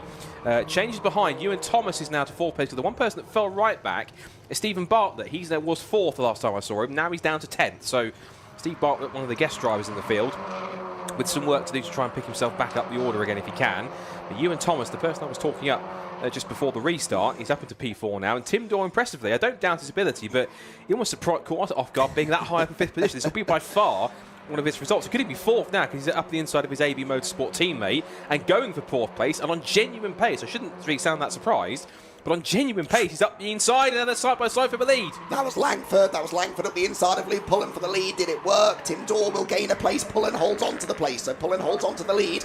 This, though, for the championship, as great as it is to see Tim Dorr in 4th place, this is where the action is, really. The big action for the championship, and almost a bit too much action there into Druids, as Adam Sparrow got maybe into the back of Tom Langford's car. Down the hill they go. It is Dorr in 4th, then Ewan Thomas 5th, Adam Craig in 6th. I chatted to Tim Dorr yesterday. I said, you're going well on. You said, yeah. All seems to have clicked this weekend. I said, oh, is Brands Hatch a circuit you like? No, not really. I've never liked the place, to be honest. But here he is in 4th position in the dry. Tim Dorr is everybody's quick as the rest. Langford sideways at Clearway's corner. Is that a gearbox issue again? Getting down the gears into Clearways. It's where he slowed a few laps ago. Dorr goes through. Through will go Ewan Thomas. Through as well will go Adam Craig. Disaster for one of the championship contenders. Thomas Langford then. Drama for him as he tries to get back up to speed. Now again, on the straight he's fine, so is it on downshift he's got the problem possibly, because something's not quite right with the 75 car. When he's forward running and he's actually under power, the car appears to be fine, but that's twice now, as Andy's rightfully pointed out, at that complex where the car's just not settled, particularly maybe when he's changing down. And in terms of how that changed the championship right now, it now gives a lead of 5 points to Adam Sparrow over Langford. So at the moment, it is Sparrow in the pound seat provisionally by 5 points. Now, again, I want to see if we can watch the car here through Surtees and through Clearways, McLaren and Clark. This is where the car's had those issues twice before. Let's see how this car behaves under braking and under change gears. He goes through. It's behaving itself this time. So whether he's just... Either it's an intermittent issue or it's him just pushing hard and making mistakes. Oh, he's off! He's off the road again. Running 2 wheels wide, so... Is it the pressure getting to Tom Langford wants it? Because again, when the car's running, it looks like it's trouble-free. But then again, sometimes a mechanical issue isn't all over the office if it's intermittent, and so it can possibly manifest itself at different times. Well, there's a spit of flame, that might just be on the down change. Usually sometimes a spit of flame out of the exhaust, unless it's over on the fuel. Sometimes signals misfire, but let's not speculate that too much. We'll wait and see. The car's still running mid-pack, but either there is a developing issue or Langford's just been rattled by the fact he's made a couple of mistakes. And crucially, right behind him now in 7th place, he still holds the fastest lap of the race, but right behind him now is Jack Noller. So if Noller gets past him, he will be the lowest placed of the 4 championship contenders in the field if Jack gets through. So again, just focus on this point here. Should mention, by the way, Luke Pullen is a second ahead of Adam Sparrow at this point. So he's now got the advantage. He'll be able to take another race victory if he can do that. That would be his 4th win in the last 5 races. His 3rd win in the last 4 races if he can make it happen. So pushing on for Luke. Now the 1.2 seconds the gap, but again, under pace. If it is intermittent, the car looks fine, but I've got a feeling maybe it's the pressure getting to Langford, maybe. What do you think? It could well be. I mean, Tom is an experienced driver, hasn't necessarily been in that many championship battles of late, but we know he's capable of winning. We know he was quick earlier on. He's back up the inside of Angus Fender now, reclaims another position, and crucially though, Nolla going with him. Now remember, Nolla and Fender are not only teammates, they're very good friends. They know each other through sim racing. Angus Fender doing a lot of sim racing as well, so I did not really expect Angus to put up too much of a fight there against his good pal. But yeah, whatever's going on with Langford, it's not happening consistently, but it has really cost him in this race, and he's back now. He's very much on the back foot going into tomorrow if things finish as they are now. But if the car is fine, if he doesn't make any more mistakes, he's got a good chance here, you'd have to say, of picking up some more places and crucially some more points. I think he might have two allies in this fight in front of him, which is Tim Dorn and Ewan Thomas. Reason being, they're AB Motorsport cars. So I wonder if that might be the case. That said, you seem to have an anti-argument to that. Well, I was about to ask you the question. Has Tim Dorn ever had a podium before? I don't think no, not overall he hasn't, no. Do you think Tim Dorn's the kind of person that would give away his first podium? I mean, he could be a sporting kind of gentleman and let him have it, but nonetheless, it's a dilemma. It's a dilemma I guess no driver wants to have. Do you try and get your first podium, or do you kind of sacrifice it for the greater good of the driver that's in the fight for the championship? It's not a position I think Tim Dorn wants to be in that sense. Well, it is and it isn't, because he's in the position for third place to get a podium. And that's going to be one heck of a post-race interview, isn't it, with Richard John Neal? I'm looking forward to that if it happens. But at the same time, Thomas Langford, I'm not saying he would think this, but maybe thinking, is that a third place gone? This is a really tough dilemma here for AB Motorsport, particularly with their drivers, because do you try and give Thomas the points, or do you just let them race and allow Tim to get that result? I'm not suggesting anything's at play at all. It's just a tricky situation to be in for AB Motorsport and those guys on track. Well, at the moment, the AB drivers are busy battling each other. Out wide went Ewan Thomas. Through will go Adam Craig. Craig into fourth position. Remember, Ewan does not score points, so that's the 66 car in the way as well. He's listed as a guest driver, Ewan Thomas, which I thought was odd because he's raced with us earlier on in the season as well, but he's listed as a guest driver. I think that's there on TSL because he's definitely has scored points this season. Well, okay, that changes the maths slightly, except it doesn't, because actually Langford's ahead of him now anyway, and already on the inside of Adam Craig, so Thomas Langford not going down without a fight here. We've still got 4.5 minutes of this race to go, and he is now up into fourth position, set to chase down his teammate Tim Dorn. Jack Nolla launches up the inside of Adam Craig there from a long way back. Don't count Nolla out of this fight yet either. He is up the inside line, but has not quite completed the manoeuvre as they come through to complete their 13th lap of the race. Pullen leads by 2.6 seconds. His pace in clean air has been pretty much untouchable. Half a second a lap at the moment, quicker than Adam Sparrow. Tim Dorn still in third. Langford fourth with the bonus point for the fastest lap. Ewan Thomas fifth, Adam Craig sixth, and Jack Nolla from 16th on the grid is in seventh and within touching distance of the podium. Certainly is. He's only got 4 minutes to try and reach it, and they're all still compacted together.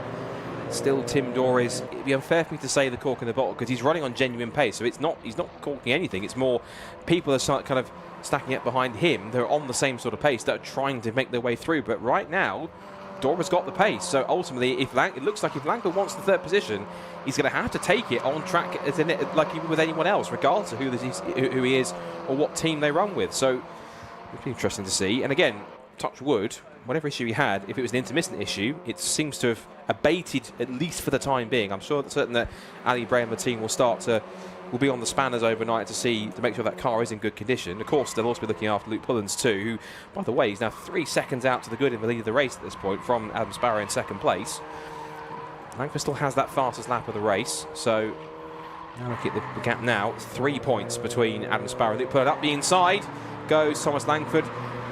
It didn't look sort of like it was gifted to him, but at the same time, Tim didn't really defend all that much. So ultimately, whether he kind of realised that another podium might come another day, or however, he realised it was Tom behind and he realised it's a championship fight, we'll wait and see. But ultimately, the headline is, it is Thomas Langford into third place. If he stays there, at the very least, Richard can ask the question, what went on those two occasions when he ran wide?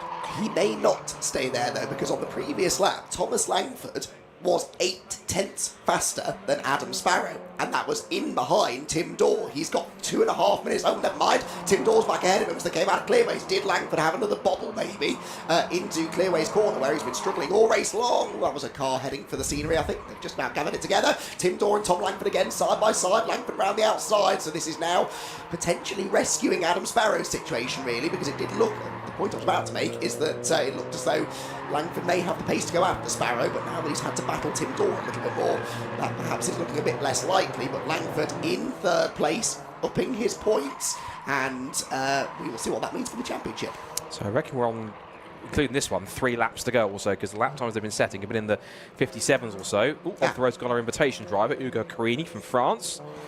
Joined us at the beginning at Silverstone. Now there's arms at the cockpit, I think, for Tim Dorr, at least recognised as a yellow flag.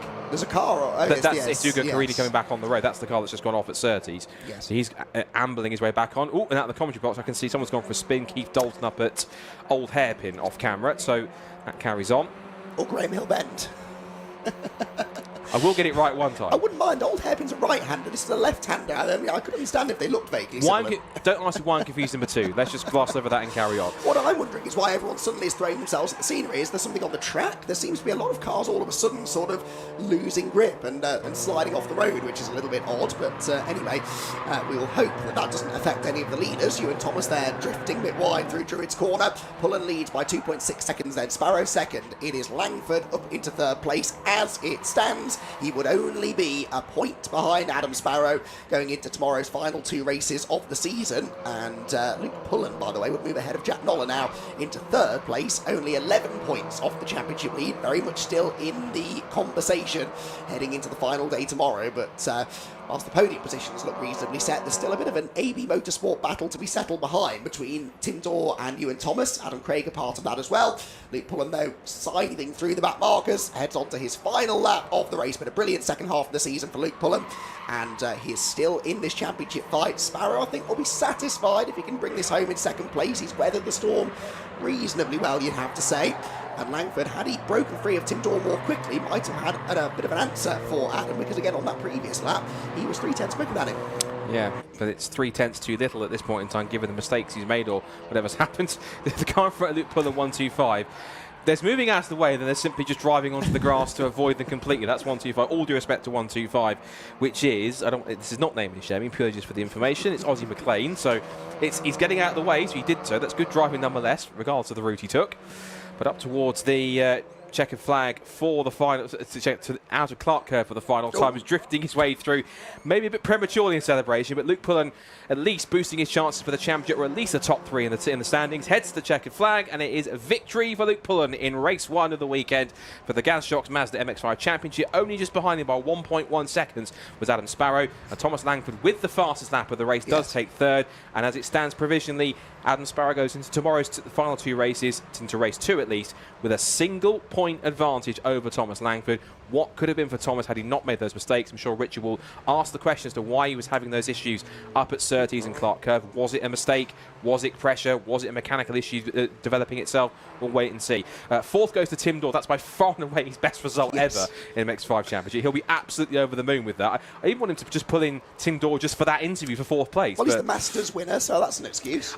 Yes, technically they could do that. Ewan Thomas, who, again, for some reason is listed as a guest, but he has been scoring points since he's been in Mark 1, so that certainly is an error on TSL by the look of it. 6th goes to Adam Craig, and the rest of the results on the screen. Jack Noller 7th, Angus Fender on his MX-5 Championship debut gets an 8th, and a warm welcome from those around him. 9th goes to Chris Dawkins, 10th goes to Steve Bartlett after he ran as high as 4th at one point and started on the second row of the grid. Then Harry Storer, Richard Woodton, Jake Pace and Thomas Walker round out the top 14 runners. It was a boosted grid for this weekend for the MX-5 Championship. 15th place downwards goes to Paul Tucker in 15th place. Then it's Thomas Brown in 16th, Bingham in 17th place, Chris Bingham, then it's Graham Rumsey, Chris Thelwell, Martin Tolley in the top 20, Tim Storer, Ollie Walden, Clyde Chisnell, Jack Collins, Keith Dalton, Ozzy McLean and Simon Privet. And then right towards the end of the back of the grid, we had the cars that failed to finish. Ugo Carini went off the road, David Scowler back in 29th, and we lost from the first start after the first incident. Clive Chisnell Neil Chisnell. What's wrong with me today? Neil Chisnell, Jonathan Fieldcent, and Richard Bartlett. I'm going to stop talking for a second and reset my brain. Whilst we do that, we can head down to Richard John Neil, who can talk much better than I can right now, for our top 3 from race 1 of the gas-shocked Mazda MX-5 Championship. On you go, Richard, whilst I reset myself. Hello and welcome to another edition of Hunt the Winners. That means we're in pit lane and we need to go and find them. So let's go and have a look for Luke Pullen, who will be in Parc Ferme, and along with, of course, Adam Sparrow and Tom Langford. Championship-wise, of course, that race solved absolutely nothing. Oh, here they come, which is great. We've got to go back now. Sorry, Laura. Taking you back, and we get to our podium. Thank you, Lindsay. Lindsay's doing the honours with getting the drivers to. So let's have a look. Oh, look, we're going to dance as well. This is mega. This is great. Hi. Luke Pullen takes the win. Thank you very much. Well done, Luke. We're just saying, in terms of deciding the championship, that changed absolutely nothing. No, although every lap it was going to do something completely different to the championship, it felt like. But at the very least, I'm a little bit closer. But I've still got a few more knocks on the door to catch up with these boys. Sorry? Oh, I will. It's been a couple rounds. I think it was messed up to begin with, Richard. Have a drink. Oh, perfect. And a trophy as well.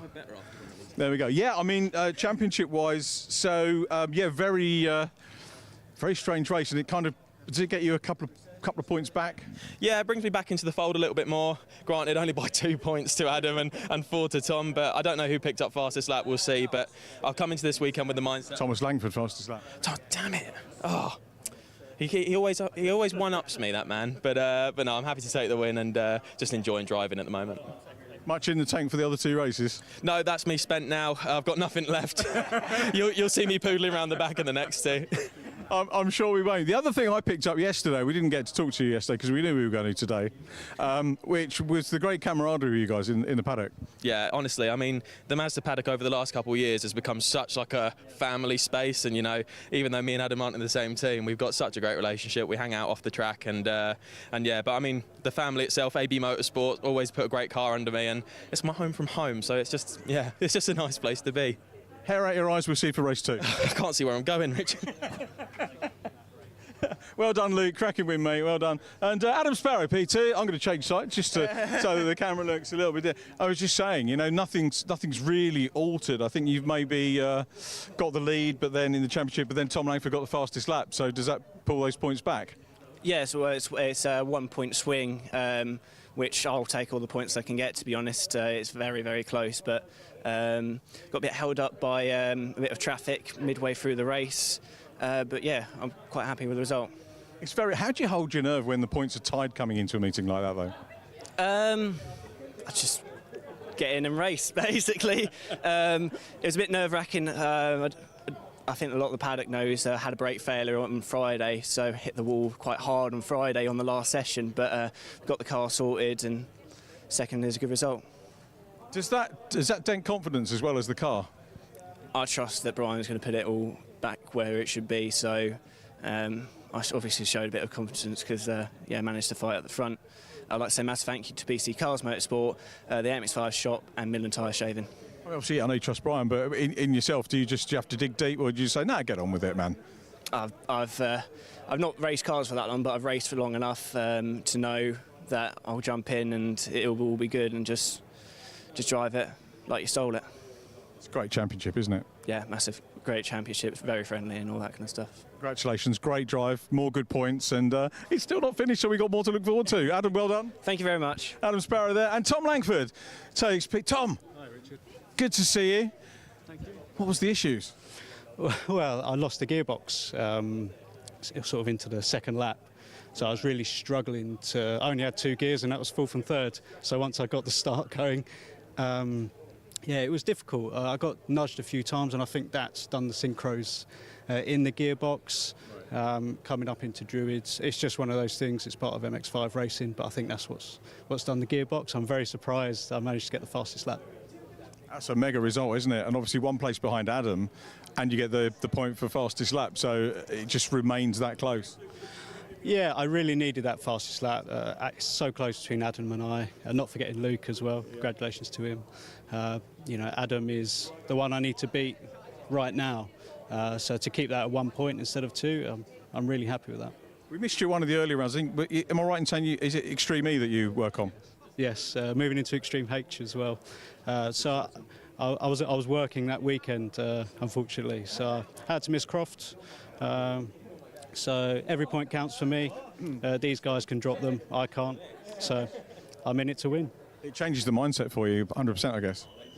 Yeah, if I was in a different position, when I fell back down through the field then, I might have reacted differently.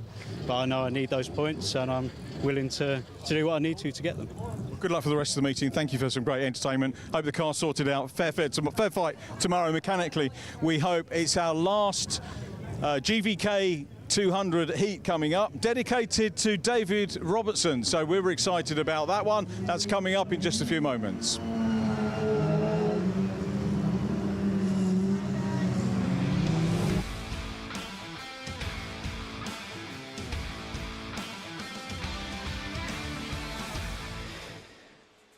Thank you, Richard. Yes, cars heading out onto the grid. Scott, I think we're missing out. We need some choreography up here in the commentary box. I think. What do you reckon? I think both of us probably normally better speakers than dancers. Maybe today's the day to go for a change in profession. Oh, you haven't seen me at the end of season awards yet. Yeah. Anyway.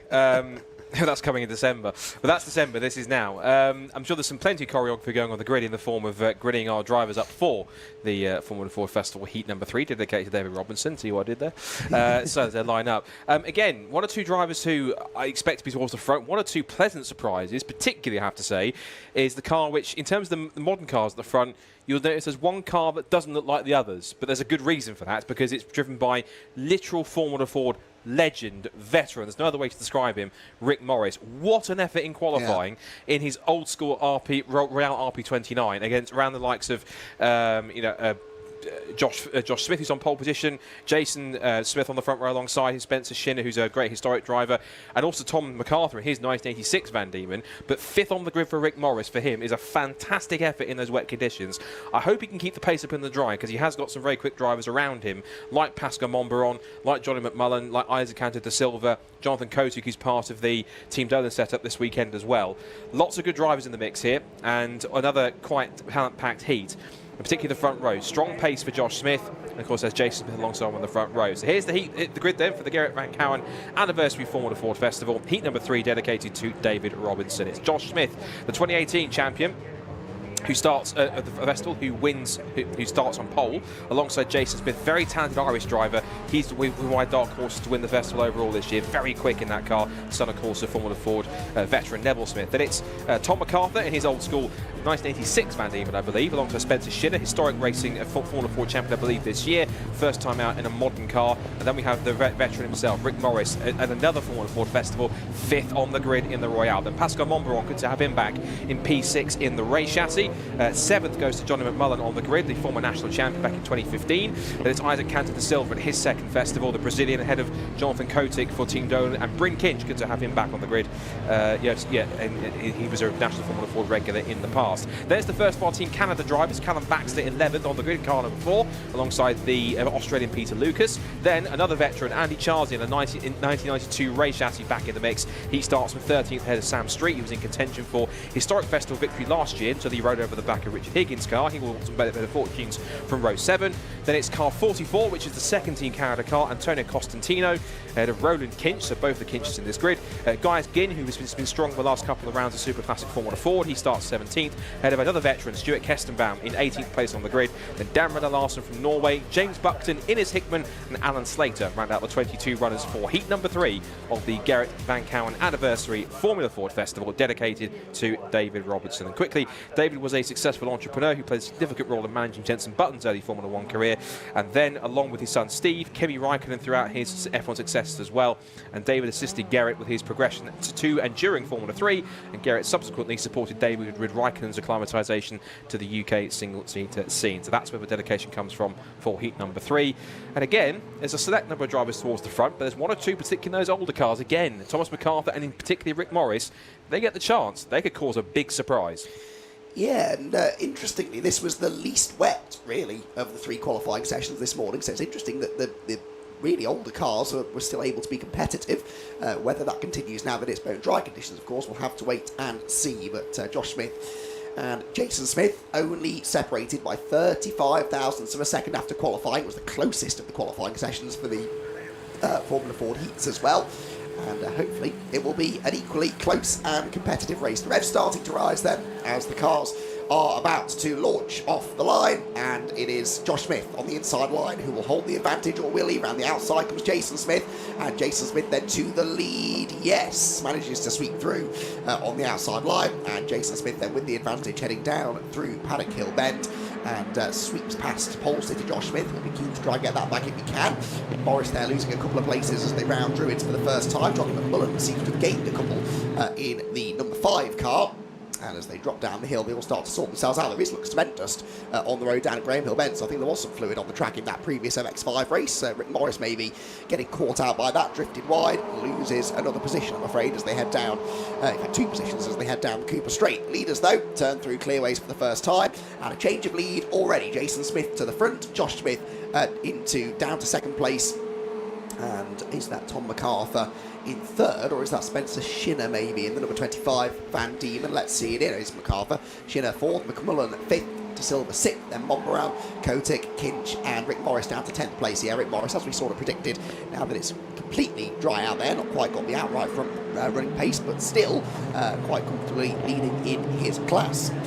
So, end of lap 1, the Smiths separated by a bit more now than they were at the end of qualifying, but I think that gap's coming down now slightly over the first part of this second lap of the race. Josh Smith starting maybe to close back in on the race leader, and they are dropping, I would say, Tom MacArthur in third. So early days, I know, but at the moment it's shaping up to be a bit of a 2-horse race between the Smiths. Well, that's if you count Joe McMullen in the mix as well, possibly. He's just stormed up the inside of Spencer Shinner to take 4th place, and now potentially could be P5 that he loses out on, because here comes the young Brazilian Isaac Cantor da Silva, in one of his first Formula Ford appearances, first ever car starts in the Formula Festival last year. And he's going literally wheel to wheel with Spencer Shinner. They almost rubbed Avon tyres there in towards Paddock Hill Bend, but the Brazilian up another place. So Spencer Shinner getting his first, I think, proper education in modern Formula Ford cars, given the fact that he has predominantly raced in historic circles, particularly this year as well. He was this year's historic Formula Ford champion in there too.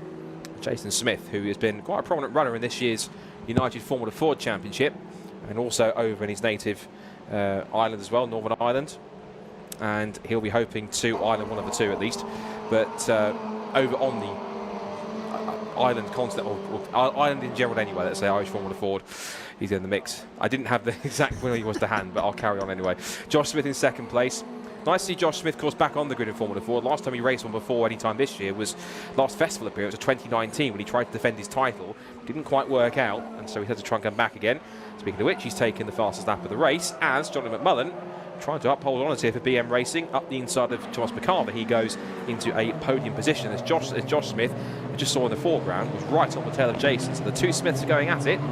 And as for the final qualifying spot at the moment, in 14th place, that's held by Roland Kinch. So at the moment, only one of the Team Canada drivers will get through automatically, because Callum Baxter is in 10th. Antonio Costantino's got some work to do to avoid the progression race. He's currently in 15th. Yeah, it'll be interesting to watch McMullen's pace now, see whether or not he's got what it takes to chase down the leading two. He's in clean air now for the first time in this race, of course, so we'll see what pace he has got. Tom MacArthur, still the first of the classic cars, yeah, quite comfortably actually in 4th place. Peter Lucas, by the way, has got ahead of Rick Morris now for 11th position. As far as the transfer spots are concerned, Roland Kinch was in 14th position at the end of the previous lap. As around the outside goes Isaac Da Silva, and that is 4th place now for the number 32 car, which sweeps around the outside of Tom MacArthur. Behind them, a good battle going on here. Launching up the inside, all of the curve, was Pascal Monbaron trying to get past Spencer Shinner and Jonathan Kotick round the outside of him. So Jonathan Kotick, I think, will pick up a place there, maybe 2, as they drop down into Graham Hill Bend. In fact, no, that might have been Monbaron actually, in the number 96, who had lost a place and then got it back again up through the tight right hander at the top of the hill. Through the left hand, no, it was right the first time. It's Kotick 55. So Kotick into 7th, Monbaron down into 8th position, with Brindley Kinch and Callum Baxter completing the top 10. Rick Morris now 14th, by the way. So Rick Morris in danger now, actually. Who'd have thought this after qualifying, of slipping out of the promotion spots. He's got Roland Kinch behind him in 15th place, and Roland, I'm sure, will be keen to try and find a way through as this battle continues to rage on now for 6th position. Spencer Shinner under threat from Jonathan Kotick who is racing better than he qualified. 9th he was after qualifying this morning, and he is on the tail now of Spencer Shinner for 6th position, with Brindley Kinch actually catching them up as well. Brindley Kinch comfortably faster than this group on the previous lap, making this a 4-way fight now through the lower ranges of the top 10. That was Rick Morris running wide, and he's already lost a place to Roland Kinch and to Gaia Skin, and now I think to Andy Charsley. So even amongst some of the other classic cars, Morris is struggling. He is a Class D car, though, much older than some of the other classics that he is racing with. And perhaps understandable then that he's slipping down towards the tail end of the order, but he's out of the promotional spots now, as finally Kotick breaks through the defences of Spencer Shinner, and in the end makes it look pretty easy. Up into 6th position will go Jonathan Kotick, and I think maybe Shinner under threat now from Pascal Montbaron, who goes through on the inside line as well, and so 2 places lost in quick succession there, I'm afraid, for Spencer Shinner. So still learning his craft in a modern Formula Ford car, and still under threat from Bryn Kinch now for what would be 8th position, so he might well possibly move down to 9th, and the 2 Canada drivers are a bit further back as they go, and just drops it on the outside, and off goes Spencer Shinner, which means that he will almost certainly, by the looks of things, have to try and make his way through the progression race later on this afternoon. As for the front of the field, just keep an eye on that. It's still 3 tenths between the Smiths, Jason Smith ahead of Josh Smith, and you notice Josh Smith's car with some very colourful fluorescent piping on it. That's to honour Garrett Van Kouwen's colours. There you can see, you can't necessarily miss that car. It's got the yellow, orange and red striping on that car to honour Garrett. And of course, it's even running number 200, which is the number that Garrett ran in 1984 and took him to festival victory. So these are the top 2, it seems. So along with the likes of Jordan Kelly and Tom Nippers, then we had the group of 5 or 6 cars that were battling over Heat 2. And then we have these 2, possibly maybe you want him, could include Johnny McMullen in there as well. We're starting to develop our contenders. Up the inside, has a look, goes Josh Smith. Jason Smith leaves the door open. He just edges him out wide, actually into the gravel trap. Jason Smith off into the gravel. Was that a bit too ambitious from Josh Smith there? Jason held his line and Josh Smith went to move across, but ultimately it results in Jason Smith moving off the road. He might feel a bit aggrieved at that, but through into 2nd place goes Johnny McMullen. That'll give him another place higher for his prospective semi-final tomorrow. Jason Smith in 3rd place now still. Isaac De Silva 4th. Tom McCarthy the best of the historic cars, so that's been doing his standing potential for tomorrow's historic final. No harm whatsoever. Jonathan Kotick 6th, Pascal Montbaron 7th, Brindley Kinch 8th. Then it's Callum Baxter 9th. They're just going through the shot. Peter Lucas, the next of the historic cars, they're the Australian in P10 in car 117. He's just ahead of Antonio Costantino. So at the moment, both Canada cars will get through automatically to the semi-finals, and then the next 3 spots for automatic qualification are currently, I saw one of them was, it went off the screen, was Sam Street, Roland Kinch and Guy Skin at the moment. So Guy Skin's the one on the bubble at the moment, just ahead of Rick Morris by about 3.8 seconds. Bit of a moment there for Jason Smith again, as that time, without anyone else's help, he tipped a wheel onto the grass coming out of clearways, but he'll be a bit fired up after that. That was all a little bit unnecessary, wasn't it?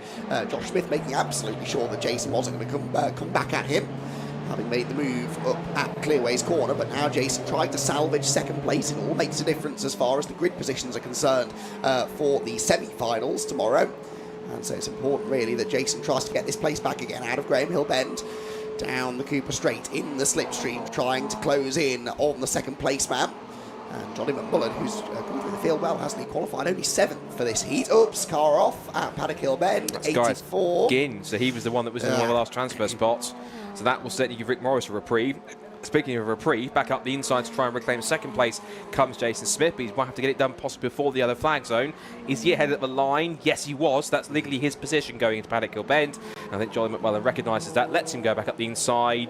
Yes, just about. I think he realises, okay, I'll let you have that one. Although he's just sticking with his hand up saying, you passed me with the others, but the timing screen says different. He passed him through, so I think you'll find Johnny McMullen won't have an argument for that, because he was in front by literally 0.6 of a second, but the timing screen doesn't lie. So there you go, into the position he goes. Johnny might feel a bit aggrieved, and what that might be doing is distracting him a little enough to put him under threat from Isaac Cantor de Silva, which is also going to be a possible change for the podium here. Of course, Isaac, very impressive young Brazilian driver, and certainly a protege of a few quite great drivers, including, I believe, Roberto Moreno. So certainly getting plenty of help from some of Brazil's finest out there to help him up the ranks.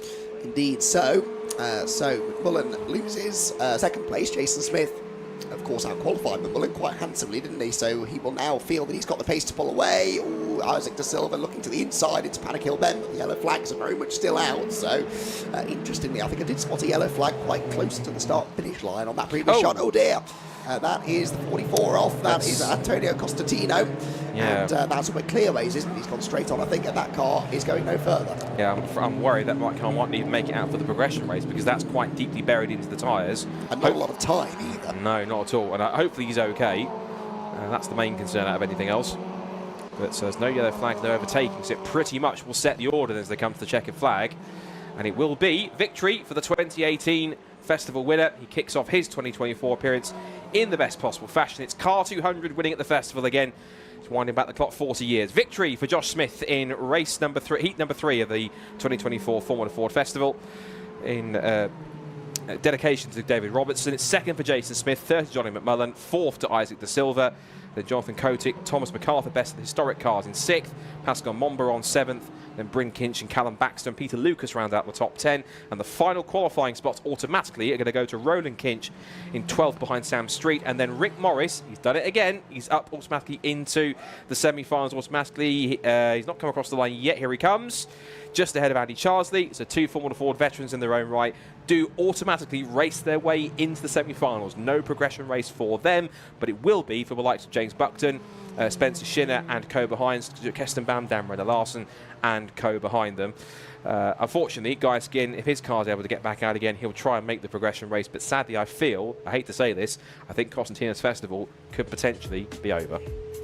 Which would be a real shame, wouldn't it? Because he was going well in that race. Whether he did that on his own or not, we're not sure, but we'll see what the team can do. It could be worse than it looks. It could be that it's more bodywork than suspension, but yeah, we'll wait and see. Anyway, Josh Smith, as you quite rightly pointed out, in car number 200, is on the top step of the podium in Heat 3. That's fitting, isn't it, in this Garrett Van Kouwen Festival of 2024. Jason Smith comes home in 2nd, Johnny McMullen 3rd, and Isaac De Silva in 4th. Jonathan Kotick 5th, ahead of Tom MacArthur, the first of the Super Classic Formula Fords in 6th. Pascal Monveron was 7th, ahead of Brindley Kinch, Callum Baxter, and Peter Lucas in 10th. Sam Street 11th, Roland Kinch 12th, Rick Morris 13th, and Andy Charsley makes it in 14th place. James Buckton, therefore, will be the first one on the outside looking in, and he'll be preparing for the progression race later on. I'd have loved to have given you the rest of the running order, but the graphic disappears off the screen, and I suspect that's because it's nearly time to head down into the pit lane and hear from Richard John Neal and our podium finishers in a moment or two. A reminder, we've still got more racing to come.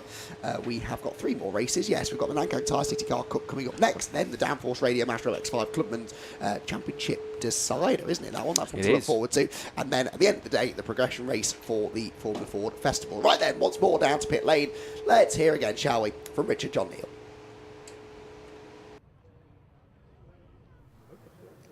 Oh, fantastic for us here at the GVK 200 Festival to have the 200 car taking a win. A little bit of chatting going on with Josh and Jason about the pass. They're okay about it. It's great. Well done, guys. Let's, Josh, can we have a word with you? Let's get you over here. And congratulations on the heat win. Yeah. It's a big prize, isn't it? So emotions are always going to run a little bit high. Yeah, of course they are. Yeah, at the end of the day, I was doing my bit, just tucked in behind Jason, and yeah, he missed a gear and he fell off. So what can I do? I was happy to take that. I was there for a clean race, and that's what I did. So as far as I'm aware, job done. It's the festival. These things always happen in some form or another and will be debated ad infinitum over the years. But first non-Dolan heat winner. Must be doing something right then, mustn't I? It's great. Know, them cars are so quick in a straight. It's untrue. Like I was in Jason's toe, and I could not. No gaining on him at all. I'd gain on in the corners, and then that power of that engine is just obscene.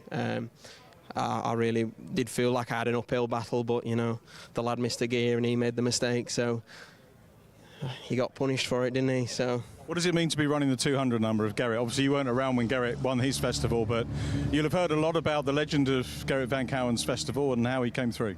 Yeah, exactly. It does mean a lot at the end of the day. The pole in the first place was was mega, and then to get the heat win now is even better. So anything above this now is a bonus. You're following his path because he had pole and win as well and went through the card. Maybe it's meant to be then, eh? Could be. We'll see, Josh. We're very delighted to welcome Zach Robertson, who's going to make the presentation. This race, of course, is dedicated to David Robertson, who was instrumental in helping Garrett, and we've got friends and family doing stuff. Zach is David's grandson, so a big thank you to Zach. Can we grab a quick word, Zach? Is that all right? By all means, give the hat and the bubbly as well. And I'll make Josh juggle when we do the handshake at the end, which is great. Well done. Congratulations, Josh. Let's have a quick word. Zach, you were telling me you've done a bit of karting back in the day as well, and coming down to car racing with your friends, I think, for the first time. Hopefully they're enjoying it, and maybe we can entice you back on track sometime. Yeah, who knows? I'm enjoying it through them a little bit. Obviously, I've done it my whole life, but I actually used to race with Josh myself, so it's even weirder giving it to him from this point of view. Yeah. So it's a bit more different as well. So, no, it is indeed, but I'm enjoying it. When was the last time you met on track? Must have been when I was like 13, 14. Yeah, years and years, but 10, 12 years ago. So was he a clean, quick driver? Yeah, he was quick enough, yeah. A bit better than him, right? Yeah, we're different sides of it now, but we'll see. But yeah, enjoyed it. But thank you for representing the family, and our thanks to David. I know Garrett's family are absolutely delighted that you're here. Cool. Thank you very much for having me. Thank you, Zach. Thanks for making the presentation. Josh, well done. We'll catch you a little bit later. I think we've got some time before the next lot of cars come on track, so we can have a word with Jason Smith in P2. Jason, let's grab a quick word. For Team Dolan. Thanks very much. He's doing the overalls. Look at this, consummate professional here. Top man, well done. We'll let you get that sorted out. And obviously we saw a little moment in the gravel. We thought it was going to be a hat-trick for Team Dolan there. Not a big issue because you're P2 in the race, so you're going to qualify for the semi-finals, going to start the semi-finals in a decent position. But do you want to talk us through what happened out there? Yeah, just made a little mistake going into clearways and ran wide, and Josh just got up my inside, and he just kept on forcing me out to the outside, and he just pushed me into the gravel. I could see his eyes looking in the mirror at me through the visor. I could just see him looking in the mirror the whole time and just pushing me wide. So look, that's the way Josh races. So look, it is what it is. He shouldn't have made a mistake in the first place, let's be honest, and we know we have the pace in that race. I was driving fairly good, but a few minor adjustments we need to make, and I think we'll be on it for the win. The key thing is, you know, the pace is there, and it kind of sets up us for a battle tomorrow. And so what are these two guys going to do on track tomorrow? I love the way you handled yourself. We could see the passion when you pulled up in pit lane, but I think you both handled yourselves pretty well, given that this is a high-stakes event. Yeah, exactly. Emotions run high in that, but we just need to keep ourselves together and let the clerk of the course do his job and see what happens. Absolutely right. We're hosting a Q&A later on in the Kentagon, which is the clubhouse down there. Be lovely to see you there if we can. Bernard Dolan's one of the people that we're asking questions on. Any gossip or any questions that we should be asking him, do you think? I don't know, maybe ask him about his goggles. About his goggles? We'll note that one. I'll ask someone to remember that. Jason, thanks very much. Congratulations. Lovely to talk to you. Jason Smith taking P2. And Johnny McMullen next up. Let's get Johnny over.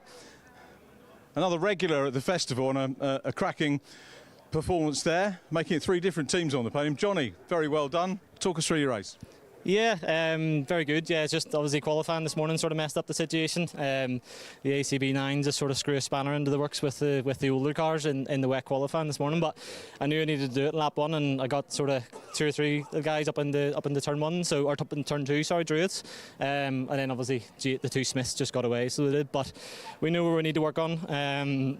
We've been sort of struggling all week a wee bit with a bit of sort of mid-corner oversteer, so yeah, we hopefully can sort of work on it for tomorrow, and sort of we're in the first couple of rows all been well, so yeah, it's put us in the right point for the semi-final tomorrow. Johnny, there's nothing wrong, is there, with building momentum through the weekend at the festival? No, the heat's the big thing. I said to the guys before the start of the race I needed to finish on the podium, so that was the aim. Needed to get the first couple of laps under the belt and just get after the first 2 Smiths. But yeah, we know what we need to work on for tomorrow, and yeah, we'll be good. We look forward to seeing you for the semi-finals. Well done. Congratulations. Good to see you on the podium. Johnny McMullen completing our podium there. And as if by magic, as we finish our podium, cars coming on track for our next race, the Nankang Tyres City Car Cup. They'll be with you in just a couple of moments.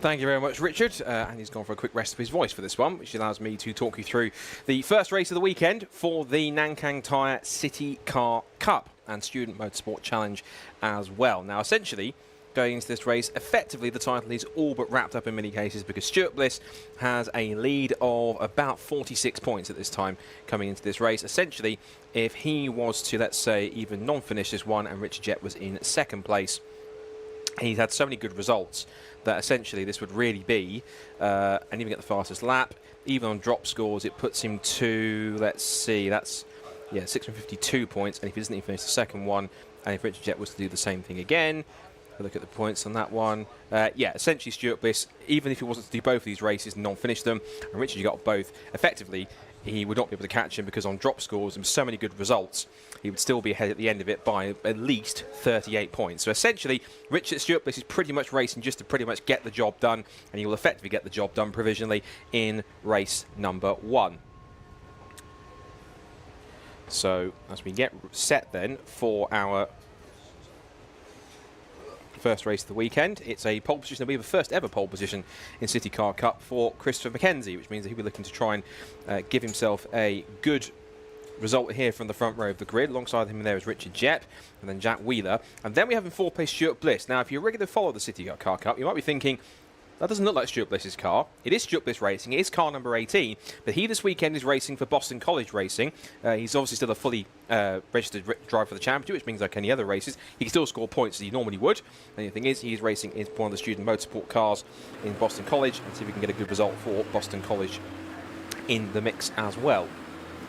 So as the cars make their way off onto their formation lap, it's a stacked grid, 32 cars in the field, and here is how they're set to line up then. So pole position went to Christopher McKenzie in qualifying this morning ahead of Richard Jett on the front row of the grid. And he's then ahead of Jack Wheeler and Stuart Bliss, essentially champion-elect going into these next 2 races. What we calculate, just had to kind of, even if he didn't finish both these races, he still have on drop scores enough, even Richard Jett's got the maximum score, to pretty much mean that he's champion-elect going into these 2 races, essentially. But he wants to get the job done properly on track. Toby Owen and Joe Moss then come next, followed by row 4. Good effort from Thomas Lester in, I think that's possibly Stuart Bliss's car that he would have been racing originally, but he's now got that car up to 7th fastest ahead of Alex Foden. And then that comes next then from the 5th row of the grid, Brady Pollock and Aston Mirren. Good performance from Alistair to get him up to P10. Then it's Ari Barker and Colin Dunn on the 6th row of the grid, from Josh Jackson and Sam Johnston on the 7th row. Liam Browning, good to see him back alongside Amelia Vincent. She's had some good consistent results throughout the season. Then it's Elliot Lettis, a bit further back than he'd like to be. It's a busy weekend for him, but back in 17th for City College Norwich. The outgoing champion, of course, after he won the title last year. And Christopher Parks, who essentially races as a guest, has been all season. He's one of the Quattro Formaggio drivers who's been guesting throughout this year. Philip House, who's in the new Gen 2 development car. He starts right back in 19th place alongside Hayden Payne and Tom Hartwell and Harvey Blake-Jones. Patrick Booth and Jude McGreevy in his second weekend of the championship, followed by Peter Bauer and Andrew Payne, Ben Curran and John Sykes, Richard Simmons and Richard Snuggs, and then Charles Hopkins and Glenn B for City College Norwich rounds out the 32 cars that will take to the start here in race number 1. So, still a bit of a battle going on in the Student Motorsport Challenge as well. That'll be Richard Jett trying to pick up a 5th victory if he can, a 3rd title of the season if he can.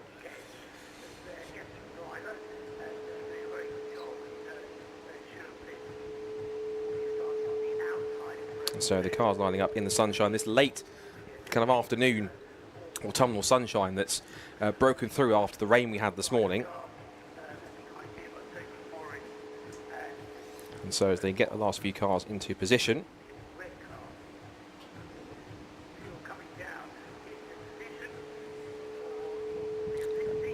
and we'll be getting all set towards the back. Green flag at the back then, and so the second to last race of the season for the Nankang Tyre City Car Cup is all set to go then. Red lights come on, and Christopher McKenzie from pole, Richard Jett alongside Stuart Bliss, effectively champion-elect, trying to go out with a bang. Let's go.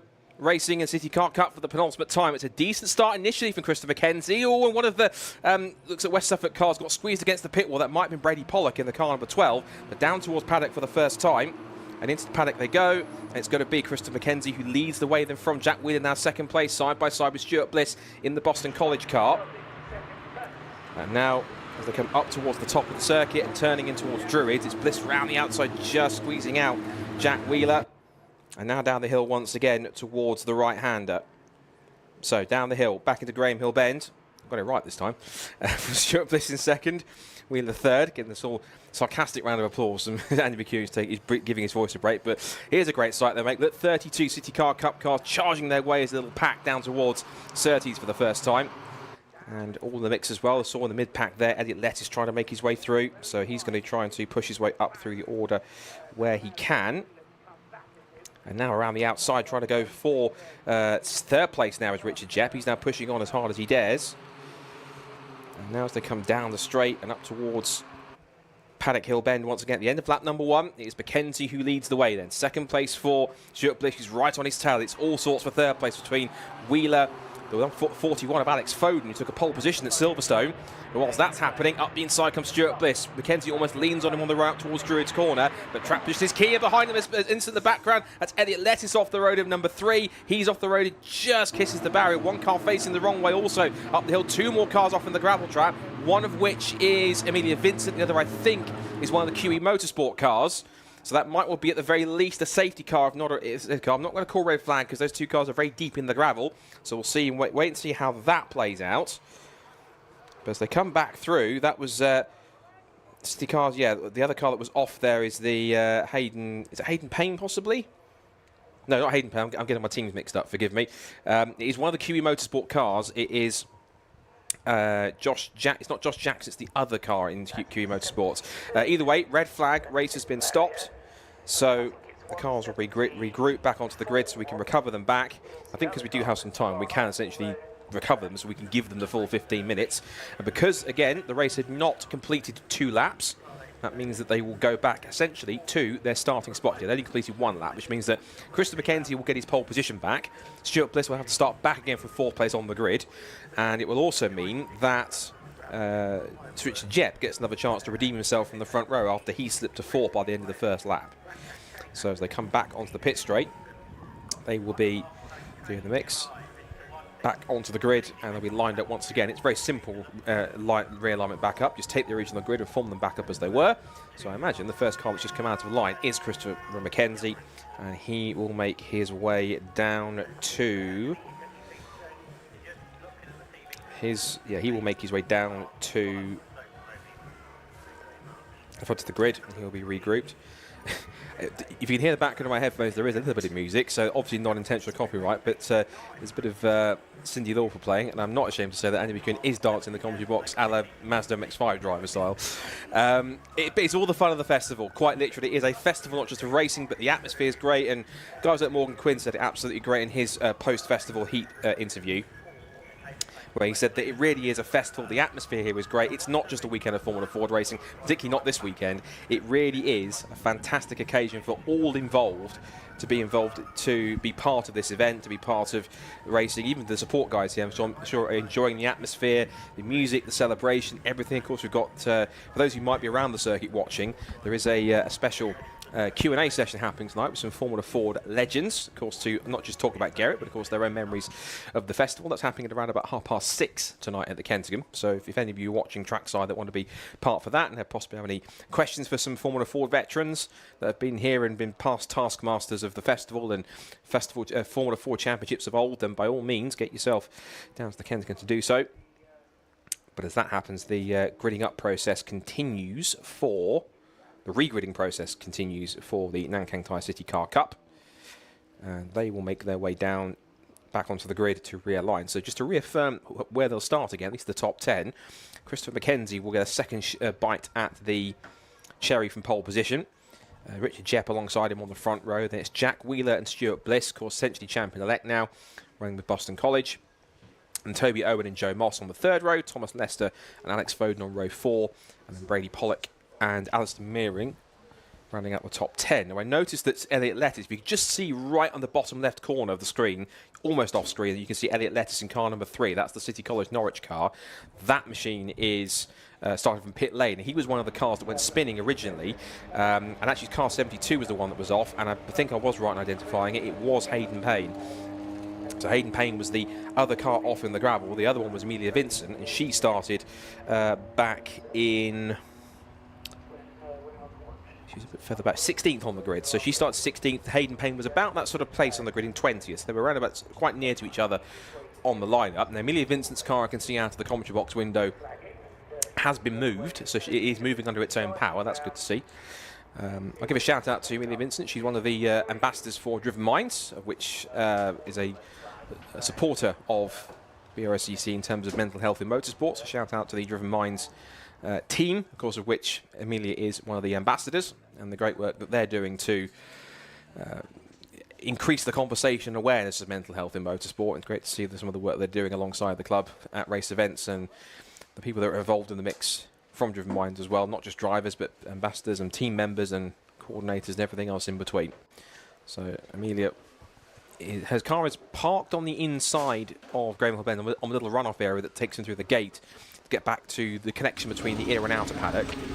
Another car in pit lane also is Tom Hartwell, and he started originally, if I look where he started originally, he was in the top 10 somewhere. I think he was just not. So 21st he started originally, so he had some work. He wasn't far behind Lettuce either. So those kind of two separate incidents happened with cars that were in the vicinity of each other on the grid in that opening few exchanges. So we'll see how that works. Whilst we're talking about this, as you mentioned that because our 3 heats are now complete for the Formula Ford, the Gerrit Van Kouwen Anniversary Formula Ford Festival, we have seen now a published progression race grid. So we'll have a look at that in a little while after the race is here for City Car and for the Mazda MX-5 Clubman Championship.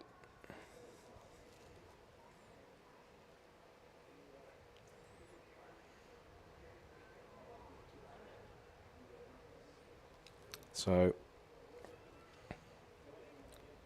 just waiting for racing to get back underway. Of course, it's quite a tightly packed grid in these 2x2 formations for City Car Cup, but they are small little diminutive race cars, so you can pack quite a lot of them into a small space, or into quite a lot of them into a quite a fairly sizable grid in City Car.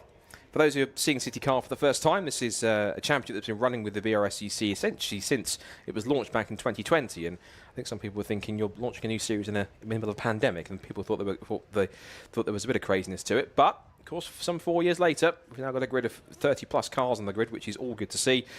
I still remember the first time when we had the first few races of these cars when they were a class within the Club Sport Trophy when they first started in 2020 in that shortened season. And then a lot of work went in over the winter to promote the championship and to bring more in, and of course the great price point for the build kits, and plenty of cars got built. And the expectation going into the first race weekend in 2021 at Donington was about 20 to 25 cars. 38 turned up for the first round. They practically filled the grid, and it was a fantastic sight to watch them for the first time, heading down towards Redgate for the first time at Donington Park, which is where Old Hairpin is that I keep forgetting. But nonetheless, here at Brands Hatch, since then there's been a few more changes. Some drivers have come and gone, and of course we've had the addition in the last couple of seasons of the Student Motorsport Challenge. For those who don't know what that is, there was a bit of a, if you watched earlier on, there was a discussion between I think Andy Lloyd and John Paul Latham from Student Motorsport Challenge explaining what it is. Essentially, it is a proving ground for and a competition for educational establishments, whether it's universities, colleges, even with Queen Ethelberg's being a sixth form college, and they're up there sort of battling with university and college teams in the mix, and it gives them a chance to not only compete against each other on track, but they get to give their students and people doing courses on those different areas, not just on motorsport engineering and mechanics, but also with whether it be marketing, whether it be PR, whether it's other promotional activities, whether it's design delivery, or other commercial areas, business, other different areas to try and explore, to give them that experience within a proper motorsport environment, to work on these cars, to run them as they do. And there really is a great additional to the grid. It's a great incentive and a great way to give people who are learning and trying to forge a career in motorsport, or want to move into motorsport in different sectors, not just as a mechanic or an engineer, but different areas of industry within motorsport, gives them the chance to really sink their teeth into a project like it and work well in that sense. So I think we're just waiting for the rest of the clear up to be completed. Once we've done that, we will then be able to get going with racing here at Brands Hatch once again. Still this and 2 more races to go. We've got our provisional championship decider in the Downforce Radio Mazda MX-5 Clubman Championship, and then the last Formula Ford race of the day, which of course is the progression race to decide the last cars that will go through to join the 42 automatic qualifiers that have gone through to Sunday's semi-finals. And as you can see, waiting patiently on the grid are our fantastic marshals. Again, we gave them a shout at the beginning of the programme, but massive thank you to all of our marshals, volunteers, officials, everyone that's also played their part in making this festival happen, particularly this particularly special anniversary edition to Tribute for Gerrit Van Kouwen. It's actually wonderful to hear friends and family members and colleagues of Gerrit praising the event, even in its early stages of today, with qualifying and the races that we've had. And it's really great to see that all the effort that's been put in is reaping so far at a fantastic occasion to honour Gerrit and the achievements that he had 40 years ago. So well done to everyone involved that's been part of putting this together. So far, it has been quite the festival, and I reckon it's only going to get turned up more and more as we get through to the next few races. So just getting ready now for hopefully getting back underway, because I can see that the sirens are going off, which means we're getting ready to go onto the formation lap once again. And in terms of battles as well, it's in terms of changing positions in the championship, essentially first, second, third are relatively set. First and second are anyway, because again, looking at the totals coming into the weekend, as the cars start to make their way off onto the formation lap once more. Really coming into this race, it was quite a sizable lead of some 60 points, 56 in fact, between Richard Jepp and between Stuart and Richard Jepp. And Jepp himself is he's 25 points ahead of Brady Pollock in third place, and so that really doesn't look likely to change unless there is a drama or two, which could potentially cause one or two issues for those involved.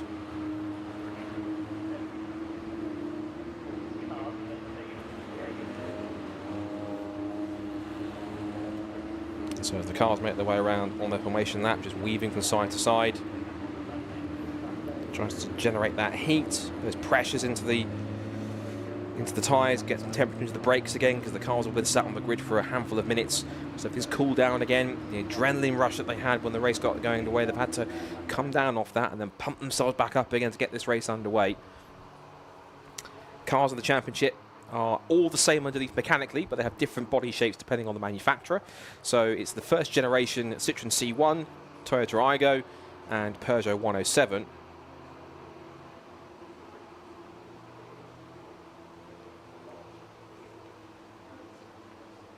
And the great thing is that because they're all mechanically identical underneath, it means that regardless of what, aside from cosmetic items like bumpers or lights or bonnets or anything else like that, all the underpinning mechanicals, essentially engine, transmission, other bits, all interchangeable with each other. So they're all the same spec of, identical spec of parts that the cars need. And so therefore, because of that, it makes these cars pretty easy to maintain. You don't have to buy a specific Citroen C1 part for a Citroen C1. If you buy the same part that's labelled for a Peugeot 107 or a Toyota Aygo, you can use exactly the same thing in effect, because it is exactly the same part.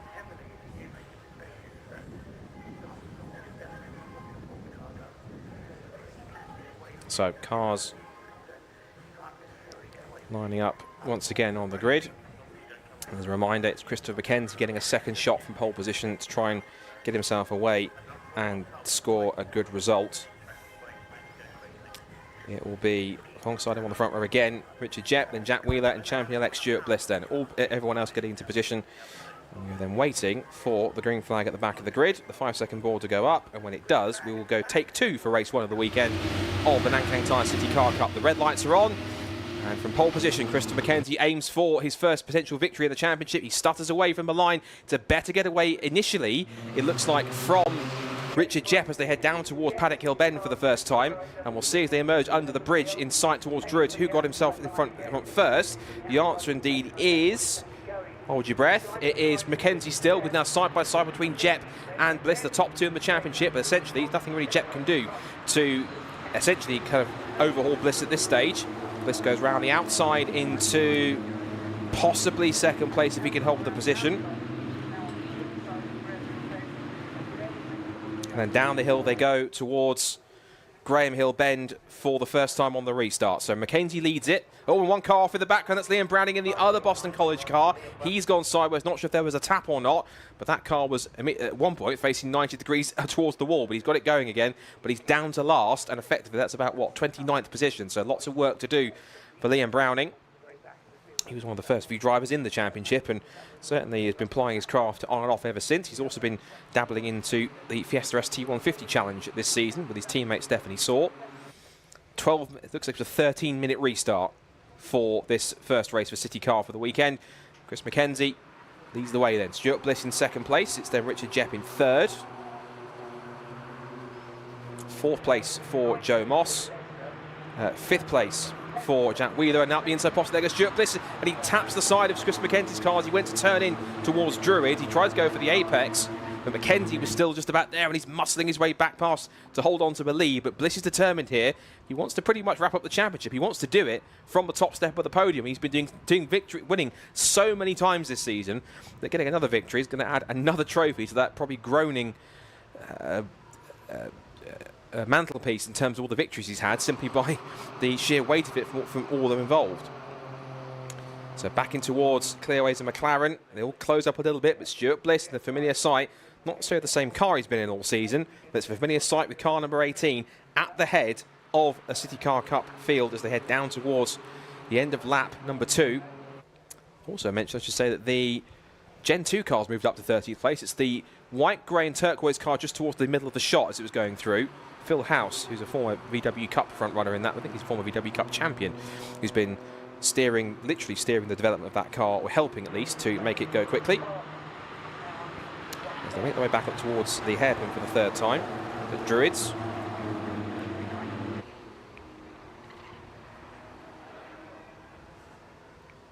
And they're down the hill once again, and into the bottom of the hill at Graham Hill Bend, and back onto the back straight once more.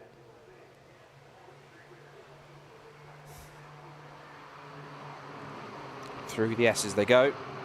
And really this is going to be all about Stuart keeping it calm. Oh dear, we've got a car from the gravel. That's 710 off into the barrows, it looks like. It's 710 who is off the road, and 710 is Richard Semmons. So out of the car, that's the key thing, but we are under safety car here at Brands Hatch, and so the race once again neutralised, and that means that Stuart Bliss, his task has been made a little bit easier because he hasn't got to effectively do as much work whilst the safety car is out. Of course, there will be the hard-working marshals and recovery teams to essentially make sure that Richard's car is where it should be and out of harm's way. So now we take stock of the running order at this point in this race. So at the moment, still Richard Bliss in the lead, Richard Jepp in second place, Chris McKenzie in third from pole position, Joe Moss in fourth, Alex Foden fifth, Chris Parks in sixth, and then seventh place he is showing as a guest now, so Chris Parks is a guest on the grid in seventh place. Sixth place, Brady Pollock is in seventh place, eighth is Jack Wheeler, ninth is Toby Owen, and rounding up the top 10 is Ari Barker in the second of the Team Northbrook racing cars, just the black car with the orange bonnet going through the shot. And the car behind it is Philip House in that new Gen 2 development Citroen C1 City car. That is the next gen City car, which essentially is looking to be introduced as its own class, effectively, for 2025. Well, that's the plan, at least, that car being actively developed. There it is, just the centre shot. And a shout out has to go to Will Snuggs and his WJS outfit for the effort they've put in for maintaining that car and assisting in the development. I'll be looking forward to seeing some Gen 2 City cars next year. That, of course, will invite the equivalents for Gen 2 cars for Toyota and Peugeot. So if I'm correct, that means it's the second gen Toyota Aygo and the Peugeot 108, if I'm correct.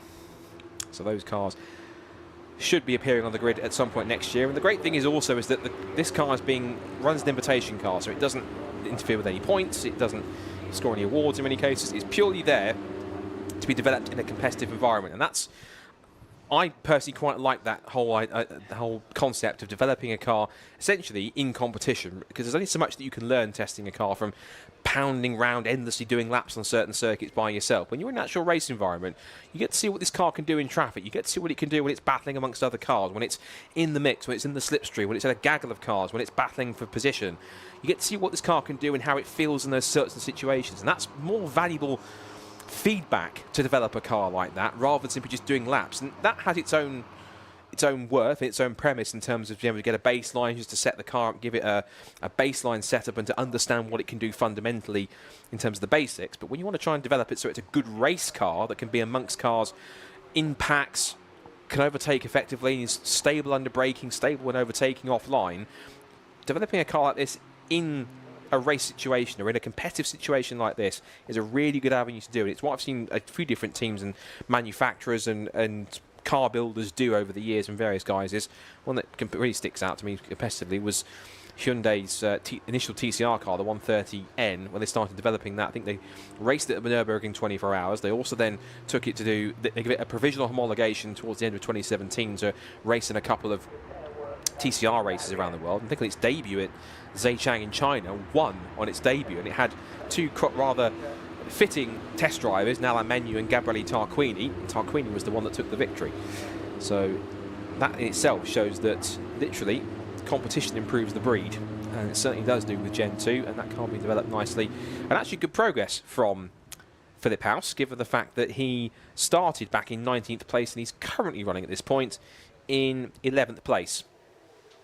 So the race still under safety car behind the RunYourFleet.com Jaguar XF Sport Brake. Again, shout out to Run Your Fleet, long time Brscc partners ever since 2021, the 4th season that we've had the RunYourFleet.com Jaguar XF Sport Brake safety car. Light's still on.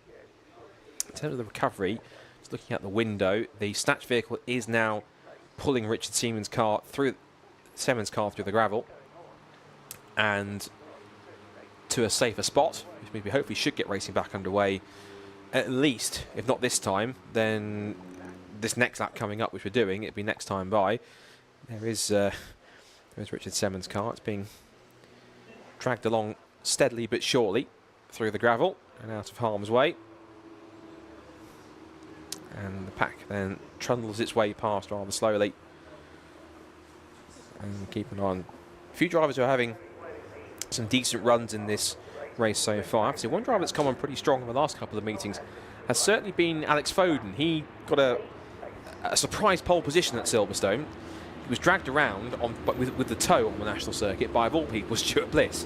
But I think when he realised that he'd given him too much of a good toe, when he tried to essentially have the favour returned, or Alex tried to return the favour, he didn't get as much of a toe, or he got caught in traffic. So Alex Foden ended up getting his first ever pole position in the championship. And ever since then, from Silverstone, he's had some really good pace in the last couple of meetings. So it's good to see how that's worked out. Now, speaking of working out, safety car lights are off on the Jaguar, which means that we are getting back to racing underway shortly with 4 minutes to go in this first race of the weekend for the Nankang Tire City Car Cup and Student Motorsport Challenge. So it is, at the moment, a Student Motorsport Challenge 1-2 with Stuart Bliss on the front row of the grid, the front of the field, with Richard Chepp right behind him, his main championship rival. And then Chris McKenzie in third from pole position. See what kind of restart he can get. But it's all down to Stuart Bliss, who decides now's the time to pull the pin, to put his foot down, and to get on with racing once more. So they come out of Clark Curve and onto the Jack Brabham Straight with 3.5 minutes, just shy, on the clock left to go. So there'll be about roughly 3 or 4 laps, I imagine. So down the pit straight they come, green flag in the air, and now Stuart Bliss, for the little time he has, is going to try and build the lead, but not for much longer he won't, because Richard Jett goes diving up the inside into Paddock Hill Bed. A really great piece of hoodwinkery to get up past Stuart Bliss and into the mix. And up the hill towards Druids they go, and now not only has he lost out in the lead, he could lose second place if Stuart isn't careful, because that little lapse in concentration at Paddock Hill Bend has now allowed Chris McKenzie a little glimpse to get back into the mix here and possibly go for second place. Joe Moss in fourth in the red Citroen just behind them. Behind them is Alex Foden in P5. And then it's the guest car, Christopher Parks. And slide there exiting Graham Hill Bend for Toby Owen in car 42. He loses out to at least 2 or 3 cars. He's got Ari Barker, Jack Wheeler and the Gen 2 car, Philip House, trying to move past also. But 3 of them lead up at the top of the hill through Clearways, then through Clark Curve. And Stuart Bliss trying to get his own back here on Richard Jett. He's just slowly but surely sneaking his way alongside on corner exit through Clark Curve. And the momentum he carries onto the pit straight gives him more than enough to get himself in front, but Richard Jepp's fighting back. Will he still be in front of a line? The timing screen says yes, by the massive margin of 55 thousandths of a second. And watch for Christopher McKenzie. He's right behind. He's following these two, looking to try and find the line as Richard Jepp takes the high, wide and handsome line through Paddock Hill Bend and is back into the lead here and remains in front in this City Car Cup race. 2 minutes to go, and it really is kicking off at the front. It's now a six-pack for the podium, because we've now got Rich Stuart Bliss fending off against Christopher McKenzie. They lean on each other on the exit through Druid's corner, but the inside line goes to McKenzie, and the Bitcoin racing car is slithering its way into second place. However, the switchback is on the way because Stuart Bliss has the line. He has the run up towards Surtees. He has the position. He's getting the cheer from the spectators on the left-hand side. And behind the back, there's been a bit of an incident. 2 or 3 cars are off the road. There's more incidents behind them. Liam Browning, I think, is involved. That's Patrick Booth in the 33 car. The other car that was involved, I noticed out the window, is Liam Browning, the other Boston College car, getting into it too. That's Christopher McKenzie still being leaned on by Stuart Bliss. But there, I'm afraid, is the result of that incident. Liam Browning off the road, and I'm afraid that might have to be a red flag because, yeah, that's certainly going to be quite close. They're going to come across the line, but they're still 3 abreast, oblivious to what's happened. The red flag is thrown, and hopefully they all see the red flag this time by, but the race has been stopped. And I imagine, considering there is a minute left on the clock and we're way past 75% distance, they will not restart that, which means at the end of that last complete lap, I believe that should be a victory, I think, only just for Richard Jepp, but we'll see how the timing screen resets that result. And I'm sure once we work it out, we'll be able to tell you exactly who in the mix, but I'm fairly certain at the end of that one, that would have been a win for Richard Jepp, because it's not showing he lost any positions on that last lap or gained anything. So Richard Jepp, I think, in the end, will be given the victory from Stuart Bliss in second place and Christopher McKenzie in third as they trundle past the scene of the incident by Patrick Booth and Liam Browning's cars involved in that. And Liam Browning is just making sure that all is okay on his side. The key thing is both drivers are out of the cars. That's the main concern out of anything. Of course, they might well get a quick, very brief check over at the medical centre or by the chief medical officer, just to be absolutely certain that they are all A-OK. And we never want to see a race end like that, but with a minute on the clock, the race essentially will be declared at this point, and so it should be a victory, I think a third win overall of the season and of his career in Student Motorsport Challenge and City Car Cup for Richard Jepp. They are bringing them onto the... I think they are meant to bring them onto the pit straight rather than into the pit lane. So they'll bring them online. I can't see the race restarting given there's only a minute left to go. And effectively what this also means, essentially provisionally, we have to say this, stress this word, is that through all of this, it essentially means that Stuart Bliss is champion-elect for the 2024 Nankang Thai City Car Cup, because essentially, regardless of what happens in race 2, essentially nothing can really be changed on that side of things. Yeah, in fact, the result has now gone to a checkered flag, so I think they'll be let through. I was about to say let through the gap in the barrier, but that's way too small for even a city car to get through. So they'll simply just be sent back to the outer paddock, and so we'll be hoping we could try and possibly speak to them. But this is the order, at least, been reset by a lap. So this is the declared result at the end of that first City Car Cup race. So Richard Jepp then takes his third overall victory of the season from Stuart Bliss, who effectively is now champion-elect in 2024 Nankang Thai City Car Cup. So provisionally, congratulations to him. Christopher McKenzie takes third place at a podium finish ahead of Joe Moss and Alex Foden in the top 5. Then it's Chris Parks, the guest driver, in 6th, from Brady Pollock, Harry Barker, Jack Wheeler and Philip House in the Gentry development car, rounding out the top 10. Then it's Toby Owen, Thomas Lester, Samuel Johnston and Joshua Jackson in the top 14 positions, followed by Alistair Mearing, Harvey Blake Jones, Patrick Booth, who is declared 17th, but I don't think he'll stay there given the fact that he wasn't running at the time of the red flag. He'll be taken out of the result.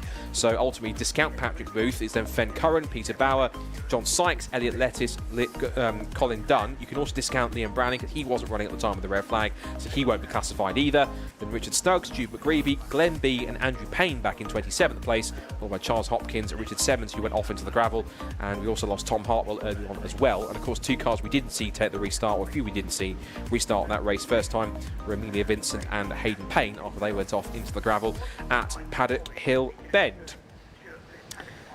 So, given the position of the cars, as much as we I think love to get a podium and a reaction of the top 3, it might not be possible because they will be moving the cars off, I imagine, straight down to Parc Ferme. I've just noticed also there was a third car involved in that incident, but it was up against the barrier so close they didn't actually spot it, and it was car 101. which was, car 101 was Peter Bauer, so he wasn't actually running at the time of the red flag either. And the rule is if you're not running by the time the red flag comes out, then you are not classified as a finisher. So Peter Bauer won't be classified either, unfortunately. But he will make his way back into pit lane. And that was very much a mid-pack skirmish which caused that incident. And unfortunately, end for their race respectively. But hopefully the teams can work hard overnight to get that car back going again. So City Car Cup essentially has completed its first race of the weekend. And with that declared result, and given the fact we look at some of the results, trying to work out who got the fastest lap in that race. Philip House, but he's an invitation car, so he won't get that. So it's going to be a 1:04, a low 1:04 somewhere. And we think, looking at the timing screen, it might well be Christopher McKenzie, which means that Richard Jepp doesn't get a fastest lap point. So given the fact on that one that Stuart Bliss scores 47 points for second place and Richard Jepp scores 50, the gap is still, 652 points on our account to Richard Jepp's 609. However, let's put the scenario in that, let's say Stuart Bliss doesn't do this race and essentially doesn't finish, or doesn't finish the race and he scores that one single point or doesn't race. It's not really going to make a difference. Let's say he doesn't do the second race, and let's say Richard Jepp does get the win in the fastest lap. It essentially doesn't change anything because he'll still be 39 points ahead on that drop score anyway at that result at best in terms of his gap. So the City cars are now moving, but I imagine they will probably bring them around and take them straight through. Well, I think if we can catch the top three, I'm certain they'll park them up, and then we will get to, well, say that, they're actually turning them straight away down into, I think, straight into part further around the back of the pits. I think we might still get a reaction of some kind from them, which means we might be able to do that just before we get into our second to last race of the day, which is the championship decider for the Downforce Radio Mazda MX-5 Clubman Championship, of which going into that race with the results, I have to wait and see. Now, one thing I do want to check also, which is always a caveat sometimes, is whether or not throughout what happened, if there was any judicials in the MX-5 Clubman Championship, which could potentially have had an effect on anyone at the top of the standings. I don't think there would have been. So let's have a quick look and see if there's anything for the MX-5 Clubman Championship. The only thing I could see was something that would happen between cars 509. That was Jordan Pimley and Jamie Turner. But ultimately neither of them are in the championship fight, and Jordan Pimley was a guest anyway, and that was decided there's no further action. So nothing to affect either Jonathan Greensmith or Paul Bateman. And of course the key thing is, also on this one, Paul Bateman, of course, after he didn't finish in race on the restart from race, and that's that first race, how that's going to affect how things go forward in terms of whether or not he's able to pick his way through from the back of the grid. If he is able to make it from the back of the grid, I'll quickly look and see where he's set to be starting. Just in terms of a number for position, he's set to start basically from 30th on the grid of a 34-car field, whereas we've got Jonathan Greensmith at the front row of the grid alongside Jamie Turner. We'll get to that once we get the MX-5 Clubman cars out on track, but until then, I believe we should have our top three now for the first race of the City Car Cup. So let's head down to Richard John Neal to talk to our race winner Richard Jepp and our new provisional champion, Stuart Bliss. Well, always a shame to end with a red flag or indeed under a safety car, but we are going to grab a word with Richard Jepp, who is surrounded by Richard. Well done. Thank you very much. Congratulations. Let's get you over here by a bit of Brscc branding and celebrate the fact Lindsay's just doing the business for you. We think that is also the Student Motorsport Challenge for you and Team Northbrook. So double bubble, which is great for us. Well done. Thank you, Lindsay Close, for doing the honours. Thank you. I thought Lindsay was going to fan you with the hat then, just to cool you down. Yeah, the racing. Shame to end under a red, but really good racing. Yeah, it was a real shame. There's so many cars here and so many different skill levels. You do get a few incidents, but the racing at the front end was really, really good. So I had a absolutely rubbish start. Even for the second time, I had a really rubbish start. Dropped down to about third or fourth, but a really good, after the safety car, really good launch, and yeah, managed to get Stu. Great racing for Stu. Again, congratulations to everyone, and congratulations to everyone from the team as well. We've worked so hard this season to keep hold of the title, and we've managed to do the triple, so thanks. That's absolutely mega, isn't it? And it's a real target, isn't it, for everyone else to go up to, you know? Yeah, this season's been really tough. Like, the other colleges have really closed the gap from where we were like a couple of seasons ago. So the racing has been really good. Everyone's been pushing to the last it's come down to the last races, you know. So it's been a brilliant season. But yeah, once again, thanks to the team for giving me the car that I needed to do the job. Let's see if we can get a bit of noise for Team Northbrook. How about that? That's pretty good, isn't it? Yeah, it's brilliant. It's all the boys. They've worked really hard. And girls, sorry. They've worked really hard all weekend. We were testing on Friday. It was a bit tough. We were a bit slow, but we found a few little things to do and obviously worked wonders. So thank you very much. Brilliant stuff. Well done. Many congratulations. We'll see you tomorrow as well, Richard. We get another helping of City Car Cup tomorrow with Nankang Tyres. Second position in the race. We reckon more or less there, chap. Have you done the sums? I think I've done it. I just had to. Well, I didn't even have to finish, to be honest. But Stuart Bliss, by the way. Sorry, Stuart. I should have done checking. Well done. Yeah, no. Yeah, I think the championship was done before this one, but I've entered. I thought I'd run with the college team just to sort of give them a bit of, you know, sit in the seat and give them a bit of feedback on the car. They've done a great job. The guys running the car. The car's been epic. We had a few little issues in testing yesterday, but yeah, it's been epic. The guys have done a great job. What more can I say? We just need to get on the front for them now. Yeah, we've got another race to do that for tomorrow. For me, the Student Motorsport Challenge works really well because you've got new drivers coming in, potentially experienced, quick drivers like yourselves, and you can all sort of go through the learning process and help each other along the way, which is great. I mean, I've met these lads first time on Friday, and like I say, they've been great. And like I say, you're asking them to do something on the car, they're straight there. You know, it's a great program. So I'm guessing, like, you know, next year much of the same again. The students will come back, I'm hoping. But for me, I don't know. We bought a Fun Cup car, so whether I'm back next year, I don't know. No way. Is that a kind of an announcement? I probably shouldn't have said something. No, I mean, we've got a car. We're going to do a bit of testing. My brother, Dominic Fletcher and Bob Bannister. But like I said, I've got one more race to go. Let's concentrate on this. Stuart, a good form of testing is racing. Fun Cup's next week, isn't it? The finale at Alton. Yeah, I think we're going up to watch just to get a feel for it for next year. But I mean, I'll still probably come back and do these because these are great little cars. They're great fun. And like I said, and even with these guys running the car, you know, it's been epic. Like the car's, say, faultless today. Yeah. Probably on me, I could have had a better restart on the safety car. But, you know, here's what it is, and on to the next one. Well done, Stuart. Thanks for changing. Congratulations. Our champion, we think, there. And Chris McKenzie gets third place. Chris, lovely to see you, as always, whether it's Toka Paddock or otherwise. And you led that one for a while, but it's a tough competition, this, isn't it? Yeah, it really is. I was in the lead. I was trying to defend, but they managed to get through me, and both my mirrors got cramped in, so I couldn't see what was going on behind me. I thought I was defending well, but it turns out I wasn't. But I'm happy with P3 still. Would have rather had the win, but it's what it is. How have you developed this year? I mean, obviously we've seen you in the mini challenge, and you've continued to, you know, to grow in that and learn it. Has that helped you here as well? Oh yeah, massively. Coming back into these cars, it feels not easy, but less pressure. You feel a lot more chilled. So yeah, it's definitely helped. I feel like I'm quicker in these than I was before. So yeah, it helped massively. And long may that continue. We look forward to seeing you on the top step real soon. Chris McKenzie, very well done, Chris. Congratulations. And our last one, Brady Pollock. Let's have a word with Brady. We met this young man at Snetterton. Brady, so it's a podium as far as the Student Motorsport Challenge goes. And I remember you being fed up you weren't higher up on the overall podium at Snet, but it's another good result. Yeah, I mean, our focus has switched from trying to win the championship. Unfortunately, because at Silverstone, our engine did die. So our focus is now onto securing the second place, which today really helped us, getting past Jack Wheeler. So I can't be happier with the result from where we started after being held up in qualifying. So overall, I'm happy with the performance. We fought really, really hard for it. And you know, another one of these fantastic student teams behind you, and it really does add to the paddock because there are kind of more people involved, and that just builds the team experience, doesn't it? Yeah, I mean, West Suffolk College, they've been absolutely amazing throughout the whole season. Team principal Alan Barrett, he's been helping me with the setup because I'm a novice. Trying different things during testing and then seeing what works best for us, and that's really helped us through the season. We've been getting the top results like Snetterton with both wins, been up there consistently, so I owe it all to the team. We've really pushed hard this season.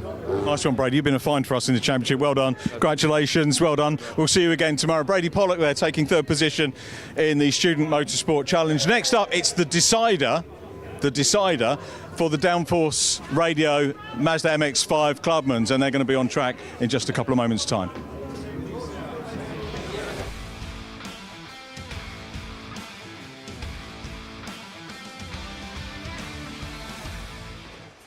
Thank you very much, Richard. Yes, title decider time now. Always a tense moment, but always exciting nonetheless. And it is the final race of the season for the Downforce Radio Mazda MX-5 Clubman Championship. Now, I was trying to get the words out there. Now, coming into this race, after the result, to catch you up if you didn't catch it earlier on, this is the scenario. So it was Johnny Greensmith finished second behind race winner Jamie Turner, whereas Paul Bateman on the restart got clipped by another driver and actually damaged his rear suspension. That put him out of the race. It means coming into this race, there was a 9-point swing, a 7-point swing in Paul Bateman's favour. However, here's the caveat.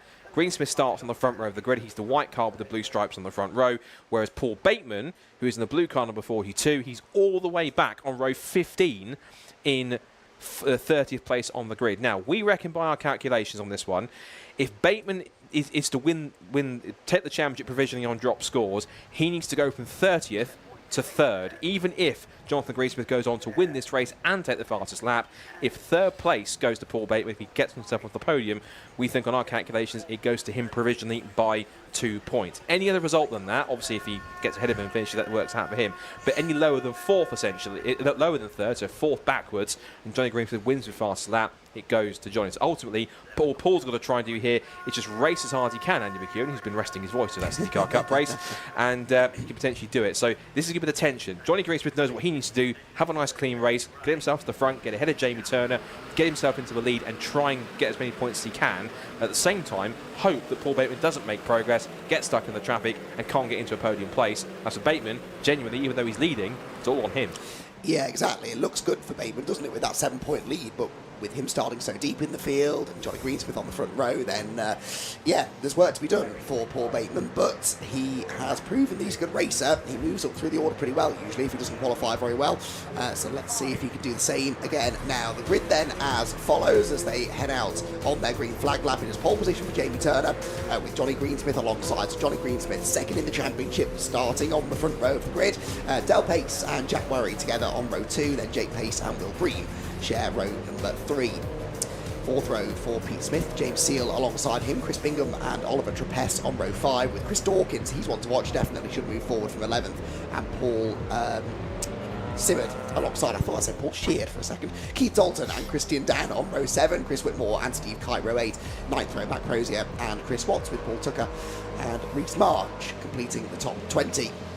Jonathan Fieldsend and Simon Privet make up row 11. The 12th row shared by Peter Williams and David Scalia, with Dale Whiteman and Andrew Gilligan on row 13. 14th row Adam Lawrence and Jordan Pimbley, another to watch, definitely moving forwards. Ollie Walden likewise, and then Paul Bateman. Paul Bateman's championship leader, starting from 30th on the grid. Alan Hawkins, Martin Tolley, Tom Greenwood and Simon Waterfall all may or may not be there at the back of the grid after sustaining damage in the race earlier on today. So, as we said, third place in this race for Paul Bateman would guarantee the championship, even if Johnny Greensmith wins the race with the fastest lap. Third place of the points scorers, we should add that caveat, because remember there are a handful of guest drivers who don't score points, but third place of the point scorers for Bateman guarantees the championship.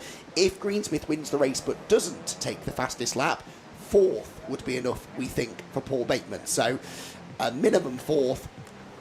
Really, 3rd place would guarantee it, but that's all if Greensmith wins. If Greensmith doesn't win the race, then Bateman doesn't have to necessarily finish quite as high up the order. We'll work it out, of course, as the race goes on, but I'm sure Paul will be having flashbacks already, Scott, to the race earlier on today, where he started not that deep in the field and still got himself caught up in some start line drama. Now he starts from 30th on the grid, and it's going to be a job, really, just to get through the first few corners in one piece, given how the race went a little bit earlier on today. Definitely, considering that he's right in the pack. He's just parking up right at the top with a shot in the blue number 42. That's how far back he is, practically at the top end of the pit straight compared to where Johnny Greensmith is towards the front. But this is going to be quite intense to see how this one plays out. So, green flag at the back, and for one final time in the Downforce Radio Mazda MX-5 Clubman Championship. They're lights out. Let's see who takes the title. It's underway. Clean start from Greensmith. He gets the better launch, it looks like, from Jamie Turner. Turner comes back in the second phase of the start and holds on to the inside line. Jack Warry sweeps into third place just behind them, but the undercut immediately straight away from Greensmith. He's going for it on the inside to Jamie Turner, up the hill towards Druids for the first time, and track position goes to Johnny Greensmith and race position goes to Johnny Greensmith. He's into the lead. That's exactly where he needs to be. The key thing is now he's got to take off now, get himself up the front, get away from Jamie Turner and co, get himself the fastest lap of the race and get up the road as quick as he can. can and hope Bateman doesn't make progress. As for Bateman, he has passed about roughly 5 or 6 cars or so. He's got Jordan Pimley in the mix. Just behind him was one Simon Waterfall. So he's gained about 5 or 6, and it was side by side for the lead also between the leaders, Greensmith and Turner, into towards 30s. That may have well changed around, but as for Bateman, we'll see where he is, but he's trying to carve his way through, made up about at least 7 or 8 spots. He's following Jordan Pimley through the traffic at this point as they out of Clark Curve onto the pit straight in the championship finale for Clubman, and up towards the pit straight, Turner back in front. Greensmith is up on good pressure, but here comes Paul Bateman. Let's see where he is and how far he's risen by the end of lap number 1. Well, he was at the inside of 2 cars, one of those cars being Jordan Pimley as they came off the final corner, so he's definitely gaining ground. At the end of lap 1, he is, I reckon, about 21st or so. Pimley is 20th, and yes, Bateman right behind him in 21st place, so 9 places gained on the opening lap, excuse me, for Paul Bateman, the championship leader. There he goes. And making good forward progress he is. It's Johnny Greensmith in 2nd place at the moment. Well, okay, what if Johnny Greensmith finishes in 2nd place? Well, that means, I believe, that it would be, yes, I think 5th place would be enough for Bateman if Greensmith finishes in 2nd position without the fastest lap, that is, anyway. We'll factor that in as the race settles down. Fastest lap likely will be set later on. There's a yellow flag out there. Is there at the final corner, or maybe a surface flag? One hopes it's a surface flag because we've got Chris Bingham here going up the inside of Oscar Trapez for a position inside the top 10. You don't want to see that in a yellow flag zone. I think it is a red and yellow light that's on. Greensmith, meanwhile, for the lead up the inside of Jamie Turner. And Johnny Greensmith wants the win, wants the maximum points. Can't quite get through for the time being. That is Chris Dawkins, by the way, into 3rd position. Now, Chris Dawkins has taken the fastest lap. He is not a guest driver, so he's taken that point away potentially from Johnny Greensmith. And more to the point, Scott Woodwist looks like he's maybe got the pace to get ahead of Johnny Greensmith. And that will be Johnny's worst nightmare because they can't afford to really lose any more positions.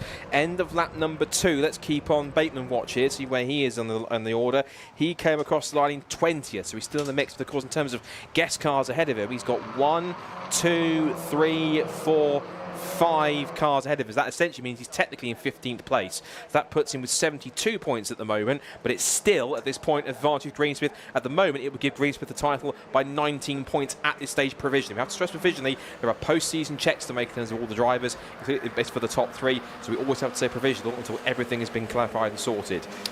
Looked like Dawkins was shaping up for a move there against Greensmith, but actually Greensmith, his best course of defence, he decides, was attack. Goes up the inside of Jamie Turner, gets the lead away, but Dawkins is up the inside of the pair of them. They're 3 abreast towards Druid's corner, and Dawkins on the inside line will go through. So up 1, down 1 for Greensmith, who now needs to try and close the door. Oh. Off goes the 22 car. That's 72, Steve Kite. Oh, sorry. 72, yes, looks a bit like a 2, but yes, you're right. He's well off into the gravel trap at Paddock Hill Bend. Do I say the dreaded word safety car? I think it might be. I think it might be. Oh, that's Jake Pace bounding along on the exit of Graham Hill Bend. Now, of course, you don't have to tell us to tell you who this benefits the most. Paul Bateman. Because it means he needs to close. So if actually diving down the inside a couple more cars, he's gone past 821 and 55.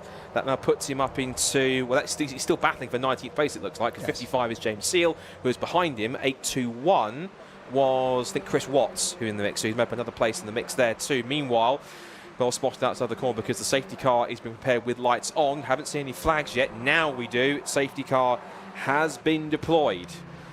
Interesting. Now, there's 2 ways you can look about this. It benefits Johnny Greensmith because it means it's less time for Bateman to make up places.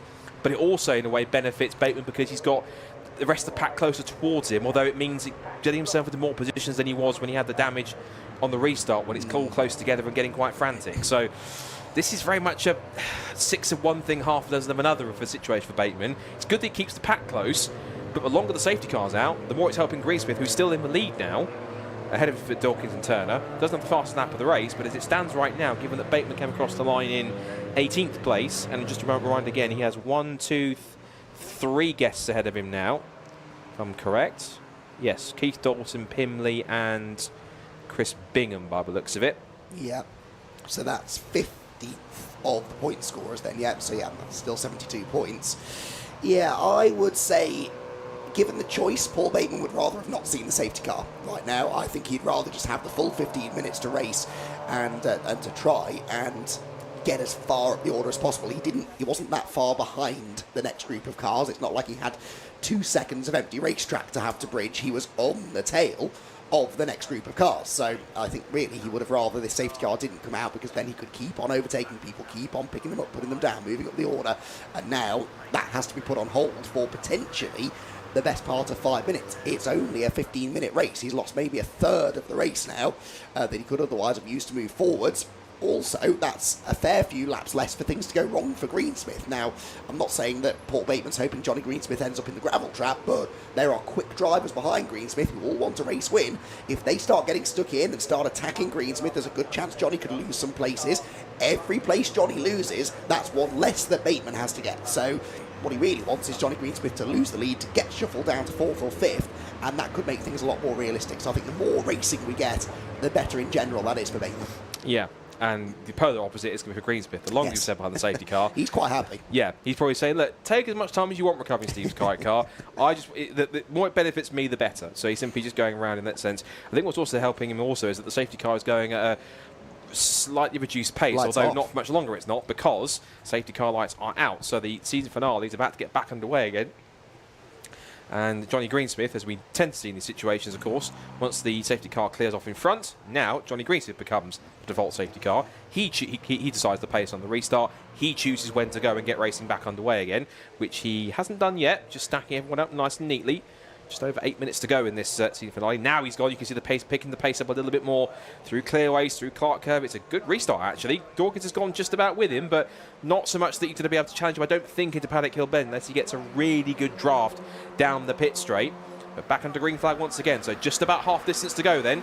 And again, to fill you in, essentially, it's Bateman in 18th, but essentially scoring points for 15th place, according to the timing straight, whereas Greensmith is leading, with Dawkins going with him on the restart, and Jamie Turner falling back into the clutches of Jack Warry here. The crucial thing here is that even though Dawkins won't necessarily care about the championship, it's all about Greensmith, what he can do to keep the back at bay, hopefully not stack them up too much so they all get clustered up together. Although that could have a benefit, it could be stacks them all up. There's a lot more traffic for Bateman to have to deal with. So there's pluses and minuses for different situations here, but even nonetheless, it's looking pretty interesting. I think we're both looking at it with Paul Bateman, isn't he? He's still basically where he was. He didn't get a fantastic restart, and he's still back in 17th behind Simon Waterfall. He's actually fallen away from them, so if anything, Bateman was asleep on the restart and actually lost ground to the cars in front. There he is, well picked out. So there's the AB Motorsport car turning into Surtees, and yeah, some distance ahead to Simon Waterfall. Great job by Simon Waterfall's team, by the way, to get that car back out, because that looked to have taken a pretty hefty hit into the barriers in the race earlier on today, but they've got the car out there, and he is able to race. He is being caught now by Bateman as Jake Pace sets the fastest lap of the race. The lead gap 0.2 of a second, with Turner, Warry and Jake Pace all closing in on the race leader that time as well. Paul Bateman, is it all starting to slip away now for Paul Bateman? He came into the weekend with a reasonably healthy championship advantage, and now all of a sudden he's staring down at the barrel of defeat. Jordan Pimley there to the outside, someone way wide behind them, and bounces back onto the road. Paul Bateman on the back end of that group now, so there are lots of positions up for grabs here for Bateman, but he's only got 6 minutes and 20 seconds left to try and take them. Three abreast racing just ahead of them there. That was Will Breen going up the inside of two other cars down the Cooper Straight as the leaders turn through Surtees into Clearway's corner. Oh, almost a bit of contact, wasn't there for third? Jamie Turner and Jack Warry. Jack Warry, remember, third place in the championship, mathematically out of the championship battle now, even if Greensmith and Bateman were to not finish this race. Jack Warry can't beat them, but he'd like to end his season with a race win if possible, and almost tangled there with Jamie Turner through the final corner. Listed Dan losing out there to Jordan Pimley. Now, Pimley, I said, was one to watch. He's into the top 10 now, Scott. That is really impressive. Remember, started very close to Bateman on the grid, and he is the best part of 10 places further ahead than him. Yeah, just getting better rub with the green with the traffic, and he started in, try and find it now, he started in Jordan Pimley. Where is he on the if I can't find it, look at the MX-5 Championship rather than the Clubman. That's smart. I'll get the right one eventually. There we go. So he started back in 28, just ahead of Bateman. So you're right, he's made a lot more progress than he has. Bateman, while I'm watching out the window, is getting stuck in with two more cars in front of him. I think he's passed Waterfall and also 711 by the looks of it. So he's got past a couple more positions there. So that now puts him, when he came across the line, he is now into 17th and still has 3 guests ahead of him, so he's still going to score points for 14th. So 14th at the moment, giving 74 points. At the moment, it's still Greensmith's swing in the title race by 19 points still at the moment. Down towards Paddock Hill Bend. Less than 5 minutes to go in the season, and Greensmith still holds the advantage as they come up and down through Paddock Hill Bend. This little mini speed bowl, this roller coaster of a circuit, up and down all the way. And Dawkins now looking to the outside line. Remember, he's not in the championship fight. He just wants to go ahead and pick up a race victory. He's racing for himself, not for the championship. He doesn't care about that in the best possible way. He's racing to get the victory, regardless of who it benefits or not. It's a difficult situation, this, for Greensmith, isn't it? Because we know that he could probably afford to lose the lead here, because Paul Bateman, off, has got the 177. That car's been in the pit lane already in this race, by the way. That's Gilligan. Yeah. The ex-Steve Foden Rob Boston racing car. But yeah, we know that Greensmith could afford to lose the lead, but he will not know that. He thinks that he's got to keep on fighting, and he is therefore going to defend from Chris Dawkins, I'm sure. So as he defends, it brings other people into the fight. There's a bigger possibility then of more places being lost here, because Bateman, meanwhile, not really making the progress, is he? Paul Bateman, I think, is still possibly in 15th place. We'll wait for the timing tower to update when he crosses the line. He's behind Reece March. He's up to 14th. Again, still behind 3 guests. No, but he's behind two guests now. So that's 12th place points, which is 78. We know he needs 3rd place, 4th place at the moment, with Greensmith out in front. But the point is, if Greensmith starts defending, there is a good chance that the likes of Jamie Turner, Jack Worry, Jake Pace may be able to buy into this fight yet. So really what he wants to do is not defend from Chris Dawkins, but he's racing as if he needs the race win, because he knows no better. He doesn't know where Paul Bateman is, so he's going to defend this race lead over the final 3¼ minutes, and that could still give others the opportunity. There goes Worry up the inside of Jamie Turner, and that's now for 3rd place. Yeah, that's another place gain. Jack Warry getting himself on the podium. Captain Jack, as some of his team call him. So I'm sure there'll be some shouts of that on the podium when he's down there taking his trophy. So less than 3 minutes to go, and you have to say, touch wood, it's not looking good for Bateman. He's too far back, I think, at this point for anything to happen. So it's all basically down to how Greensmith controls these final 3 minutes and essentially gets it done. He would love to wrap it up with a victory, but he knows that Dawkins wants to end the season with a victory. And here he comes to the inside, a big lock-up. Can he hold on? Oh, that was a close moment. How he got that stopped, I've no idea. And Greensmith, I think, for safety, just let him go. Said, look, he saw it coming and thought, no, you go. I'm not going to get involved in that. And it's a good job that he did, because if he hadn't done that, I don't want to think what would have happened next and what connotations that could have had for the championship. But Dawkins into the front, but even so, it's 98 points. It'll still do it provisionally by 13 for Johnny Greensmith. So even if he stays here, it's still good enough. He wants a victory, of course. Anyone wants to get it with a victory where they can. Whoa. Oh, whoa! And now was that yellow flags there? Was that just the? No. I thought it was the flash of the yellow from the rescue unit. I got confused. I saw that and thought there was yellow flags. But Jamie Turner just arrived up the inside out of shot, up the inside of Jack Warry, and that didn't quite work for him too. Jake Pace, meanwhile, has got the fastest lap of the race, so none of the 2 title contenders have that. That's crucial. Less than 2 minutes to go now in the championship, as the sun starts to set here at a little bit in this late afternoon on Festival Saturday. Up the hill they go, the leading 5. So Dawkins, Greensmith, Warry, Turner and Pace. Oh, in the background, that was car in front of Jordan Pinley. That was Will Green by the looks of it. So he ran wide and is holding on to 7th place by the look of it. As for Bateman, up to 13th now, and he has still 2 guests ahead of him, which is Pinley and Bingham. So that gives him the points for 11th place. So even so now, where he is, he still loses out by 11. And again, he's running out of time, and it's looking very much now like advantage Greensmith. All he's got to do is keep this thing on the straight and narrow for the last basically 2 laps or so, and provisionally it's in his hands. Yeah, there's nothing really that Bateman could do about this now, isn't there? Because Paul Bateman really is not going to get up into 4th place. It's now down to whether or not Johnny Greensmith throws this away. And he's not the kind of driver, I don't think, that would do that. I think he'll drive this race pretty sensibly with a championship head on his shoulders. He's got 1 more lap, I think. I think we're on to the final lap. Army Pete Smith now sets the fastest lap, by the way. They're lapping in the high 58s. I think they had less than that probably when they came through. There is a last lap board out. Last lap board is out, so 1 more time around. And Johnny Greensmith just needs to keep his head, and the championship's his. So half a lap to go then. And I remind you, Johnny Greensmith has been here before. He's been a champion in MX-5s before. He was a champion in Porsches. Of course, come back to MX-5, did a bit of MX-5 Super Cup, and he was in the mix there too. Got a couple of wins in the wet at Donington, I remember that. He's come back every now and again to do it, but he thought, right, this year's going to be a full-on championship assault. He came back after a while, enjoyed it so much, he's going to hold on here if he can up towards what should be, we think, the checkered flag, which would look as though it's, was that, is the flag ready? It is. So Chris Dawkins comes to the line then and will take victory in the final race of the season, but we think second place is more than enough provisionally to crown Johnny Greensmith 2024 Downforce Radio Mazda MX-5 Clubman Champion.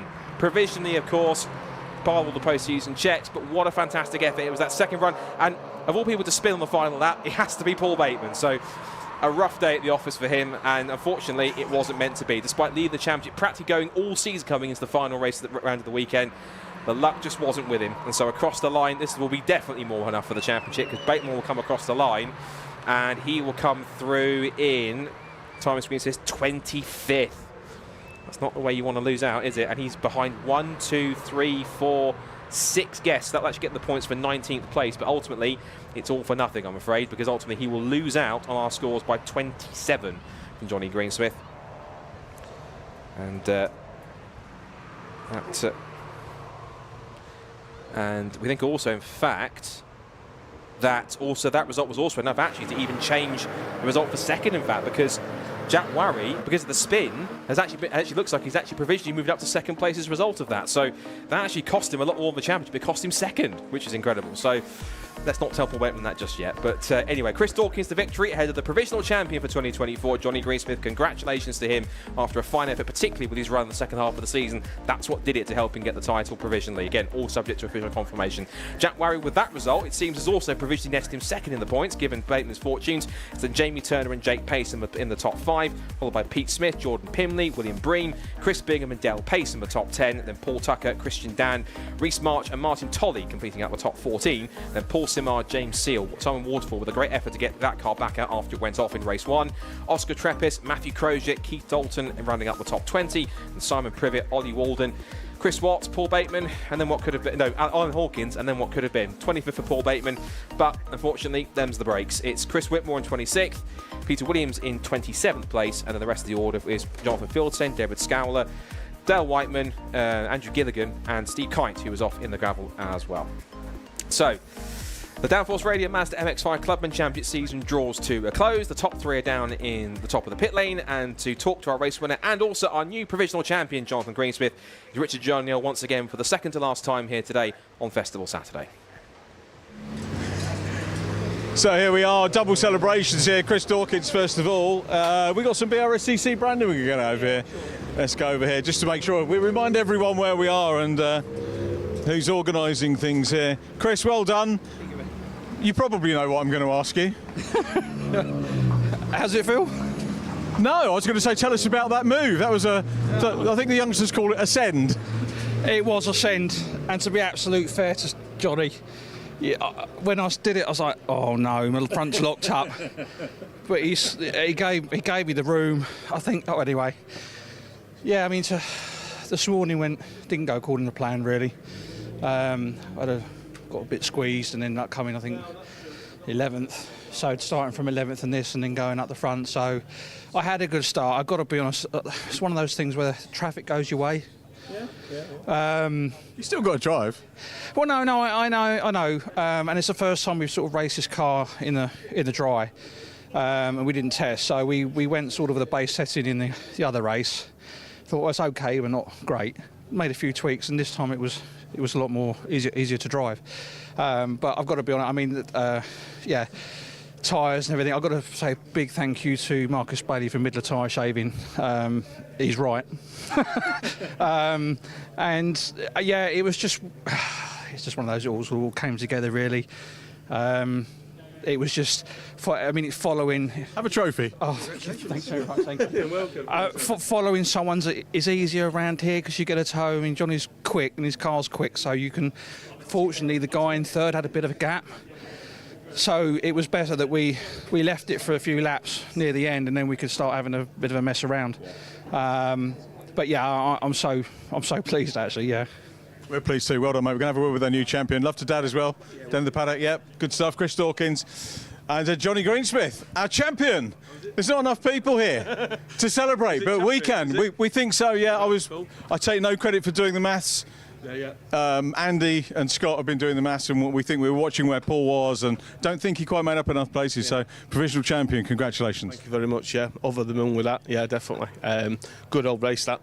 with Chris Dawkins, yeah, he threw it down inside him, all lit up, smoking and everything else. I thought, I'm just open door on him. Yeah, so I just didn't want to get knocked off and have a DNF, so I just kept it cool. Yeah, another stage in the season, you'd have probably had to go back, wouldn't you? Oh yeah, definitely. Yeah, I had a few moments where I thought I'll have him back, but then I thought, now, just keep it calm. So yeah, we're good. That kind of thing's part of being a champion, is knowing when to respond, knowing when not to. Yeah, that's it. You've got a lot of learning from it. You've really got to think about what you're doing, your moves and stuff like that, especially when there's championships involved and stuff like that. So yeah, you've got to think forward, definitely. We'll see you at the awards night. Yes, most definitely. Yeah, a few drinks will be going everywhere, I think. That's great. Are you around tomorrow? Are you staying to watch other bits? I'm going to stay around for probably a couple of hours before we're back up to Sheffield and stuff. So yeah, I think we've got a long night tonight, stripping engines for scrutineering. There's a young lad here as well. He was helping us out, wasn't he, with interviews and stuff on Anglesey, which was great. Yeah, he's here. Yeah, he'll be watching. I don't know where he is, Stanley. Nice one. So yeah, and Iris will be watching in the motorhome, so you don't want to venture out, so hopefully she'll be watching this. Yeah, definitely. Jonathan Greensmith, 2024 champion. Many congratulations. Good to see you. See you next year for the defence. And Jack Worry takes third place. We've got time to have a word with Jack as well. Congratulations. Always a pleasure to see you. I've got to tell you, actually, a little secret. The guys that do the directing, they're rooting for you. Oh, really? Well, I'm thankful for that. I'm great. That's good to know. I've got a bit of support behind me, so I'm happy.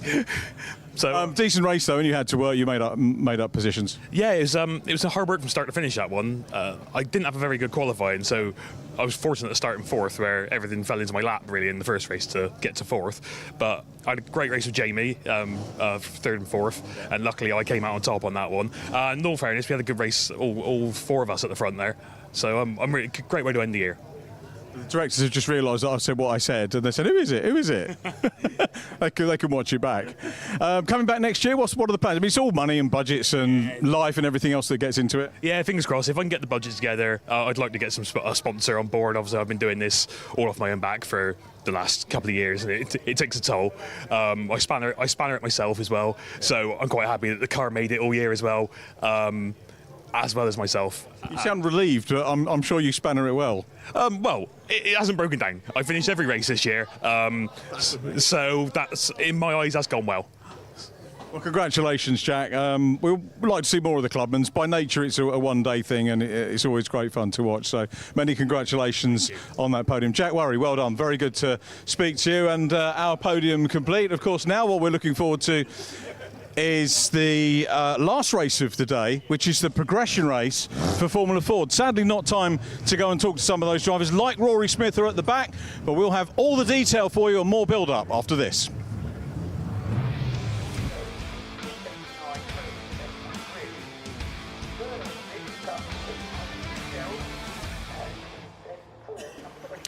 We do indeed. Thank you very much, Richard. One more race to go on Festival Saturday, and it's more Formula Ford action, and a relatively crucial race for most of the drivers in the field, because it's now time for the progression race to set the final 18 places for the 60 cars that will go through to tomorrow's two semi-finals. So quite simply, it is the top 18 cars that will go through from this race that will go through to join the remaining other 42 automatic qualifiers that booked their spots earlier on throughout the day.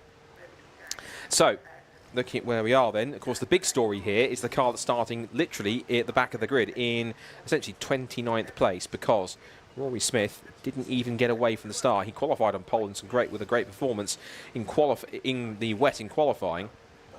Because he broke a drive shaft on the way to the grid, essentially, I mean, he didn't get the chance to even show us what he could do pace-wise. In fact, he will start 24th on the grid. So essentially, it's there will be 6 cars that will miss out from this, whereas 18 of them should progress through to make it 60 cars for the semis. So look at where we are. There's a real mixer, hodgepodge of classic and modern cars in this field, of all the cars that didn't make it through and just missed out.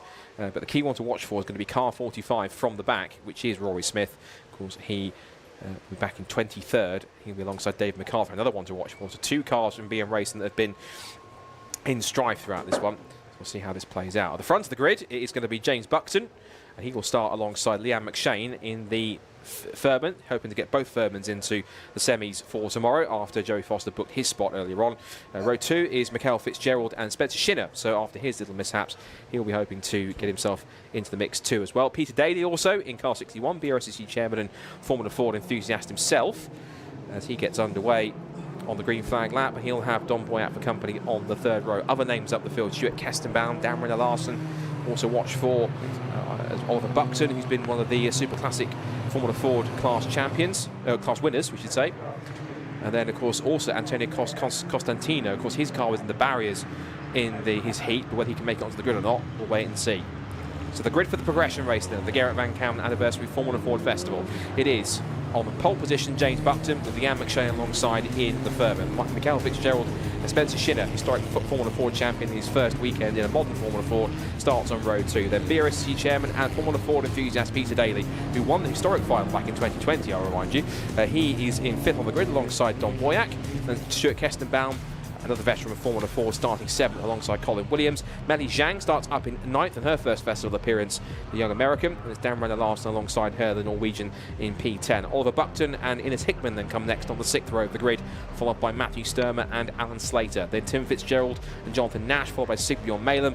And hopefully, if they have got that car repaired, I'm not sure if they will have or not, but if it is there, car 44, Antonio Costantino. Rob Hall, who was a bit frustrated after he had issues in the race, battling up towards the front. Watch for him from 19th. Gaius Ginn from P20 after he threw the car off into the gravel. Then Ian Gerry and Stephen O'Connor, and the 2 cars you have to watch out for from the back, particularly the car in 23rd position, the defending festival champion Rory Smith, back in 23rd on the grid, and he's got some work to do with David MacArthur in 24th. One thing I have noticed also coming down the pit lane is that Sigbjorn Malem, I think he's very late to the progression race, so much so that I've just seen him literally coming up down the road that connects inside from the in and outer paddocks, and he's literally parked up at the end of the pit lane just in time to take the start. So good job he has. That's a proper old school looking 80s Formula 4 with that classic Marlboro livery.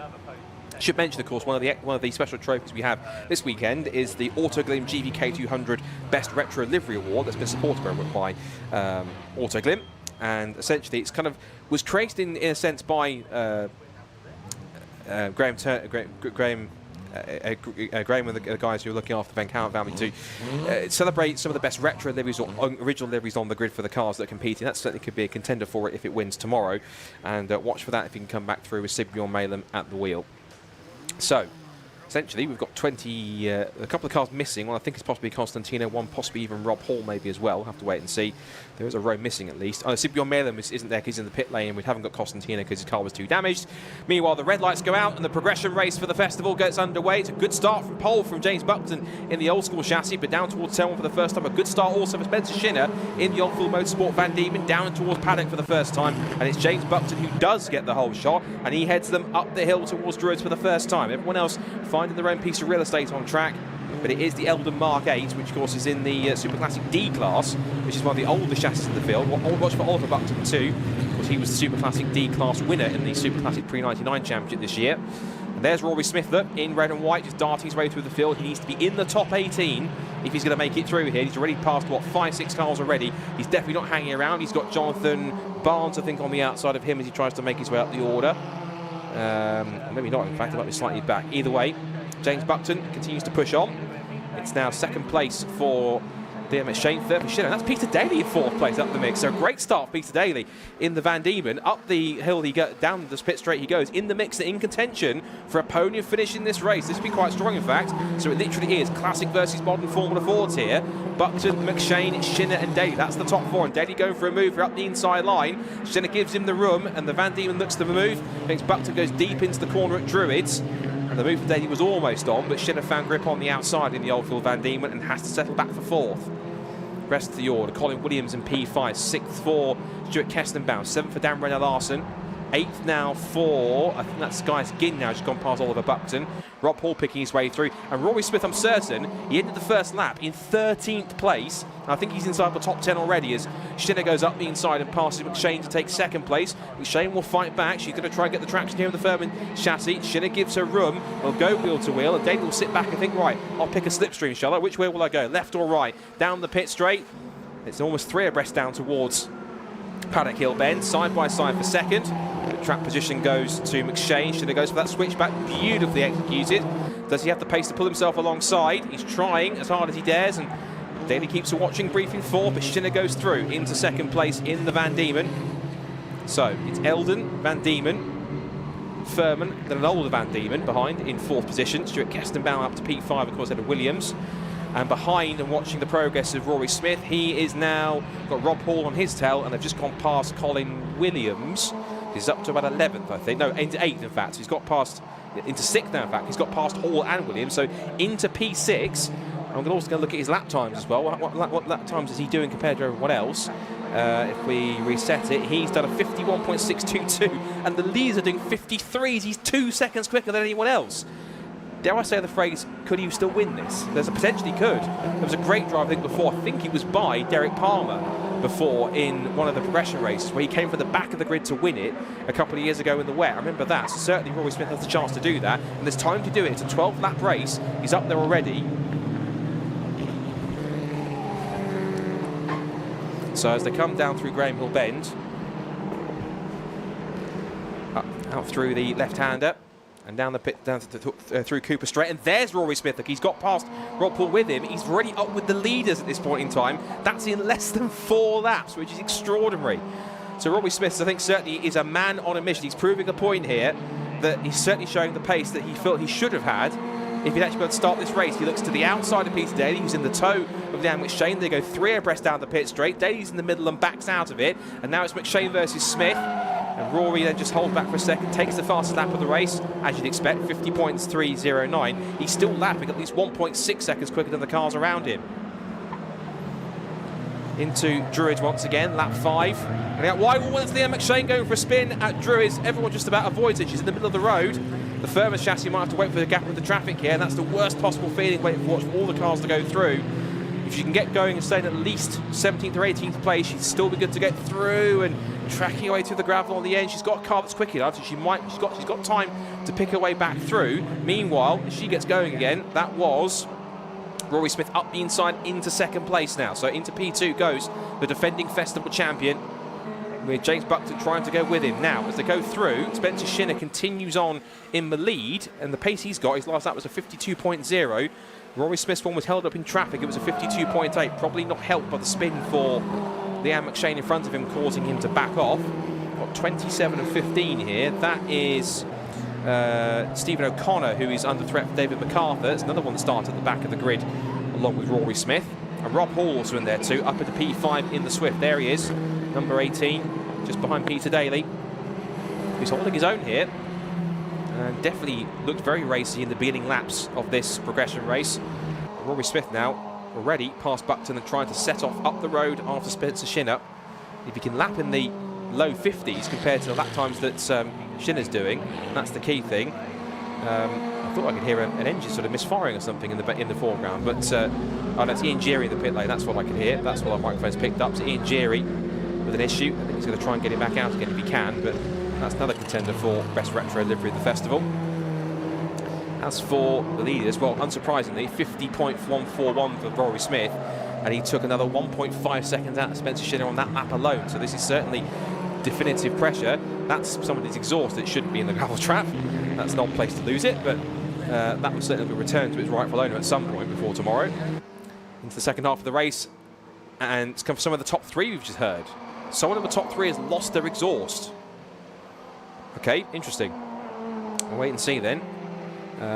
Rory Smith has in fact gone through, anyway, whilst that's happened. So Rory Smith, as we kind of predicted, has not only had the pace to get past, but also trying to pull away quickly enough to create a gap. And you can use the second half of the race pretty much to make sure that the car is working as it should be. But apparently we're hearing on our ears that the exhaust that was lost has come off one of the cars in the top 3. It's come off car 25. So Spencer Shinner, in fact. Spencer Shinner's lost the exhaust on the Van Diemen. In fact, there it is, though. It's missing from the back of the car. So it might be a bit louder out there with no exhaust on it. But ultimately, I think they'll want that back for tomorrow, because he looks like at the moment is in prime position to make his way through into the semi-final, no problems. So in terms of the cut-off point, the last car to make it through at the moment, despite starting with the pit lane, is Sigbjorn Malem, as Ian Gerry sadly climbs out of his machine. And I have a feeling, unless I'm certainly be around for the historic final tomorrow, but apart from that, his main fest, I'm afraid, is over, and so too, I'm afraid, is Melly Zhang, because she's parked up. That's at Druids, just in front of one of the BM racing cars. She's either had spin just getting going again, or had an issue that she's had to do the complete reset on. But The novice cross on the back suggests it's one of her first few races, and what a car to do it in a classic Formula Ford in that main. So she's certainly learning Formula Ford at the deep end, and she'll have leader Rory Smith just behind her in a moment as he comes across the lap, and she dutifully moves out of the way from out of the commentary box window. The rest of the pack streaming through. So further back, we're seeing here, this is Colin Williams in the number 34 car with the swarming number 40 of Dan Renner Larsen just behind. So 2 more cars that have got a bit of history in the festival. 34, the PRS versus the Dan Renner Larsen. I think that's a Van Diemen, I think, looking at it. Either Van Diemen or a Swift, one of the two. And now we're waiting for to come through. This is Peter Daly under threat from David MacArthur. So in 4th position, they put a lap on Meli Zhang.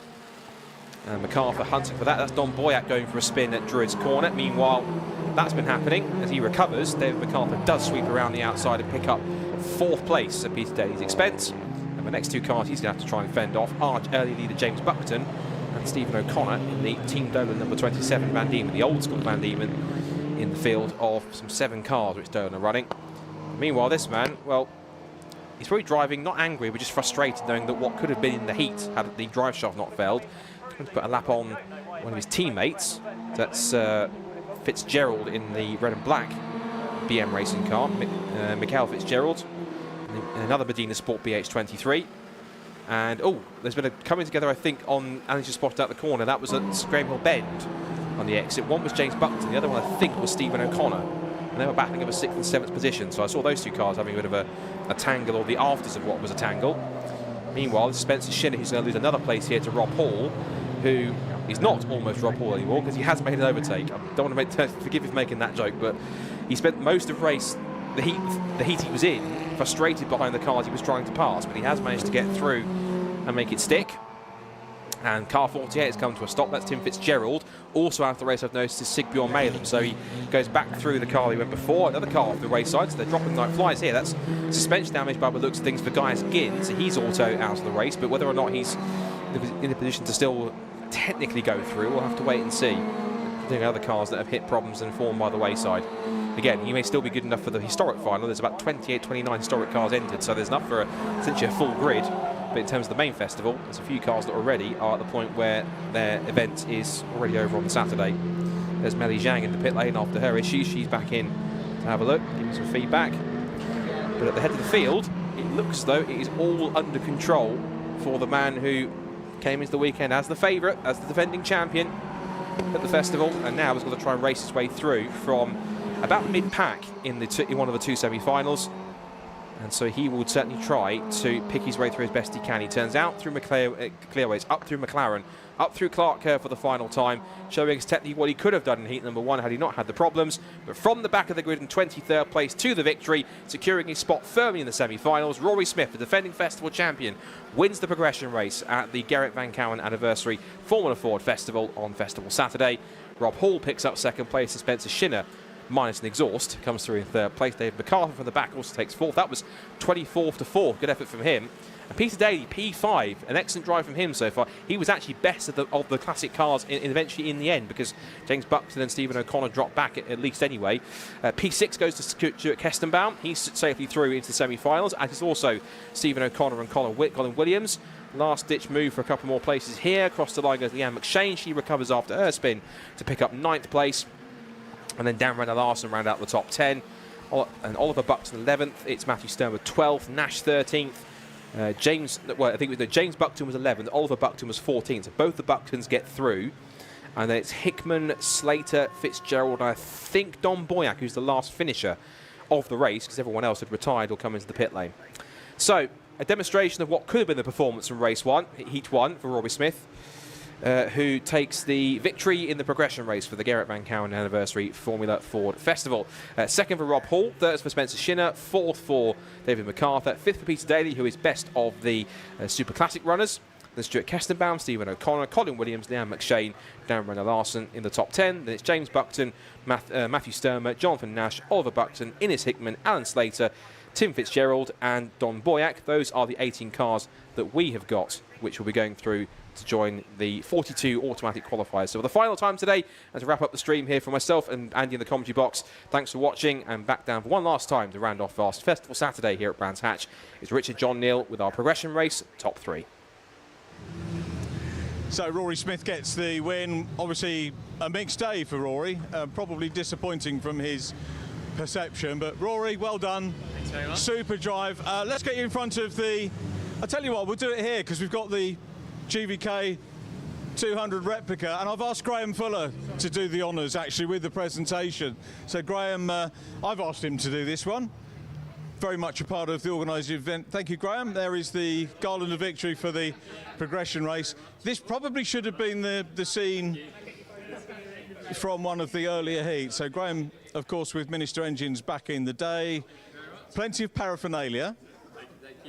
Bottle of bubbly as well.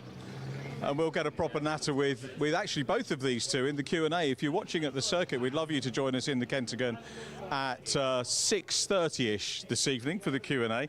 Graham, thank you for that, for doing that one. And over to our right over there, we've got the Driven by Racing thing as well.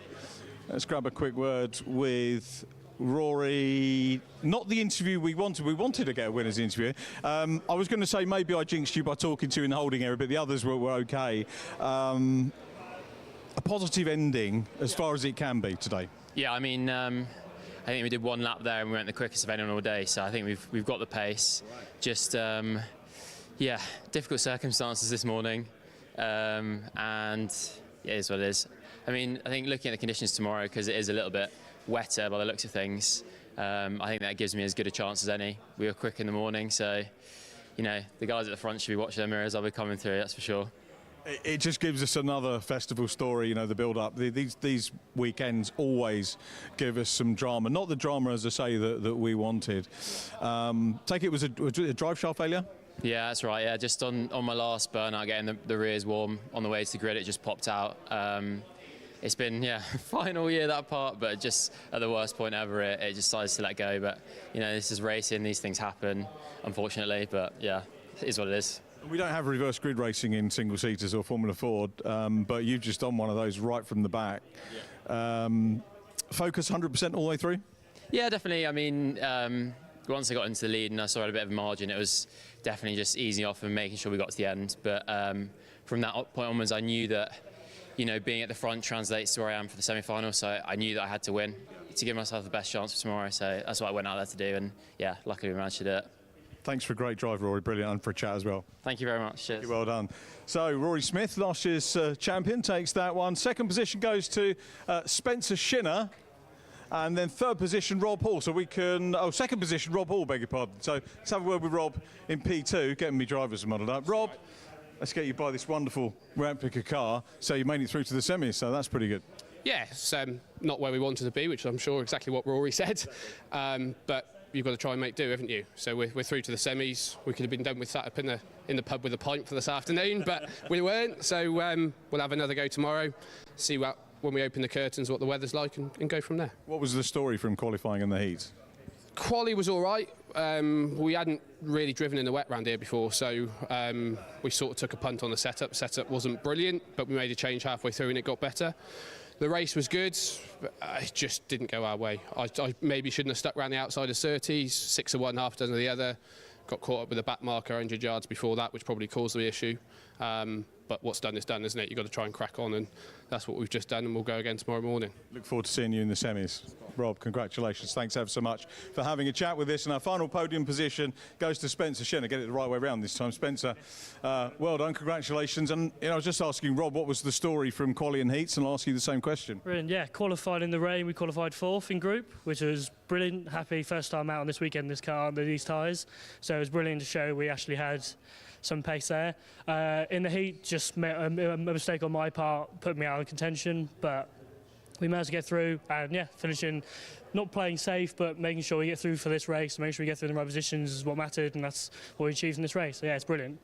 Rory was saying that wet conditions might help him tomorrow. What are your thoughts on that for your approach to the semis? Yeah, I'm in a similar approach. I quite enjoy the rain here, so hopefully, I'm hoping it does rain over the weekend. So it should be all right. I guess the good side is coming away with the podium is a great way to end the day. You know, not as good as maybe being as high up as you wanted to in the semis, but you're there, and you got a bit of glory here in our progression race to wind up the day. Yeah, definitely, especially with Rory and everyone coming through. They're incredible drivers, incredible pace. It just shows that we are getting the hang of it eventually. It's completely different to what the historic cars are we're driving this year. So yeah, it's good to get some progression and keep pushing. It's good to see you in it. Well done. Have a great evening. We'll see you tomorrow for the finals day. So that's day one complete of GVK 200, the 53rd edition of the world famous Formula Ford Festival. I hope you've enjoyed watching the coverage wherever you are in the world. I know we've got folk joining us right across the globe. Predominantly, of course, as well from our friends. We missed the Team America runners this year, but we've got American representation in the festival, which is great. Australians, Canadians. We'll try and catch up with some of the Canadian runners tomorrow. The heat winners from today, Josh Smith, Chris Middlehurst and Jordan Kelly.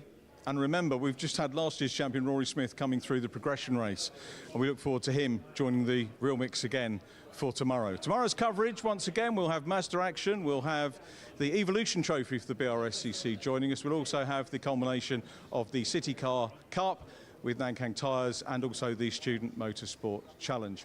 I want to thank everybody for putting together a great day, everybody at the Brscc, obviously Graham Fuller, the Van Kouwen family, marshals, medics, everybody at Alpha Live who have been absolutely fantastic once again. I'm sure I've forgotten somebody. I guess, yeah, thanks everyone. Alan Bowles as well, who's just over there. Thank you to him. I'm not going to say any more thank yous. What I will say, if you're at the track, join us at the Kentagon at 6:30 this evening for the Q&A session with current drivers and stars from the past, and we've got some great names joining us there. But from all of us here, thank you for watching, and we'll see you around about 10:30 tomorrow morning. Bye for now.